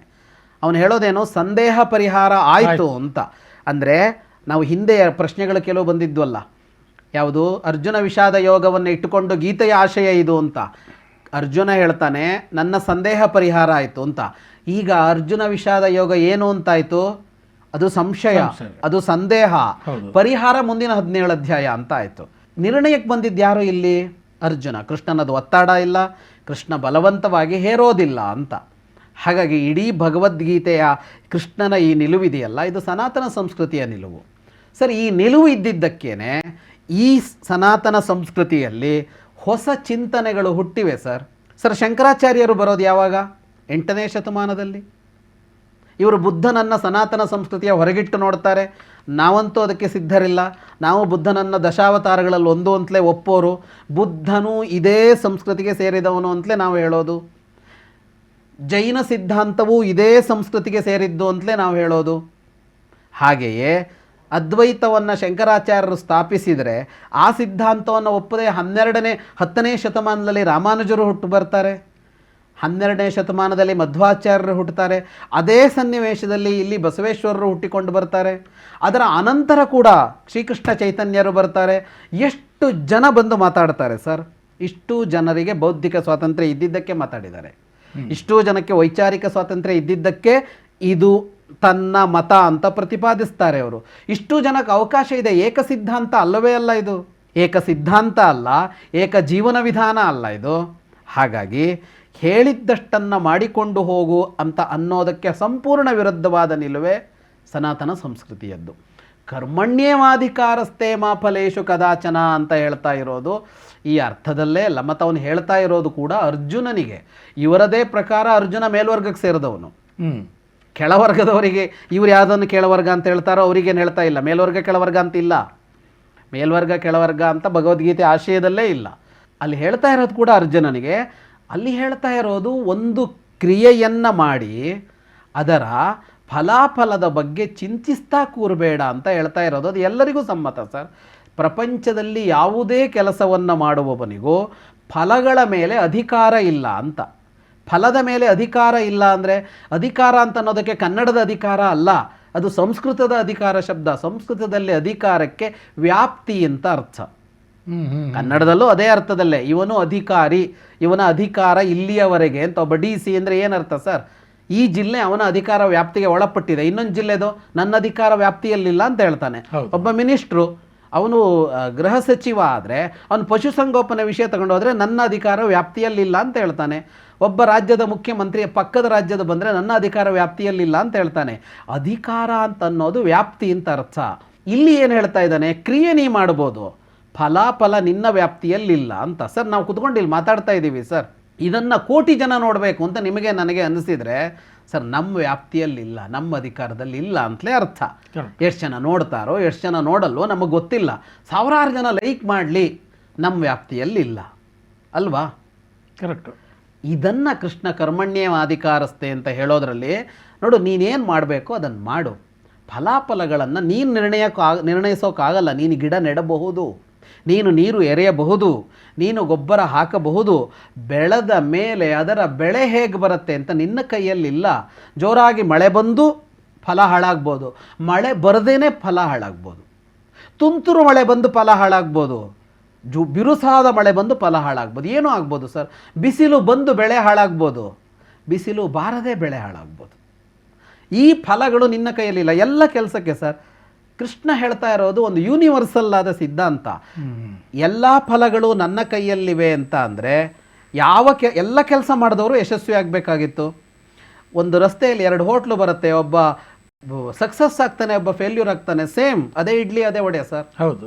ಕಂಪ್ನಿ ಮಾಡ್ತಾನೆ, ಇದೇ ಥರದ ಕಂಪ್ನಿ ಸರ್, ಅವ್ನು ಸೋಲ್ತಾನೆ ಇವನು ಗೆಲ್ತಾನೆ ಸರ್. ಇಬ್ಬರು ರಾಜಕಾರಣಿಗಳು ಅಷ್ಟೇ ಕಷ್ಟಪಡ್ತಾರೆ, ಚುನಾವಣೆಗೋ ಜನಪ್ರಿಯತೆಗೋ ಇನ್ನೊಂದಕ್ಕೆ, ಒಬ್ಬ ಸೋಲ್ತಾನೆ ಒಬ್ಬ ಗೆಲ್ತಾನೆ. ಯಾವುದು ನಿನ್ನ ಕೈಯಲ್ಲಿಲ್ಲ ಅಂದರೆ ಫಲ ನಿನ್ನ ಕೈಯಲ್ಲಿಲ್ಲ, ಅದು ಆ ಕಡೆ ಇರೋನ ಕೈಯಲ್ಲಿದೆ ಅಂತ. ಅದನ್ನು ಹೇಳ್ತಾ ಇರೋ ಅಂಶಕ್ಕೂ ಇದಕ್ಕೂ ಏನು ಸಂಬಂಧ, ಈ ತಾರತಮ್ಯಕ್ಕೂ ಏನೂ ಸಂಬಂಧ ಇಲ್ಲ. ಹಾಗಾಗಿ ಕರ್ಮಣ್ಯವಾಧಿಕಾರಸ್ಥೆ ಅನ್ನೋದನ್ನು ವಿಮರ್ಶೆ ಮಾಡಿದರೂ ಅದು ಇಂಥದ್ದನ್ನು ಹೇಳಿದ್ದಷ್ಟನ್ನು ತಲೆ ತಗ್ಗಿಸಿ ಮಾಡಬೇಕು ಅಂತ ಹೇಳ್ತಾ ಇರೋದಲ್ಲ. ಮತ್ತು ಭಗವದ್ಗೀತೆ ಕೊನೆಗೆ ಹೇಳುವ ವಿಮರ್ಶಯಿತ ದಶೇಷೇಣ ಯಥೇಚ್ಛಸಿ ತಥಾಕುರು ಅನ್ನೋದನ್ನು ನೋಡಿದಾಗಲೂ ನೀನು ಸ್ವತಂತ್ರವಾಗಿ ಯೋಚಿಸಬೇಕು, ಸ್ವತಂತ್ರವಾಗಿ ನಿರ್ಣಯಿಸಬೇಕು, ನಿನ್ನ ದಾರಿ ನೀನು ಕಂಡುಕೋಬೇಕು ಅಂತಲೇ ಗೀತೆಯ ಆಶಯ. ಇಲ್ಲಿ ಇನ್ನು ಕೆಲವು ಶ್ಲೋಕಗಳನ್ನು ಕೆಲವರು ಕೋಟ್ ಮಾಡ್ತಾರೆ. ಯಜ್ಞಾತ್ ಭವತಿ ಪರ್ಜನ್ಯ ಪರ್ಜನ್ಯಾತ್ ಅನ್ನ ಸಂಭವ, ಇದು ಒಂದು. ಎರಡನೇದು ಜಾತಸ್ಯಾಹಿ ಧ್ರುವೋ ಮೃತ್ಯು ಧ್ರುವಂ ಜನ್ಮ ಮೃತಸ್ಯ ಚ, ಅದು ಒಂದು. ಸರಿ, ಇನ್ನೂ ಒಂದು ಶ್ರದ್ಧಾವಾನ್ ಅನಸೂಯಶ್ಚ ಶೃಣುಯಾದಪಿ ಯೋನರಃ ಸೋಪಿ ಮುಕ್ತ ಶುಭಾಂ ಲೋಕಾಂ ಪ್ರಾಪ್ನಯಾತ್ ಪುಣ್ಯಕರ್ಮಣಾಂ. ಈ ಎಲ್ಲ ಶ್ಲೋಕಗಳಲ್ಲಿ ಅವರ ಹೇಳುವ ಪ್ರಕಾರ ನೀನು ಭಗವದ್ಗೀತೆಯ ಸಾಲುಗಳನ್ನು ಹೇಳಿದರೆ ಸಾಕು ನಿನಗೆ ಮೋಕ್ಷ ಸಿಗುತ್ತೆ ಅನ್ನುವಂಥದ್ದು ಒಂದು ಪಾಯಿಂಟು. ಇನ್ನೊಂದು, ಯಜ್ಞ ಯಾಗಾದಿಗಳನ್ನು ಮಾಡೋದ್ರಿಂದ ಮಳೆ ಬೆಳೆ ಚೆನ್ನಾಗಾಗುತ್ತೆ ಅನ್ನುವಂಥ ಮಾತು ಭಗವದ್ಗೀತೆಯಲ್ಲಿ ಬರುತ್ತೆ ಅಂತ ಹೇಳ್ತಾರೆ. ಇನ್ನೊಂದು ಶ್ಲೋಕ ಅದು ಹುಟ್ಟಿದವರೆಲ್ಲ ಸಾಯಲೇಬೇಕು ಅಂತ ಒಂದು ಕಡೆ ಹೇಳುತ್ತೆ, ಇನ್ನೊಂದು ಕಡೆ ಸತ್ತವರೆಲ್ಲ ಮತ್ತೆ ಹುಟ್ಟಿ ಬರ್ತಾರೆ ಅನ್ನುವಂಥ ಒಂದು ಕಲ್ಪನೆಯನ್ನು ಕೊಡುತ್ತೆ. ಸೊ ಈ ಎಲ್ಲವನ್ನು ಸಹ ನಾವು ವಿಮರ್ಶೆ ಮಾಡಿ ಒಪ್ಕೊಳ್ಬೇಕು ಅಂತ ಆದರೆ ಇದನ್ನೆಲ್ಲ ಯಾಕೆ ಹೇಳಬೇಕು? ಇದು ಯಾವುದು ನಮ್ಮ ಅನುಭವಕ್ಕೆ ಬರದಂತಹ ಒಂದಷ್ಟು ಅಂಶಗಳಿವೆ ಇದರಲ್ಲಿ. ಅನುಭವಕ್ಕೆ ಬರೋದಾದರೆ ನೋಡ್ತೀವಿ, ಒಪ್ಕೋತೀವಿ. ಇವು ಯಾವ ಅನುಭವಕ್ಕೆ ಬರೋದಿಲ್ಲ. ಸೊ ಒಂದು ಕಡೆ ಹಂಗೂ ಹೇಳುತ್ತೆ, ಒಂದು ಕಡೆ ಹಿಂಗೂ ಹೇಳುತ್ತೆ ಭಗವದ್ಗೀತೆ. ಯಾಕಿದು ವೈರುಧ್ಯಗಳು ಭಗವದ್ಗೀತೆಯಲ್ಲಿ ಎಷ್ಟೊಂದಿದೆ ನೋಡಿ ಅನ್ನುವಂಥ ಒಂದು ವಾದವನ್ನು ಇಡ್ತಾರೆ. ಇದೇನು ಅಂತ ಅಂದರೆ, ಕಂಡಷ್ಟೇ ಸತ್ಯ ಅಂತ ಒಂದು ಸಿದ್ಧಾಂತ, ನಾನು ಕಂಡಷ್ಟೇ ಸತ್ಯ ಅಂತ ಒಂದು ಸಿದ್ಧಾಂತ. ನೀನು ಎಲ್ಲವನ್ನೂ ಕಂಡಿಲ್ಲ, ಎಲ್ಲವನ್ನೂ ನಿನಗೆ ಕಾಣಲಾಗುವುದಿಲ್ಲ, ನೀನು ಕಾಣದ ಸತ್ಯವೂ ಇದೆ ಅನ್ನೋದು ಇನ್ನೊಂದು ಸಿದ್ಧಾಂತ. ಸಹಜವಾಗಿ ಇವರೇನು ಹೇಳಿಬಿಡ್ತಾರೆ ನಮ್ಮ ಕಣ್ಣೆದುರಿಗೆ ಅಂತ ಅಂದರೆ, ನೋಡಿ ವಿಜ್ಞಾನ ಇದೆ, ವಿಜ್ಞಾನ ಏನು ಹೇಳುತ್ತೆ, ಕಂಡಿದ್ದನ್ನು ಮಾತ್ರ ನಂಬತ್ತೆ. ವಿಜ್ಞಾನ ಅಲ್ಲದ ಮತಧರ್ಮಗಳು ಇವುಗಳೆಲ್ಲ ಏನಿವೆ ಇವು ನಂಬಿಕೆಗಳು, ಇವನ್ನು ಕಂಡಿಲ್ಲ, ಹಾಗಾಗಿ ಇವೆಲ್ಲ ಸುಳ್ಳು, ಇವೆಲ್ಲ ಮೌಢ್ಯ. ಗೀತೆ ಅನ್ನೋದು ಅಂಥ ತತ್ವಶಾಸ್ತ್ರ, ಅದು ಪ್ರಮಾಣಬದ್ಧವಾದದ್ದನ್ನು ಒಪ್ಪಿಕೋಬೇಕು ಅಂತ ಹೇಳುತ್ತೆ. ಅಂದರೆ ಇಂತಹ ಅಂದರೆ ಸಾಕ್ಷ್ಯಾಧಾರಗಳಿಂದ ನಿರೂಪಿತವಾಗದ ಅಂಶಗಳನ್ನೆಲ್ಲ ಹೇಳುತ್ತೆ ಅನ್ನುವ ಮಾತು. ಅದರ ವಾಸ್ತವ ಏನು ಅಂತ ಕೇಳಿದರೆ, ಕಂಡಷ್ಟೇ ಸತ್ಯ ಅನ್ನುವ ಸಿದ್ಧಾಂತ ಅತ್ಯಂತ ಮೂರ್ಖತನದ ಸಿದ್ಧಾಂತ. ಯಾಕೆ ಅಂದರೆ ಮನುಷ್ಯ ಅವತ್ತಿನಿಂದ ಇವತ್ತವರೆಗೆ ಹುಡುಕಾಡ್ತಲೇ ಇದ್ದಾನೆ. ಅದನ್ನು ತತ್ವಶಾಸ್ತ್ರಗಳಲ್ಲಿ ಹುಡುಕ್ತಾ ಇರ್ಬೋದು, ಅಥವಾ ಭೌತಿಕವಾದ ವಸ್ತುಗಳ ಅಧ್ಯಯನದ ಮೇಲೆ ಹುಡುಕ್ತಾ ಇರ್ಬೋದು. ಮನುಷ್ಯ ಜನಾಂಗ ಯಾವತ್ತಿನಿಂದಲೂ ಹುಡುಕ್ತಾ ಇದೆ. ಅದರ ಹುಡುಕಾಟ ಇನ್ನೂ ಸಾಗಿದೆ.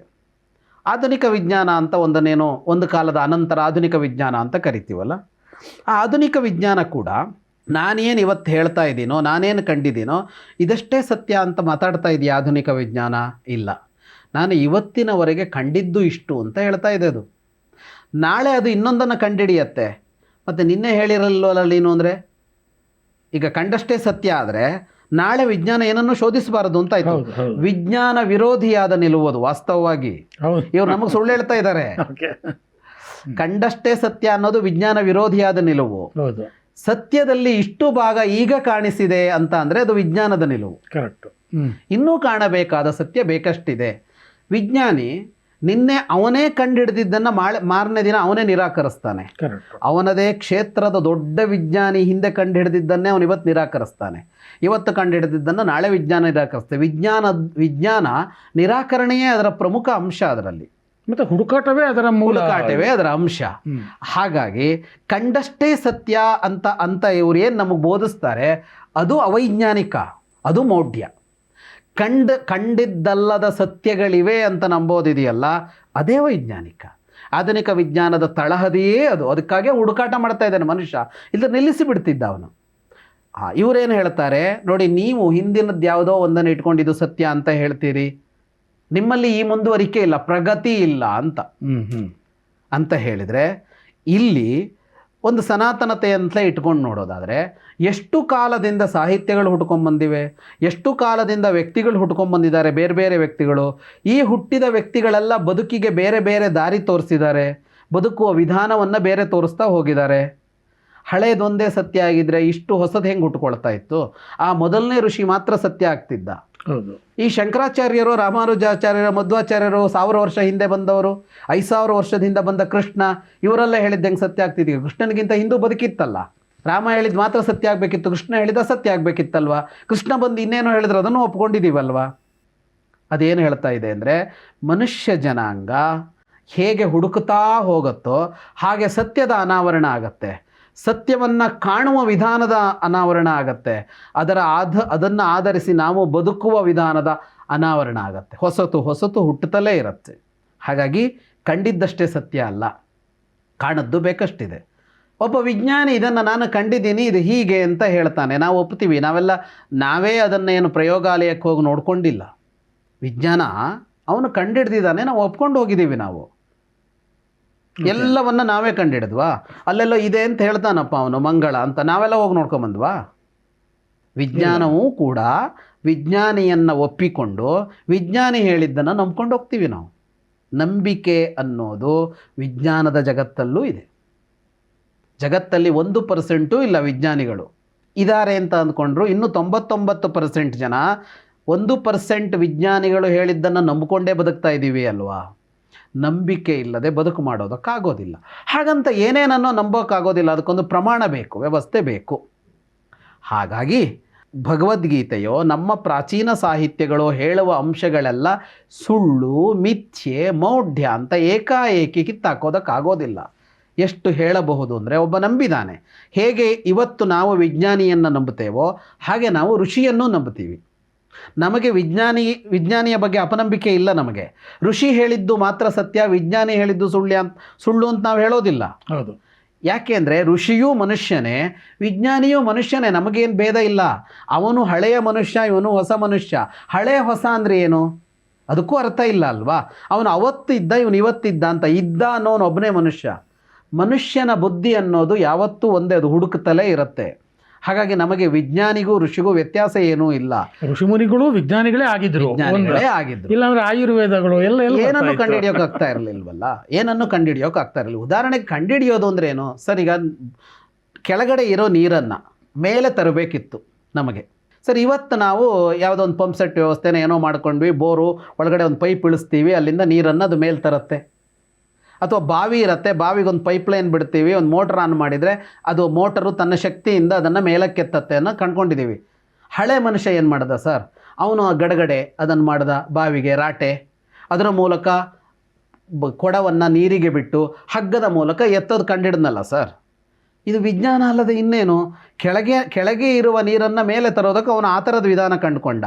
ಅದೇ ವಿಧಾನದ ಮುಂದುವರಿಕೆಯ ಭಾಗವಾಗಿ ಏನಾಯಿತು, ನಮಗೆ ಬಾವಿ ಪಂಪ್ ಸೆಟ್ ಹಾಕೋದನ್ನು ಕಲ್ತ್ಕೊಂಡ್ವಿ. ಆಮೇಲೆ ಸೇಮು ಅದಕ್ಕೆ ಫೆಸಿಲಿಟೀಸ್ ಬೇರೆ ಬೇರೆ ಬರ್ತಾ ಹೋಯ್ತು, ಮುಂದುವರಿತಾ ಹೋಯ್ತು. ಅದಾದ್ಮೇಲೆ ಏನಾಯ್ತು ಅಂದರೆ ಬಾವಿನೂ ಬೇಡ ಅಂತ ಆಯಿತು. ಸೀದಾ ಒಂದು ಪೈಪ್ ಕೆಳಗೆ ಹೋಗುತ್ತೆ, ಅಲ್ಲೇನೋ ನೀರನ್ನು ಮೇಲೆ ಎತ್ತತ್ತೆ ಅಂತ ಬೋರ್ವೆಲ್ ಥರದ್ದೇನೋ ಕಂಡುಹಿಡ್ಕೊಂಡ್ವಿ. ಇನ್ನು ಮುಂದೆ ಇನ್ನೂ ಏನೋ ಕಂಡುಹಿಡಿಬೋದು ಸರ್. ಮನುಷ್ಯ ಅವತ್ತಿನ ಮನುಷ್ಯನು ಇವತ್ತಿನ ಮನುಷ್ಯನು ಒಂದೇ. ಮೊದಲು ಈ ಏನು ಬ್ಯಾರಿಕೇಡ್ ಕಿತ್ತು ಒಗಿಬೇಕು ನಾವು. ನಾನು ಇವತ್ತಿನ ಮನುಷ್ಯನನ್ನು ನಂಬುತ್ತೀನಿ, ನಾನು ಅವತ್ತಿನ ಮನುಷ್ಯನನ್ನು ನಂಬುತ್ತೀನಿ. ಯಾಕೆ ಅಂದರೆ ಎಲ್ಲವನ್ನೂ ನಾನು ಕಂಡಿಲ್ಲ. ಹಾಗಾಗಿ ಯಜ್ಞಾತ್ ಭವತಿ ಪರ್ಜನ್ಯ ಅಂತ ಬಂದಾಗ, ಅಂದರೆ ಯಜ್ಞಗಳನ್ನು ಮಾಡಿದಾಗ ಮಳೆ ಸುರಿಯತ್ತೆ ಅಂತ ಅವ್ರು ಬರೋದು. ಭಗವದ್ಗೀತೆಯಲ್ಲಿ ಬಂದಿದೆ, ಕೃಷ್ಣ ಹೇಳಿದ್ದಾನೆ ಯಜ್ಞಗಳನ್ನು ಮಾಡಿದರೆ ಮಳೆ ಸುರಿಯತ್ತೆ. ಅಂದರೆ ಒಂದು ಕೆಲವು ಹೆಂಗೆ ಬರುತ್ತೆ ಇದರಲ್ಲಿ ಅಂತಂದರೆ, ನಾನು ಮರುಭೂಮಿಗೆ ಹೋಗಿ ಯಜ್ಞ ಮಾಡ್ತೀನಪ್ಪ, ಮರುಭೂಮಿಲಿ ಮಳೆ ಬಂದ್ಬಿಡುತ್ತಾ? ಈ ಥರದ ವಾದಗಳು ಕೇಳಬಾರ್ದು. ಅಷ್ಟೇ ಹೇಳಿದಾನ ಅವನು ಅಂತಲೂ ನೋಡಬೇಕು ಅಂತ. ಈಗ ನೀ ಬರೀ ಯಜ್ಞ ಮಾಡಿದ್ರೆ ಸಾಕಪ್ಪ, ಮಳೆ ಸುರಿದು ಬಿಡತ್ತೆ, ಏನು ಮಾಡಬೇಡ ಅಂತ ಹೇಳಿದಾನ? ಹೇಳಿಲ್ವಲ್ಲ. ಅದು ಒಂದೇ ಅಲ್ವಲ್ಲ ಅಂತ. ಇದು ಇಡೀ ಬದುಕಿನ ವಿಧಾನದಲ್ಲಿ ಒಂದು ಇಟ್ಕೊಂಡು ಮಾತಾಡೋದಕ್ಕಾಗೋಲ್ಲ ಅಂತ. ಯಜ್ಞ ಮಾಡಿದರೂ ಮಳೆ ಬಂದಿಲ್ಲ ಆ ಕಾಲದಲ್ಲೂ ಯಾ ಕಾಲದಲ್ಲೂ. ಯಾವುದೋ ಒಂದು ಕಾನ್ಸೆಪ್ಟನ್ನು ಹೇಳುವಾಗ ಏನೋ ಒಂದು ಅಂಶ ಹೇಳಿದಾನೆ, ಇದನ್ನು ಮಾಡಿದರೆ ಇದು ಬರೋದು. ಬೀಜ ಬಿತ್ತಿದರೆ ಬೆಳೆ ಬರುತ್ತೆ ಸರ್, ಇದು ಮೌಢ್ಯನ ಸತ್ಯನ? ಬೀಜ ಬಿತ್ತಿದರೆ ಬೆಳೆ ಬರುತ್ತೆ, ಸತ್ಯನ ಮೌಢ್ಯನ? ಸರ್ ಸತ್ಯ. ಬೀಜ ಬಿತ್ತಿದ್ದಾನೆ ಅವನು, ಬೆಳೆ ಬಂದಿಲ್ಲ. ಎಲ್ಲಿ?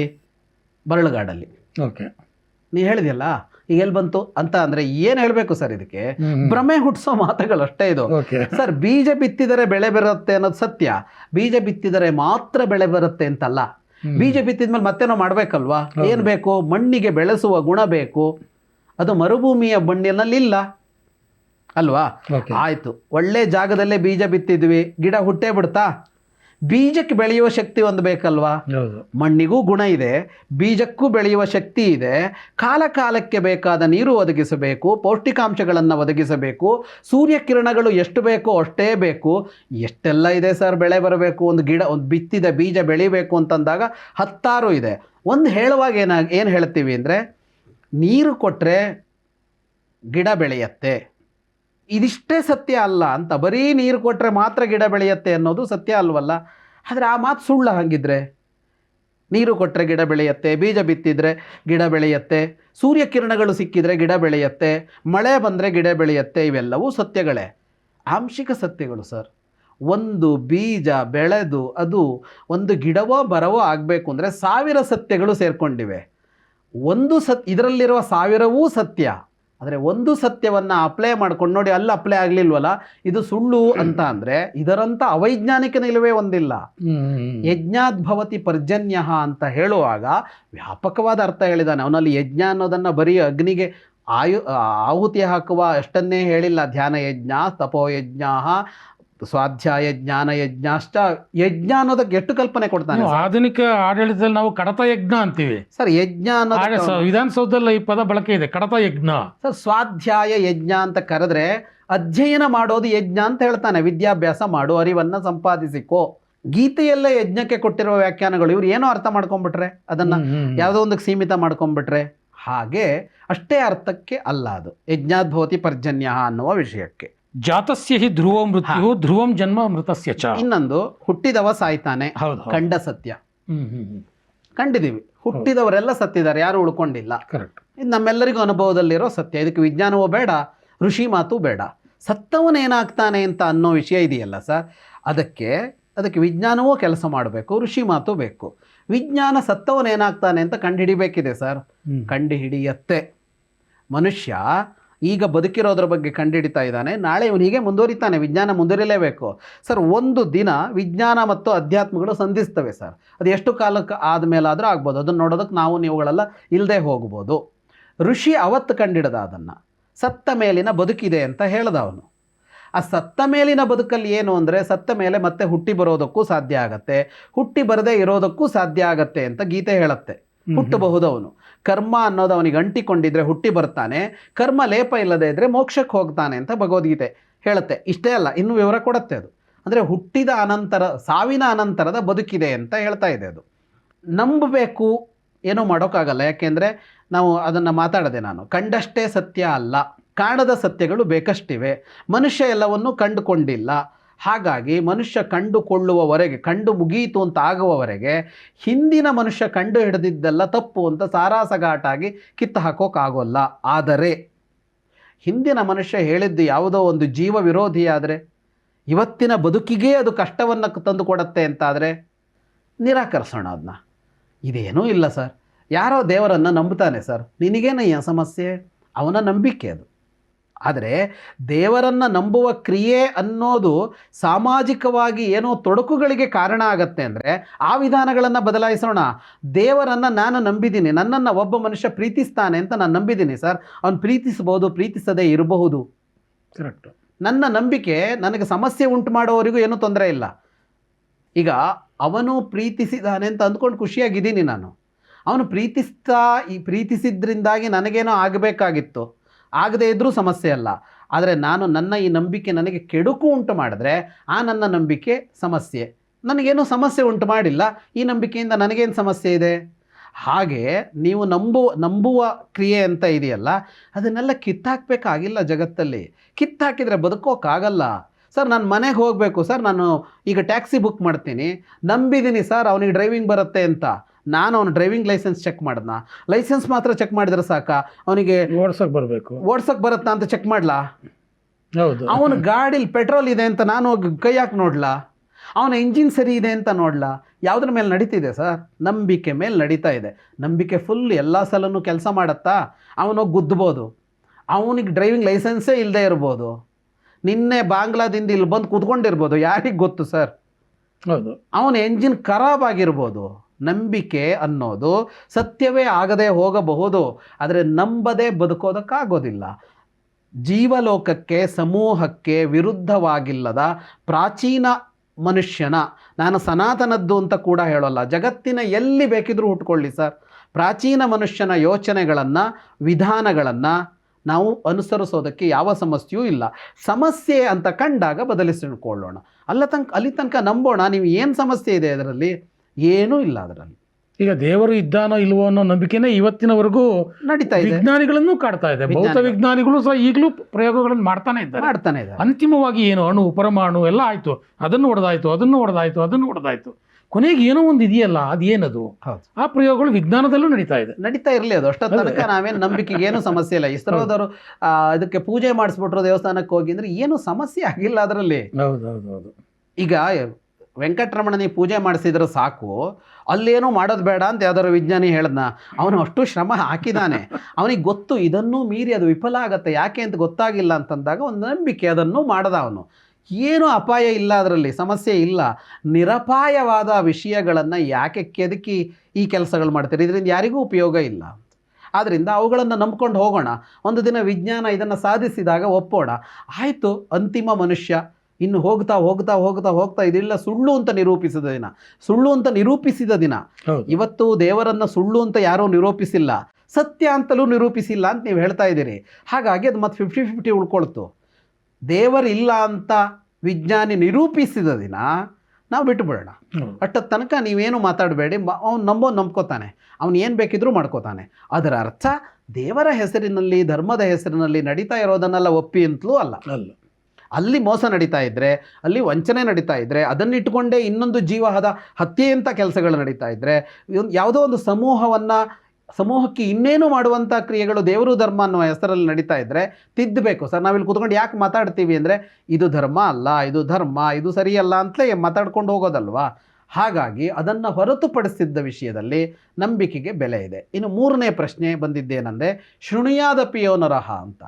ಗೀತೆಯ ಸಾಲುಗಳನ್ನು ಕೇಳಿದರೆ ಸಾಕು ಅವನಿಗೆ ಮೋಕ್ಷ ಸಿಗತ್ತೆ ಅಂತ ಗೀತೆ ಹೇಳುತ್ತೆ. ಏನು ನಾನ್ಸೆನ್ಸ್ ಇದು ಅಂತ. ಕೇಳಿದ ಅನ್ನೋದಕ್ಕೆ ಏನರ್ಥ ಅಂತ ಒಂದು ಬೇಕಲ್ಲ, ಬರೀ ಅಷ್ಟೇ ಹೇಳದ್ನ. ಶ್ರದ್ಧಾವಾನ್ ಅನಸೂಯಶ್ಚ ಅಂತ ಹೇಳಿದಾನೆ. ಶ್ರದ್ಧೆ ಇಟ್ಟುಕೊಂಡು ಕೇಳಿದವ, ಶ್ರದ್ಧೆ ಇಟ್ಟುಕೊಂಡು ಅಂತ. ಶ್ರದ್ಧೆ ಅಂದರೆ ಏನು? ಶ್ರದ್ಧೆ ಅಂದರೆ ನಂಬಿಕೆ. ನಂಬಿಕೆ ಅಂದರೆ ಏನು? ನಂಬಿಕೆ ಅಂತ ಇದ್ದಾಗ ಕ್ರಿಯೆ ಹುಟ್ಟತ್ತೆ ಅಂತಲೇ ಅರ್ಥ ಸರ್. ನಂಬಿದ ಮೇಲೆ ಸುಮ್ಮನೆ ಇರೋಲ್ಲ ನಾವು, ನಂಬಿಕೆ ಆಧಾರದ ಮೇಲೆ ಕ್ರಿಯೆ ಮಾಡ್ತೀವಿ. ಆ ಒಂದೇ ಇಟ್ಕೊಳ್ಳೋದಲ್ಲ ಅದು. ನೀನು ಈ ಮಾತುಗಳನ್ನು ಕೇಳಿ, ಈ ಮಾತುಗಳನ್ನು ಒಪ್ಪಿ, ಈ ಮಾತುಗಳಿಗೆ ಒಪ್ಪಿ ಅಂದರೆ ಅದು ನಂಬಿಕೆ, ಶ್ರದ್ಧೆ. ಒಪ್ಪಿದ ಮೇಲೆ ಇದರಂತೆ ಕ್ರಿಯೆಯನ್ನು ಮಾಡಿದರೆ ನಿನಗೆ ಮೋಕ್ಷ ಸಿಗತ್ತೆ ಅನ್ನೋದು ಆಶಯವೇ ಹೊರತು ಕೇಳಿದ ಮಾತ್ರಕ್ಕೆ ಅಂತಲ್ಲ. ಆದರೆ ಕೇಳಲೇಬೇಕಲ್ಲ ಮೊದಲು. ಈಗ ಸರ್, ಶಾಲೆಯಲ್ಲಿ ಮಕ್ಕಳು ಯಾಕೆ ಪಾಠ ಕೇಳಬೇಕು? ಈಗ ಒಬ್ಬ ಕೇಳ್ತಾನೆ ಶಾಲೆಯಲ್ಲಿ, ನಾನು ಯಾಕೆ ಕೇಳಬೇಕು ಸರ್ ನಿಮ್ಮ ಮಾತನ್ನು? ಅವನು ಹೇಳ್ತಾನೆ, ಪಾಠ ಕೇಳಿದರೆ ನೀನು ನಾಳೆ ದೊಡ್ಡ ಇವನಾಗ್ಬೋದು ಕಣೋ, ದೊಡ್ಡ ಕಂಪ್ನಿ CEO ಆಗ್ಬೋದು, MD ಆಗ್ಬೋದು ಕಣೋ. ಸರ್, ಇದಕ್ಕೆ ಏನರ್ಥ ಸರ್? ಪಾಠ ಕೇಳಿದರೆ ನೀನು ಕಂಪ್ನಿ MD ಆಗ್ಬೋದು ಅಂದರೆ ಕೇಳಿಬಿಟ್ರೆ ಸಾಕು ಅಂತ ಅರ್ಥನ ಅದಕ್ಕೆ? ಅದರ ಆಶಯ ಕೇಳ್ಕೊ, ನಾ ಪಾಠ ಮಾಡಿದ್ದನ್ನು ಅರ್ಥ ಮಾಡ್ಕೊ, ಅರ್ಥ ಮಾಡ್ಕೊಂಡ್ರ ಆಧಾರದ ಮೇಲೆ ನಿನಗೊಂದು ಸರ್ಟಿಫಿಕೇಟ್ ಕೊಡ್ತಾರೆ, ಸರ್ಟಿಫಿಕೇಟ್ ಕೊಟ್ಟಿದ್ದರ ಆಧಾರದ ಮೇಲೆ ನಿನಗೆ ಯಾರೋ ಕೆಲಸ ಕೊಡ್ತಾರೆ. ಆಗ ಈ ಕೇಳಿರೋದನ್ನು ಅಲ್ಲಿ ಅಪ್ಲೈ ಮಾಡು, ಆವಾಗ ನೀನು MD ಆಗ್ತಿ ಅಂತ ಅರ್ಥ ಅಲ್ವಾ ಸರ್? ಇದು ಭಗವದ್ಗೀತೆಯಲ್ಲಿ ಮಾತ್ರ ಅಲ್ಲ, ಇವತ್ತು ವೈಜ್ಞಾನಿಕ ಜಗತ್ತಲ್ಲೂ ಈ ಮಾತಾಡೋರು ಇದನ್ನೇ ಹೇಳಬೇಕು. ಹೌದು, ನಾನು ಹೇಳಿದ್ದನ್ನು ಕೇಳು, ನಿನಗೆ ಒಳ್ಳೇದು. ಈಗ ಅವ್ರು ಹೇಳಿದ್ರಲ್ಲ ಸರ್, ಇದೆಲ್ಲ ಸರಿ ಇಲ್ಲ ಅಂತ ಹೇಳ್ತಾರೆ. ಹೌದು, ನಾ ಕೇಳಲ್ಲ ಅಂದರೆ ಕೇಳು, ಒಳ್ಳೇದಾಗತ್ತೆ ಅಂತಲೇ ಅವ್ರು ಹೇಳಬೇಕು. ಹೌದು ಹೌದು ಹಾಗೆ ಸರ್, ಇದೆಲ್ಲ ಇವ್ರಿಗೆ ಗೊತ್ತಿಲ್ಲ ಅಂತ ನಾನು ಅನ್ಸಲ್ಲ ಸರ್. ಇವ್ರು ಯಾರೋ ದಡ್ರಲ್ಲ, ಇವ್ರು ಯಾರೋ ಅಜ್ಞಾನಿಗಳಲ್ಲ, ಭ್ರಮೆ ಹುಟ್ಟಿಸ್ತಾ ಇದ್ದಾರೆ ಅಂತಷ್ಟೇ. ಕೊನೆಯ ಮಾತು ಏನು ಅಂತ ಅಂದರೆ, ಅವರಿಗೂ ಗೊತ್ತಿದೆ ಈ ಮಾತುಗಳು ಇಷ್ಟಿಷ್ಟನ್ನೇ ಹೇಳೋಲ್ಲ ಅಂತ. ಇವುಗಳ ವ್ಯಾಪ್ತಿಗಳು ಎಲ್ಲವೂ ಗೊತ್ತಿದೆ. ಒಂದು ಭ್ರಮೆ ಹುಟ್ಟಿಸೋ ಕೆಲಸ ನಡೀತಾ ಇದೆ. ಅಂದರೆ ವಿಮರ್ಶೆ ಅನ್ನುವಂಥದ್ದರ ಹಿಂದೆ ಸದುದ್ದೇಶ ಅಲ್ಲ, ದುರುದ್ದೇಶ ಇಟ್ಕೊಂಡೇ ವಿಮರ್ಶೆ ಮಾಡ್ತಾ ಇದ್ದಾರೆ ಸರ್. ನಿಜ ವಿಮರ್ಶೆ ಅಂದರೆ ಈಗ ನಾನು ಹೇಳ್ದಂಗೆ ಹೇಳಬೇಕು ಸರ್. ನಾನು ಇಷ್ಟು ಹೊತ್ತು ಮಾತನಾಡಿ ಗೀತೆಯ ಬಗ್ಗೆ, ನಾನು ಇದನ್ನು ನಂಬ್ಕೊಳ್ಳಿ ಅಂತ ಹೇಳ್ತಾ ಇದ್ದೀನಾ? ಇದರಂತೆ ಅನುಸರಿಸಿ ಅಂತ ನಾನೇನು ಆರ್ಡರ್ ಪಾಸ್ ಮಾಡ್ತಾ ಇದ್ದೀನ, ಏನೂ ಹೇಳ್ತಾ ಇಲ್ಲ. ಸ್ಪಷ್ಟವಾಗಿ ನಾನು ಹೇಳ್ತಾ ಇದ್ದೀನಿ ಏನು ಅಂದರೆ, ವಿಜ್ಞಾನ ದೇವರನ್ನು ನಿರಾಕರಿಸಿದ ದಿನ ಸಾಕ್ಷಾಧಾರ ಸಹಿತವಾಗಿ ನಾನು ನಾಸ್ತಿಕ ಆಗ್ತೀನಿ. ಅಷ್ಟೊತ್ತು ತನಕ ನಾ ದೇವ್ರ ಒಪ್ತೀನಿ ಅಂತ ಹೇಳ್ತಾ ಇದ್ದೀನಿ. ಇದಲ್ವಾ ವಿಮರ್ಶೆ? ಅಂದರೆ ನನ್ನ ಮುಂದೆ 2 ಓಪನ್ ಇದೆ ಸರ್, 2 ಓಪನ್ ಇದೆ. ಇದಿಲ್ಲದೆ ಈ 2 ಪಕ್ಷದಲ್ಲಿ ಇದ್ದರೂ ಕೂಡ ಅವರು ಓಪನ್ ಆಗಿಲ್ಲ ಅಂತಾಯಿತು. ಒಬ್ಬ ಏನು ಹೇಳ್ತಾನೆ, ಇಲ್ಲ ನೀನು ವಿಜ್ಞಾನಿ ಏನು ಬೇಕಿದ್ರು ಹೇಳಿ, ಮನುಷ್ಯ ಏನನ್ನು ಬೇಕಾದ್ರೂ ಕಂಡುಹಿಡಿಯಲಿ, ನಾನು ಹಳೇದನ್ನೇ ಒಪ್ತೀನಿ ಅಂತ ಒಬ್ಬ ಹೇಳ್ದಂಗೆ, ವಿಜ್ಞಾನ ಏನು ಬೇಕಿದ್ರೂ ಕಂಡುಹಿಡೀಲಿ, ದೇವ್ರು ಇದಾನೆ ಅಂತ ನಾಳೆ ಕಂಡುಹಿಡಿದ್ರೂ ನಾನು ನಾಸ್ತಿಕನೇ ಅಂತ ಒಬ್ಬವನು ಹೇಳಿದರೆ, ಇವರಿಬ್ಬರಿಗೆ ವ್ಯತ್ಯಾಸ ಏನೂ ಇಲ್ಲ ಅಲ್ವಾ? ನಾವು ಮುಕ್ತವಾಗಿರೋಣ, ನಾವು ಓಪನ್ ಆಗಿರೋಣ. ಆದರೆ ಸಿದ್ಧ ಆಗುವವರೆಗೆ ಈಗ ಸಿದ್ಧ ಆಗಿರೋದನ್ನು ನಿರಾಕರಿಸೋದರಲ್ಲಿ ಯಾವ ಅರ್ಥವೂ ಇಲ್ಲ, ಅದರಲ್ಲಿ ಸದುದ್ದೇಶ ಇಲ್ಲ. ನೀವು ಮುಕ್ತವಾಗಿರೋಣ ಅಂತ ಹೇಳಿದ್ದಕ್ಕೆ ಹೇಳ್ತೀನಿ ಇದನ್ನು. ನಾನು ಈ ಸಂವಾದಕ್ಕೆ ಈ ವಾದ ಮಾಡೋರನ್ನೂ ಇನ್ವೈಟ್ ಮಾಡಬೇಕು ಅಂತ ಒಂದಿಬ್ಬರನ್ನ ಸಂಪರ್ಕ ಮಾಡಿದೆ. ಸೊ ಈ ರೀತಿಯ ವಾದ ಮಾಡೋರು ಬನ್ನಿ, ಒಬ್ಬರು ನಿಮ್ಮ ವಾದವನ್ನು ನೀವು ಮುಂದಿಡಿ, ಇನ್ನು ಕೆಲವರು ಅವರ ವಾದವನ್ನು ಅವರು ಮುಂದಿಡ್ತಾರೆ.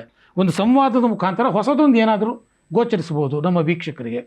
ಸೊ ಬನ್ನಿ ಅಂತ ಕರೆದಾಗ ಅವರು ಅದಕ್ಕೆ ಬೇರೆ ಬೇರೆ ಕಾರಣಗಳನ್ನು ಕೊಟ್ಟರು, ನಿರಾಕರಿಸಿದ್ರು. ಇಲ್ಲ, ನಾನು ಏನು ಪುಸ್ತಕದಲ್ಲಿ ಬರೆದಿದ್ದೀನೋ ಅದನ್ನು ನೋಡ್ಕೊಳ್ಳಿ, ಅಥವಾ ನಾನು ಹಿಂದೆ ಯಾವುದೋ ಸಮಾರಂಭದಲ್ಲಿ ಮಾತಾಡಿದ್ದೀನಿ ಅದನ್ನು ನೋಡ್ಕೊಳ್ಳಿ, ಈ ಥರ ಹೇಳಿದ್ರೆ ಹೊರತು ಸಂವಾದಕ್ಕೆ ಮುಂದೆ ಬರಲಿಲ್ಲ. ಸೊ ಇದು ಒಂದು ಸುಮ್ಮನೆ ಗಮನಕ್ಕೆ ಅಂತ ಹೇಳಿದೆ. ಒಟ್ಟಾರೆಯಾಗಿ ಭಗವದ್ಗೀತೆಯ ವಿಚಾರ ಬಂದಾಗ ದುರುದ್ದೇಶದ ವಿಮರ್ಶೆಗಳು ಸದಾ ಇರ್ತವೆ. ಆದರೆ ಸದುದ್ದೇಶದ ವಿಮರ್ಶೆಗಳು ಮಾಡಿದಾಗ ಮಾತ್ರ ನಿಜವಾದ ಅದರ ಅರ್ಥ, ಅದರ ಉದ್ದೇಶ, ಭಗವದ್ಗೀತೆಯ ಉದ್ದೇಶ ಸಾಮಾನ್ಯ ಜನಗಳಿಗೆ ಅರ್ಥ ಆಗುತ್ತೆ. ಸರ್, ಭಗವದ್ಗೀತೆಯನ್ನು ಓದಿ ಭಗವದ್ಗೀತೆಯನ್ನು ಅರ್ಥ ಮಾಡ್ಕೊಳ್ಳಿ ಅಂತ ನಾವುಗಳೆಲ್ಲ ಹೇಳ್ತಾ ಇದ್ದೀವಲ್ಲ, ನಾವೆಲ್ಲ ಹೇಳ್ತಾ ಇರೋದರ ಅರ್ಥ ಸರ್, ನಾವೆಲ್ಲರೂ ಕೃಷ್ಣನ ನಿಲುವನ್ನೇ ಹೇಳ್ತಾ ಇರೋದು ಭಗವದ್ಗೀತೆಯಲ್ಲಿ. ಕೊನೆಗೂ ಏನು ಅಂದರೆ, ಭಗವದ್ಗೀತೆಯಲ್ಲಿ ಕೃಷ್ಣ ಹೇಳಿದ ಯಾವುದೋ ಒಂದು ನಿಮಗೆ ಸಮ್ಮತ ಆಗದೆ ಇದ್ರೆ ಬಿಡಿ. ಕೃಷ್ಣ 100 ಹೇಳಿದ್ದಾನೆ, ಅಲ್ಲಿ ಒಂದೇ ಹೇಳೇ ಇಲ್ಲ. ಅವನು ಭಕ್ತಿ ಯೋಗ ಹೇಳಿದ್ದಾನೆ, ಕರ್ಮಯೋಗ ಹೇಳಿದ್ದಾನೆ, ಧ್ಯಾನ ಯೋಗ ಹೇಳಿದ್ದಾನೆ. ಸರ್, ನಾನು ಜ್ಞಾನ ಯೋಗಕ್ಕೆ ಹೋದರೆ ಕರ್ಮ ಭಕ್ತಿನೇ ಬಿಡಬೇಕು ಅಂತಲೇ ಕೃಷ್ಣ ಹೇಳಿದಾಗೆ, ಕರ್ಮಯೋಗಕ್ಕೆ ಹೋದರೆ ಅದೆರಡನ್ನು ಬಿಡು ಅಂತಲೇ ಹೇಳ್ತಾ ಇದ್ದಾಗ. ಹಾಗಾಗಿ ಇಲ್ಲಿ ಬರುವ ಮಾತುಗಳು, ಶಬ್ದಗಳು, ವಾಕ್ಯಗಳು ಯಾವುದೋ ಒಂದು ನಿಮಗೆ ಸಮ್ಮತ ಆಗದೇ ಇದ್ದರೆ ಬಿಡುವ ಅವಕಾಶವನ್ನು ಭಗವದ್ಗೀತೆಯೇ ಕೊಡುತ್ತೆ. ಅದೇ ಭಗವದ್ಗೀತೆಯ ಬ್ಯೂಟಿ. ವಿಮೃಶ್ಯೈತ ದಶೇಷೇಣ ಯಥೇಚ್ಛಸಿ ತಥಾಕುರು. ನಾವೇನು ಹೇಳ್ತಾ ಇದ್ದೀವಿ ಅಂದರೆ, ಭಗವದ್ಗೀತೆಯನ್ನು ಕೇಳಬಾರದು, ಭಗವದ್ಗೀತೆಯನ್ನು ಓದಬಾರದು, ಭಗವದ್ಗೀತೆ ಪಠ್ಯ ಆಗಬಾರದು ಅಂತ ಯಾಕೆ ಹೇಳ್ತೀರಿ? ಭಗವದ್ಗೀತೆಯನ್ನು ಎಲ್ಲರೂ ಓದಿ, ಎಲ್ಲರೂ ಕೇಳಿ. ಅಷ್ಟು ಇಷ್ಟ ಆಯಿತಾ, ಅಷ್ಟು ಸಮ್ಮತ ಆಯಿತಾ, ಅಷ್ಟನ್ನು ಒಪ್ಕೊಳ್ಳಿ. ಇಷ್ಟೇ ಇಷ್ಟ ಆಯಿತಾ, ಅಷ್ಟನ್ನು ಒಪ್ಕೊಳ್ಳಿ. ಇಷ್ಟು ಇಷ್ಟ ಆಗಲಿಲ್ವಾ, ಅದನ್ನು ಬಿಡಿ. ನಿಮಗೆ ಯಾರು ಕಡ್ಡಾಯ ಅದನ್ನು ಕಾನೂನು ಮಾಡೋದಕ್ಕೆ ಹೊರಟಿದ್ದಾರೆ? ಹಾಗಿರುವಾಗ ಒಂದು ಇಂತಹ ಅದ್ಭುತವಾದ ಒಂದು ಕೃತಿಯನ್ನು, ಇಡೀ ಬದುಕನ್ನು ಕಡಿಮೆ ಶಬ್ದಗಳಲ್ಲಿ ಹೇಳುವ ಒಂದು ಗ್ರಂಥವನ್ನು ನೋಡಲೇಬಾರದು ಅಂತ ಹೇಳೋದಕ್ಕೆ ಅರ್ಥ ಇಲ್ಲ ಅಂತ. ಹಾಗಾಗಿ ಗೀತೆಯನ್ನು ಓದಿ ಅದನ್ನು ಮಕ್ಕಳಿಗೂ ಓದಿಸೋಣ, ಏನೂ ತಪ್ಪಿಲ್ಲ. ಆದರೆ ಮಕ್ಕಳಿಗೆ ಗೀತೆಯಂತೆ ಬದುಕಿ ಅಂತ ಹೇಳಬೇಕಾಗಿಲ್ಲ ನಾವು. ಇದೊಂದು ಅತ್ಯಂತ ಪ್ರಾಚೀನವಾದ 5000 ವರ್ಷಗಳ ಹಿಂದೆ, ನೀವು ಕೃಷ್ಣನ ದೇವರು ಅಂತಲೂ ಹೇಳಬೇಡಿ, ಬೇಕಿದ್ರೆ ಬಿಡಿ, ಏನು ಬೇಕಿದ್ರೂ ಮಾಡಿ. 5000 ವರ್ಷದ ಹಿಂದೆ 2 ಜನ ಮಾತಾಡ್ಕೊಂಡಿರೋ ಒಂದು ಗ್ರಂಥ ಇದೆ, ಇದನ್ನು ಓದು ಅಂತ ಅಷ್ಟೇ. ನಿನ್ನ ನಿರ್ಣಯ, ನೀನು ಬಾ ಅಂತ. ಅವನು ಯಾವ ನಿರ್ಣಯಕ್ಕೆ ಬೇಕಿದ್ರೂ ಬರಲಿ. ಭಗವದ್ಗೀತೆಯನ್ನು ಓದಿಯೇ ನಾನು ನಾಸ್ತಿಕನಾದೆ ಅಂತ ಒಬ್ಬ ಬಂದರೆ ಆಗಲಿ, ಓದದೇ ಆಗಬೇಡ ಅಷ್ಟೇ. ಅಂದರೆ ಪೂರ್ವಾಗ್ರಹ ಪೀಡಿತವಾಗಿ ಭಗವದ್ಗೀತೆಯನ್ನು ನೋಡುವಂತಹ ಒಂದು ಪರಿಪಾಠವನ್ನು ಬಿಡಬೇಕು. ಮನಪೂರ್ವಕವಾಗಿ ಭಗವದ್ಗೀತೆಯನ್ನು ಓದಿ ಅದನ್ನು ಅರ್ಥ ಆದರೆ ಅರ್ಥ ಆಯಿತು, ಒಪ್ಕೊಳ್ಳೋದಾದರೆ ಒಪ್ಕೊಳ್ಳಿ, ಅಷ್ಟೇ, ಸಿಂಪಲ್. ಸೊ ಇಷ್ಟು ವಿಚಾರವನ್ನು ಬಹಳ ಸರಳವಾಗಿ ನಮ್ಮ ವೀಕ್ಷಕರಿಗೆ ಹೇಳಿದ್ದೀರಿ. ನನಗೆ ಅನಂತ ಧನ್ಯವಾದಗಳು. ನಮಸ್ತೆ ಸಂಪವರೇ.